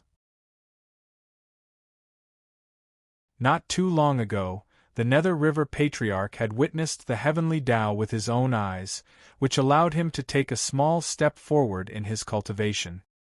He was now only a hair's breadth away from Daluo Jinxian. The Nether River Patriarch had thought that he would be able to break through the gap with just a simple seclusion. However, reality slapped him hard in the face. No matter how hard the Nether River Patriarch tried, this gap was like a natural chasm that he could not cross. When the 10 primordial chaos Tao Masters preached, the Nether River Patriarch went. When the Daluo Heavenly Tao preached, he also went. They all gained something, but he just couldn't break through. Now, all his fellow Taoists had found the opportunity to break through to the primordial chaos realm. Only the Nether River Patriarch was still at a loss. He didn't know when he could break through. His cultivation was about to fall from the first to the last. How could the Nether River Patriarch not be anxious? Also, the fact that he couldn't break through for a long time was about to become a sore point for the Nether River Patriarch. It shouldn't be. Logically speaking, he should have broken through long ago, but he just couldn't. The Nether River Patriarch had also deduced the reincarnation verification method, but it was useless to him. He had used all his methods, but he couldn't break through. He checked himself, but he couldn't find the problem. The Nether River Patriarch was worried sick. He couldn't be stuck at the half-step primordial chaos realm for the rest of his life, right? That wouldn't do. If he couldn't break through to become the primordial chaos Daluo-Jinxian, he would die.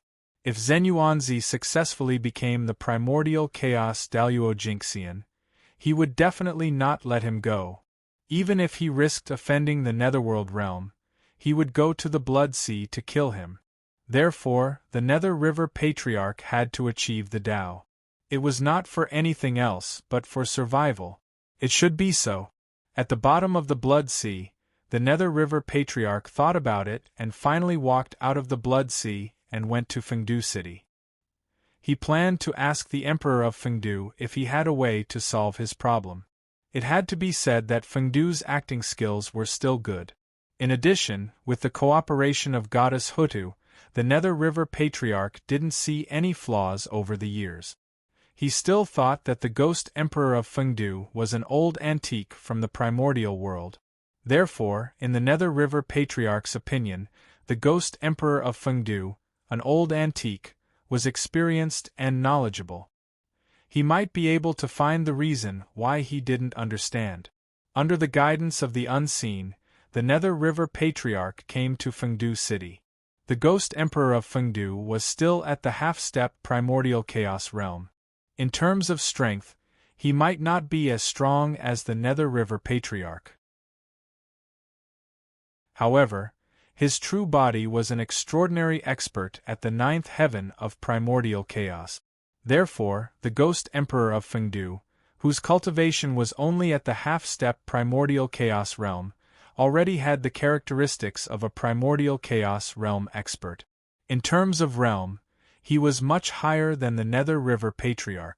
With this advantage, the Emperor of Fengdu, who was in Fengdu City, had already sensed it when the Nether River Patriarch moved.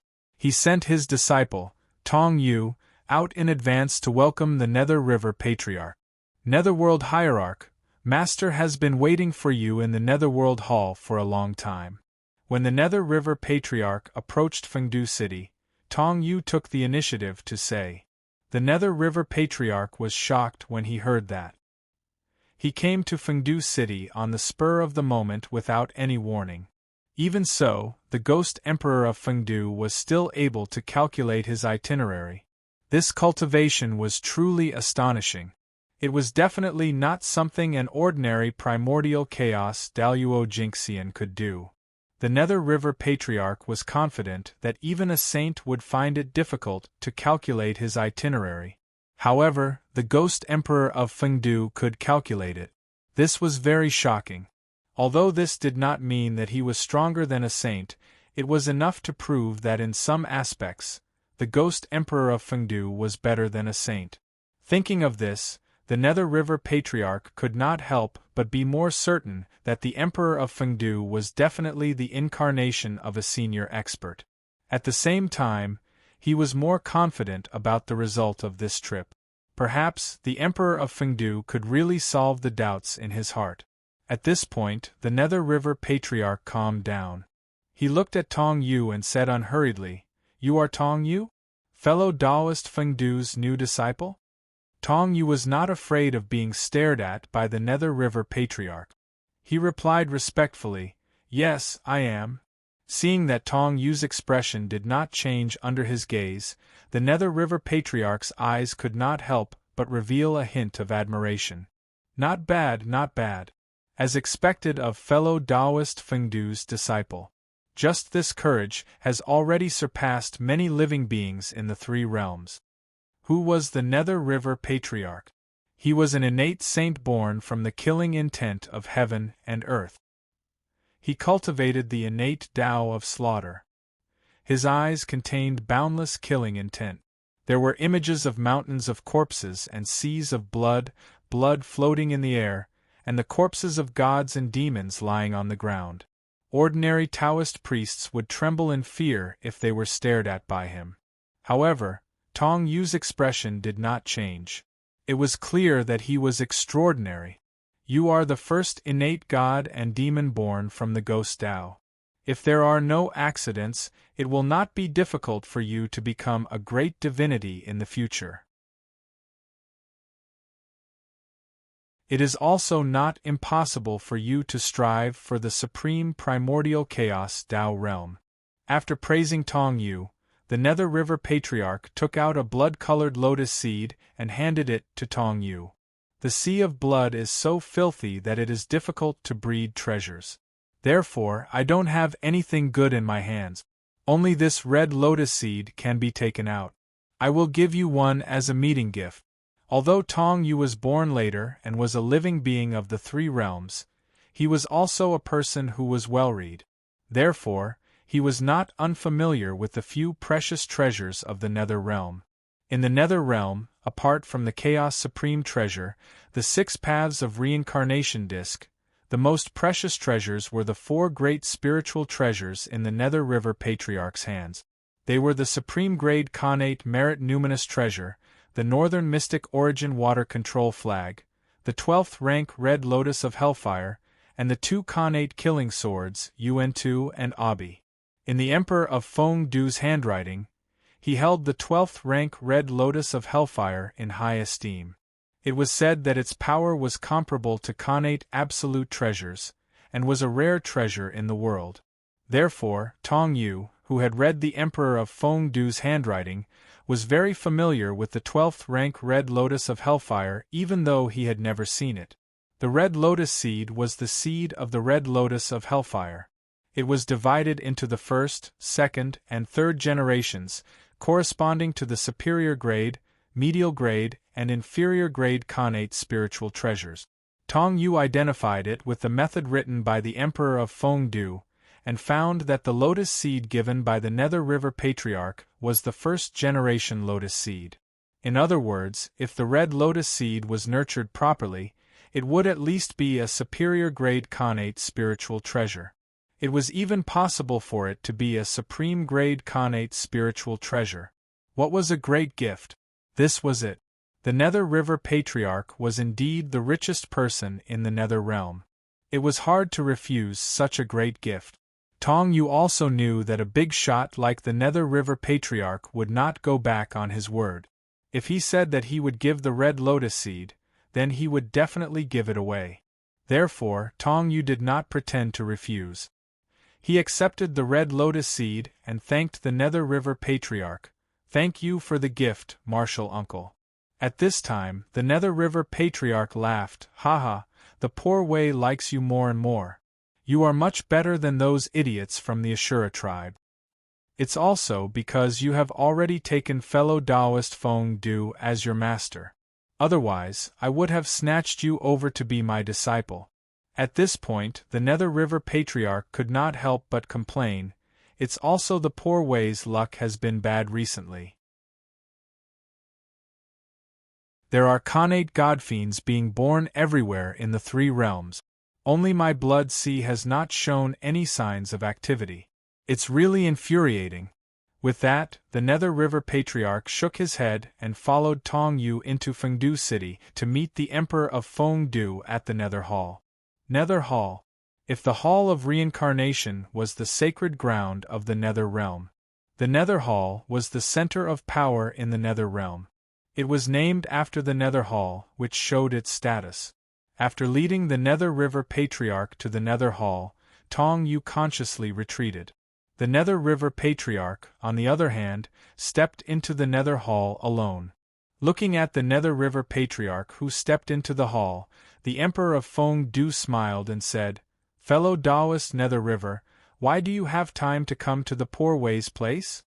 Hearing that, the Nether River Patriarch smiled bitterly and said, "Fellow Taoist Feng Du, why do you ask when you already know the answer? The matter of achieving the Tao is really difficult for the poor Wei." The Nether River Patriarch did not hide his purpose since he had a favor to ask. He directly stated his purpose of coming. At the same time, he also knew that since the other party had predicted his return, he naturally guessed his purpose of coming. In that case, there was no point in hiding his purpose of coming. It was better to say it openly. Hearing the Nether River Patriarch's words, the Emperor of Feng-Du immediately fell silent. It was not that he did not know the crux of the Nether River Patriarch's problem. On the contrary, it was because he knew the crux of the Nether River Patriarch's inability to achieve the Tao that he could not say it. It was not that the Nether River Patriarch could not achieve the Tao, but that he had missed the opportunity to achieve the Tao. At the end of the Primeval Age, before the 5 continents were established, the Primeval Age had 2 earth-shattering battles with the Chaos Demon Gods in the Primeval Age. Nearly 20 Chaos Demon Gods were involved in this. And these 2 battles with the Chaos Demon Gods were the opportunities for the Nether River Patriarch to achieve the Primeval Age of Chaos Daluo Jinxian. However, he did not realize it himself, so he missed 2 opportunities in a row. That was why he could not achieve the Tao. How could the 3rd opportunity to achieve the Tao be so easy to wait? As for why the Emperor of Feng-Du did not remind the Nether River Patriarch at that time, it was not that he had a problem with the Nether River Patriarch, but he did not realize it at that time. It was only when he saw that the Nether River Patriarch could not achieve the Tao that he figured it out. Seeing the hesitation on the Emperor of Feng-Du's face, the Nether River Patriarch immediately guessed that he indeed knew the reason, but he could not say it out loud. Taking a deep breath, the Nether River Patriarch bowed to the Emperor of Feng-Du and said somewhat pleadingly, "Fellow Taoist, please tell me the reason why the poor Wei could not achieve the Tao." Sigh. The Emperor of Feng-Du sighed and said slowly, "The poor Wei has known you for many years. Seeing that you are stuck at the last half-step, I am also very anxious for you. So, in recent years, the poor Wei has been thinking, fellow Taoist, your realm is already enough, but why can't you achieve the Tao? I've thought about it for a long time and finally figured out some ideas." Hearing this, although the Nether River Patriarch was excited, he still held back and did not speak. He patiently waited for the Emperor of Feng-Du to say the reason.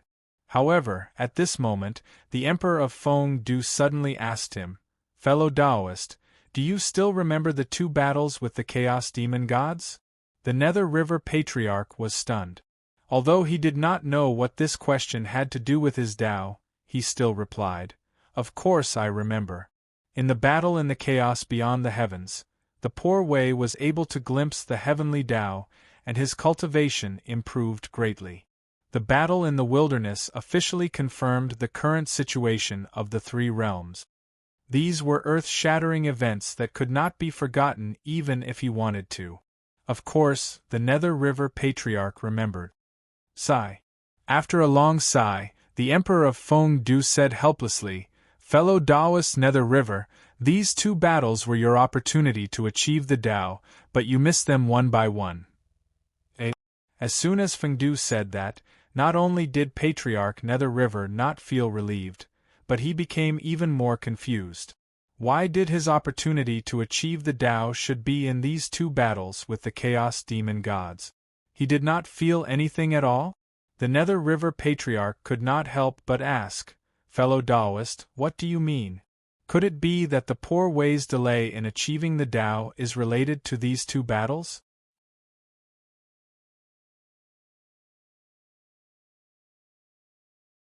Chapter 863.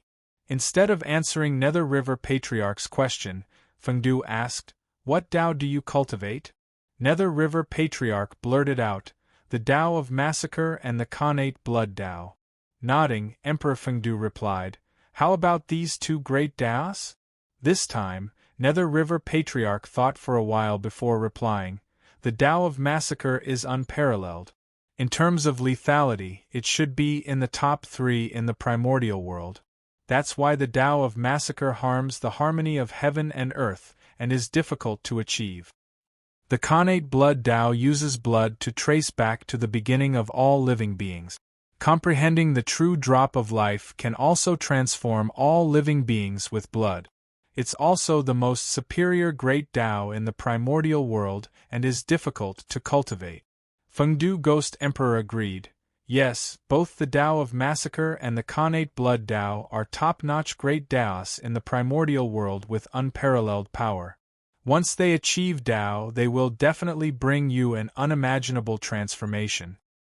However, as you said, these two great Taos are too harmful to the harmony of heaven and earth. Therefore, the heavenly Tao doesn't want anyone to achieve this Tao, which makes the conditions for achieving Tao extremely harsh.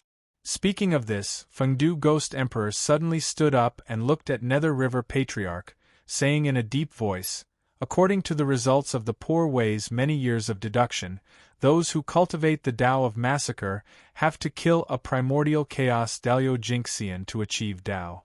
Similarly, those who cultivate the Khanate Blood Tao have to devour the blood of a primordial chaos Dalio Jinxian to achieve Tao. In this case, do you understand why I said that the two battles with the Chaos Fiend God were your opportunities to attain the Tao, fellow Taoist? Emperor Fengdu's words were like a bolt from the blue, exploding in Nether River Patriarch's heart, making him speechless for a long time. It was indeed too shocking. Nether River Patriarch had never thought that the two Khanate Taos he cultivated were so difficult to achieve. If he had known this, he would have, yes, he would have still chosen to cultivate the Khanate Blood Tao and the Tao of Massacre. Don't ask why, because they were too strong. After a while, Nether River Patriarch smiled bitterly and said, I see. No wonder you said that the two battles were my opportunities to achieve Tao. Yes, it was an opportunity to attain the Tao. It was also an opportunity to pick up scraps. At that time, nearly 20 Chaos Fiend gods had been beaten to the brink of death by a group of primordial chaos experts of the untainted land. As long as the Nether River Patriarch had hardened his heart and seized the opportunity to give the Chaos Demon God a final blow at all costs, he would have attained Tao by now and would not be stuck at half-step primordial chaos like he was now. After an unknown period of time, the Nether River Patriarch suddenly said in a daze, Fellow Taoist, do you think the Poor Way still has a chance of attaining Tao? At this moment, the old master Nether River was truly in despair. He felt that the future was bleak, without a single bit of light in sight. The Nether River Patriarch was confident that he could defeat a primordial Daluo Jinxian, but he could not kill a primordial Daluo Jinxian. It was not that easy to kill a primordial chaos expert. Even if he fought at all costs, he could only determine victory and defeat, not life and death. Not to mention primordial Daluo Jinxian, the Nether River Patriarch might not even be able to kill a primordial chaos expert of the same level. The higher the level, the harder it was to kill. That was true. The Emperor of Fengdu was speechless as he looked at the despairing Nether River Patriarch. No one had missed 2 opportunities to attain Tao in a row. According to the Nether River Patriarch's situation, it was indeed very difficult for him to attain Tao. After all, the previous 2 situations were extremely rare. It would be very difficult for it to happen a third time. How could there be so many Chaos Fiend gods lying down for the Nether River Patriarch to kill? The Emperor of Fengdu opened his mouth and wanted to comfort the Nether River Patriarch. However, he did not know what to say and could only turn into endless silence. Silence. A long silence. Just as the Nether River Patriarch's heart was gradually dying, the Ghost Emperor of Fengdu's heart suddenly thumped like never before. At the same time, scenes of the future appeared in the Emperor of Fengdu's mind one after another. It was an extremely tragic battle, and the location of the battle was in the Nether Realm. At some point in time, large patches of brilliant golden light suddenly appeared in the dark Nether Realm. The golden light was peaceful and domineering. Wherever it passed, all living beings that were illuminated by it, no matter what kind of expression they had before, would have a peaceful expression afterwards. Although this golden light had never appeared in the primordial chaos, the Ghost Emperor of Fengdu recognized its origin at first glance. It was the light of Buddha, the purest light of Buddha. Why would the light of Buddha appear in the Nether Realm? The ghost emperor of Feng Du suddenly looked up and saw that at the end of the nether realm, several figures shrouded in bright light of Buddha were besieging an emperor wearing a crown. That emperor had the appearance of the Feng Du ghost emperor. Turning his head to look in another direction, the ghost emperor of Feng Du saw the Nether River Patriarch, but his situation was not good. He was fighting with Zhen Yuanzi, who had already attained the Tao, and was firmly suppressed by the other party. It would not be long before he would end up being suppressed. As he continued to observe the battlefield, the ghost emperor of Feng Du realized that almost all the Nether Realm experts were targeted. Wait, no, not all of them. Goddess Hutu and Ancestral Witch Xianming were not there. Thinking of this, the emperor of Feng Du scanned the battlefield. Then, he saw the figure of Goddess Hutu in the depths of the 6 paths of reincarnation. However, at this moment, Goddess Hutu's situation was not good. The Taiji diagram, Pangu's banner, and the Bell of Chaos, these 3 great heaven-opening treasures were summoned at the same time. They turned into the shape of a giant axe in the sky and suppressed the 6 paths of reincarnation, so that Goddess Hutu could not help the Nether Realm. As for Ancestral Witch Xianming, the Emperor of Feng Du also saw him. He was in the Nanzhan Department continent, leading a group of grand shamans to invade the demon race. The current situation was very obvious. The Buddhist sect was invading the Nether Realm on a large scale. They wanted to suppress all the experts of the Nether Realm so that they could take the Nether Realm into their own sphere of influence. As for why the Buddhist sect wanted to invade the Nether Realm, the reason was very simple. It was written in the teachings of the Buddhist sect. Boom! Just as the Emperor of Feng Du was thinking, he heard a shocking explosion. The Emperor of Feng Du, who was surrounded by several figures shrouded in Buddhist light, was smashed into pieces. At the same time, with the death of the ghost Emperor of Feng Du, all the images shattered. Humph! Suddenly coming back to his senses, the Emperor of Feng Du's expression was very ugly. That's right. Anyone who knew that they were besieged to death would be in a bad mood. Although he was just an incarnation, it was not a big deal if he died. Moreover, the future shown in the images might not come true. However, the Emperor of Feng Du was still unhappy. In the images of the future, the human race did not intervene in this battle. It was not that the human race and the sorcerer race had become enemies, but the future shown in the images had many limitations. Could not be done in all aspects. It could only predict the future that was most likely to come true. This was foreseeing the future. It was an ability that Feng Zichen naturally possessed after he reached the 9th heaven of Hunyuan realm. As long as anyone whose cultivation was lower than Feng Zichen's, as long as they had the intention to scheme against him, Feng Zichen would be able to sense it. Feng Du and Feng Zichen were at the same time, so they naturally had this ability. However, the strength of the 2 saints, Zhuanti and Zhuanti, was far inferior to Feng Zichen. Therefore, when the 2 saints of the West had the intention to scheme against the ghost emperor of Feng Du, he had sensed it. The Buddhist sect is invading the Nether Realm on a large scale. Very well, Zhuanti, I haven't gone to find trouble with you, but you have come to find trouble with me first. You are really courting death. Let's have a good time. What CG saw just now was that the anger in the Emperor of Feng Du's heart could not stop rising. With other incarnations around and the imminent resurrection of Dijiang, the future scene that the ghost Emperor of Feng Du had seen just now was almost impossible to realize. However, the fact that the 2 saints of the West had schemed against him was real.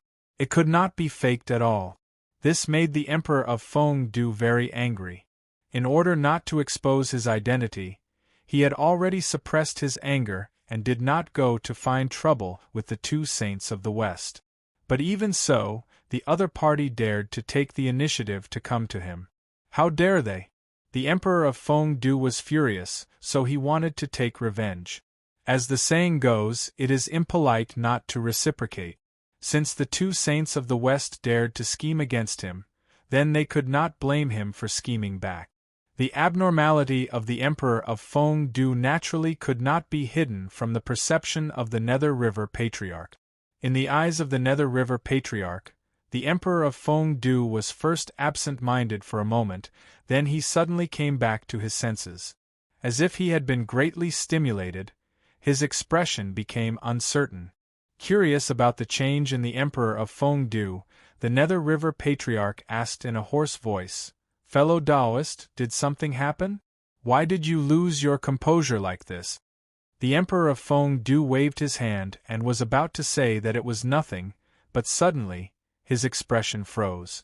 Then, he revealed an ecstatic expression and said to the Nether River Patriarch excitedly, "Fellow Taoist, Poor Wei has thought of a way to let you attain the Tao."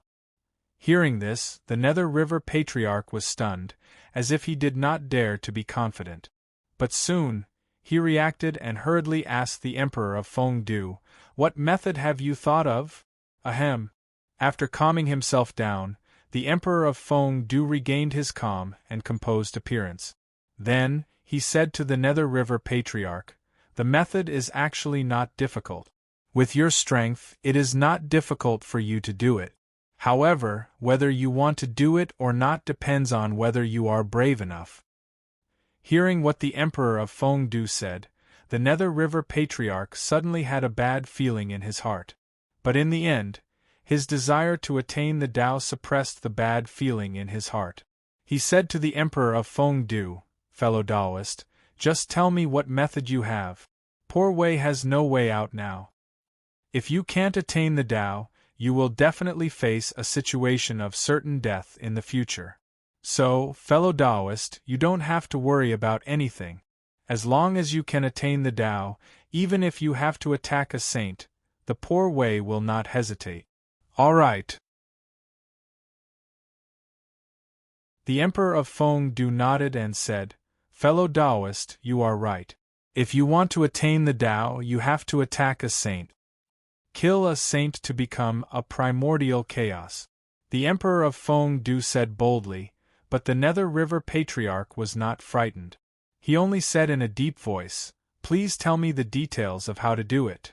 The Nether River Patriarch did not think that the Emperor of Feng Du said that he would really kill a saint. Thinking about it, he knew that it was unrealistic and impossible. He could not even kill a Taoist master who had just entered the primordial chaos, let alone a saint who was stronger than most of the primordial chaos Daluo Jinxian. If they really fought, it would be good if the other party did not kill him. The Emperor of Feng Du smiled and said, "Fellow Taoist, you are one of the few powerhouses in the celestial sect of wonders. You have always understood the method of killing 3 corpses better than the Poor Wei. In that case, the Poor Wei would like to ask fellow Taoist, is the 3 corpses avatar considered one with the main body?"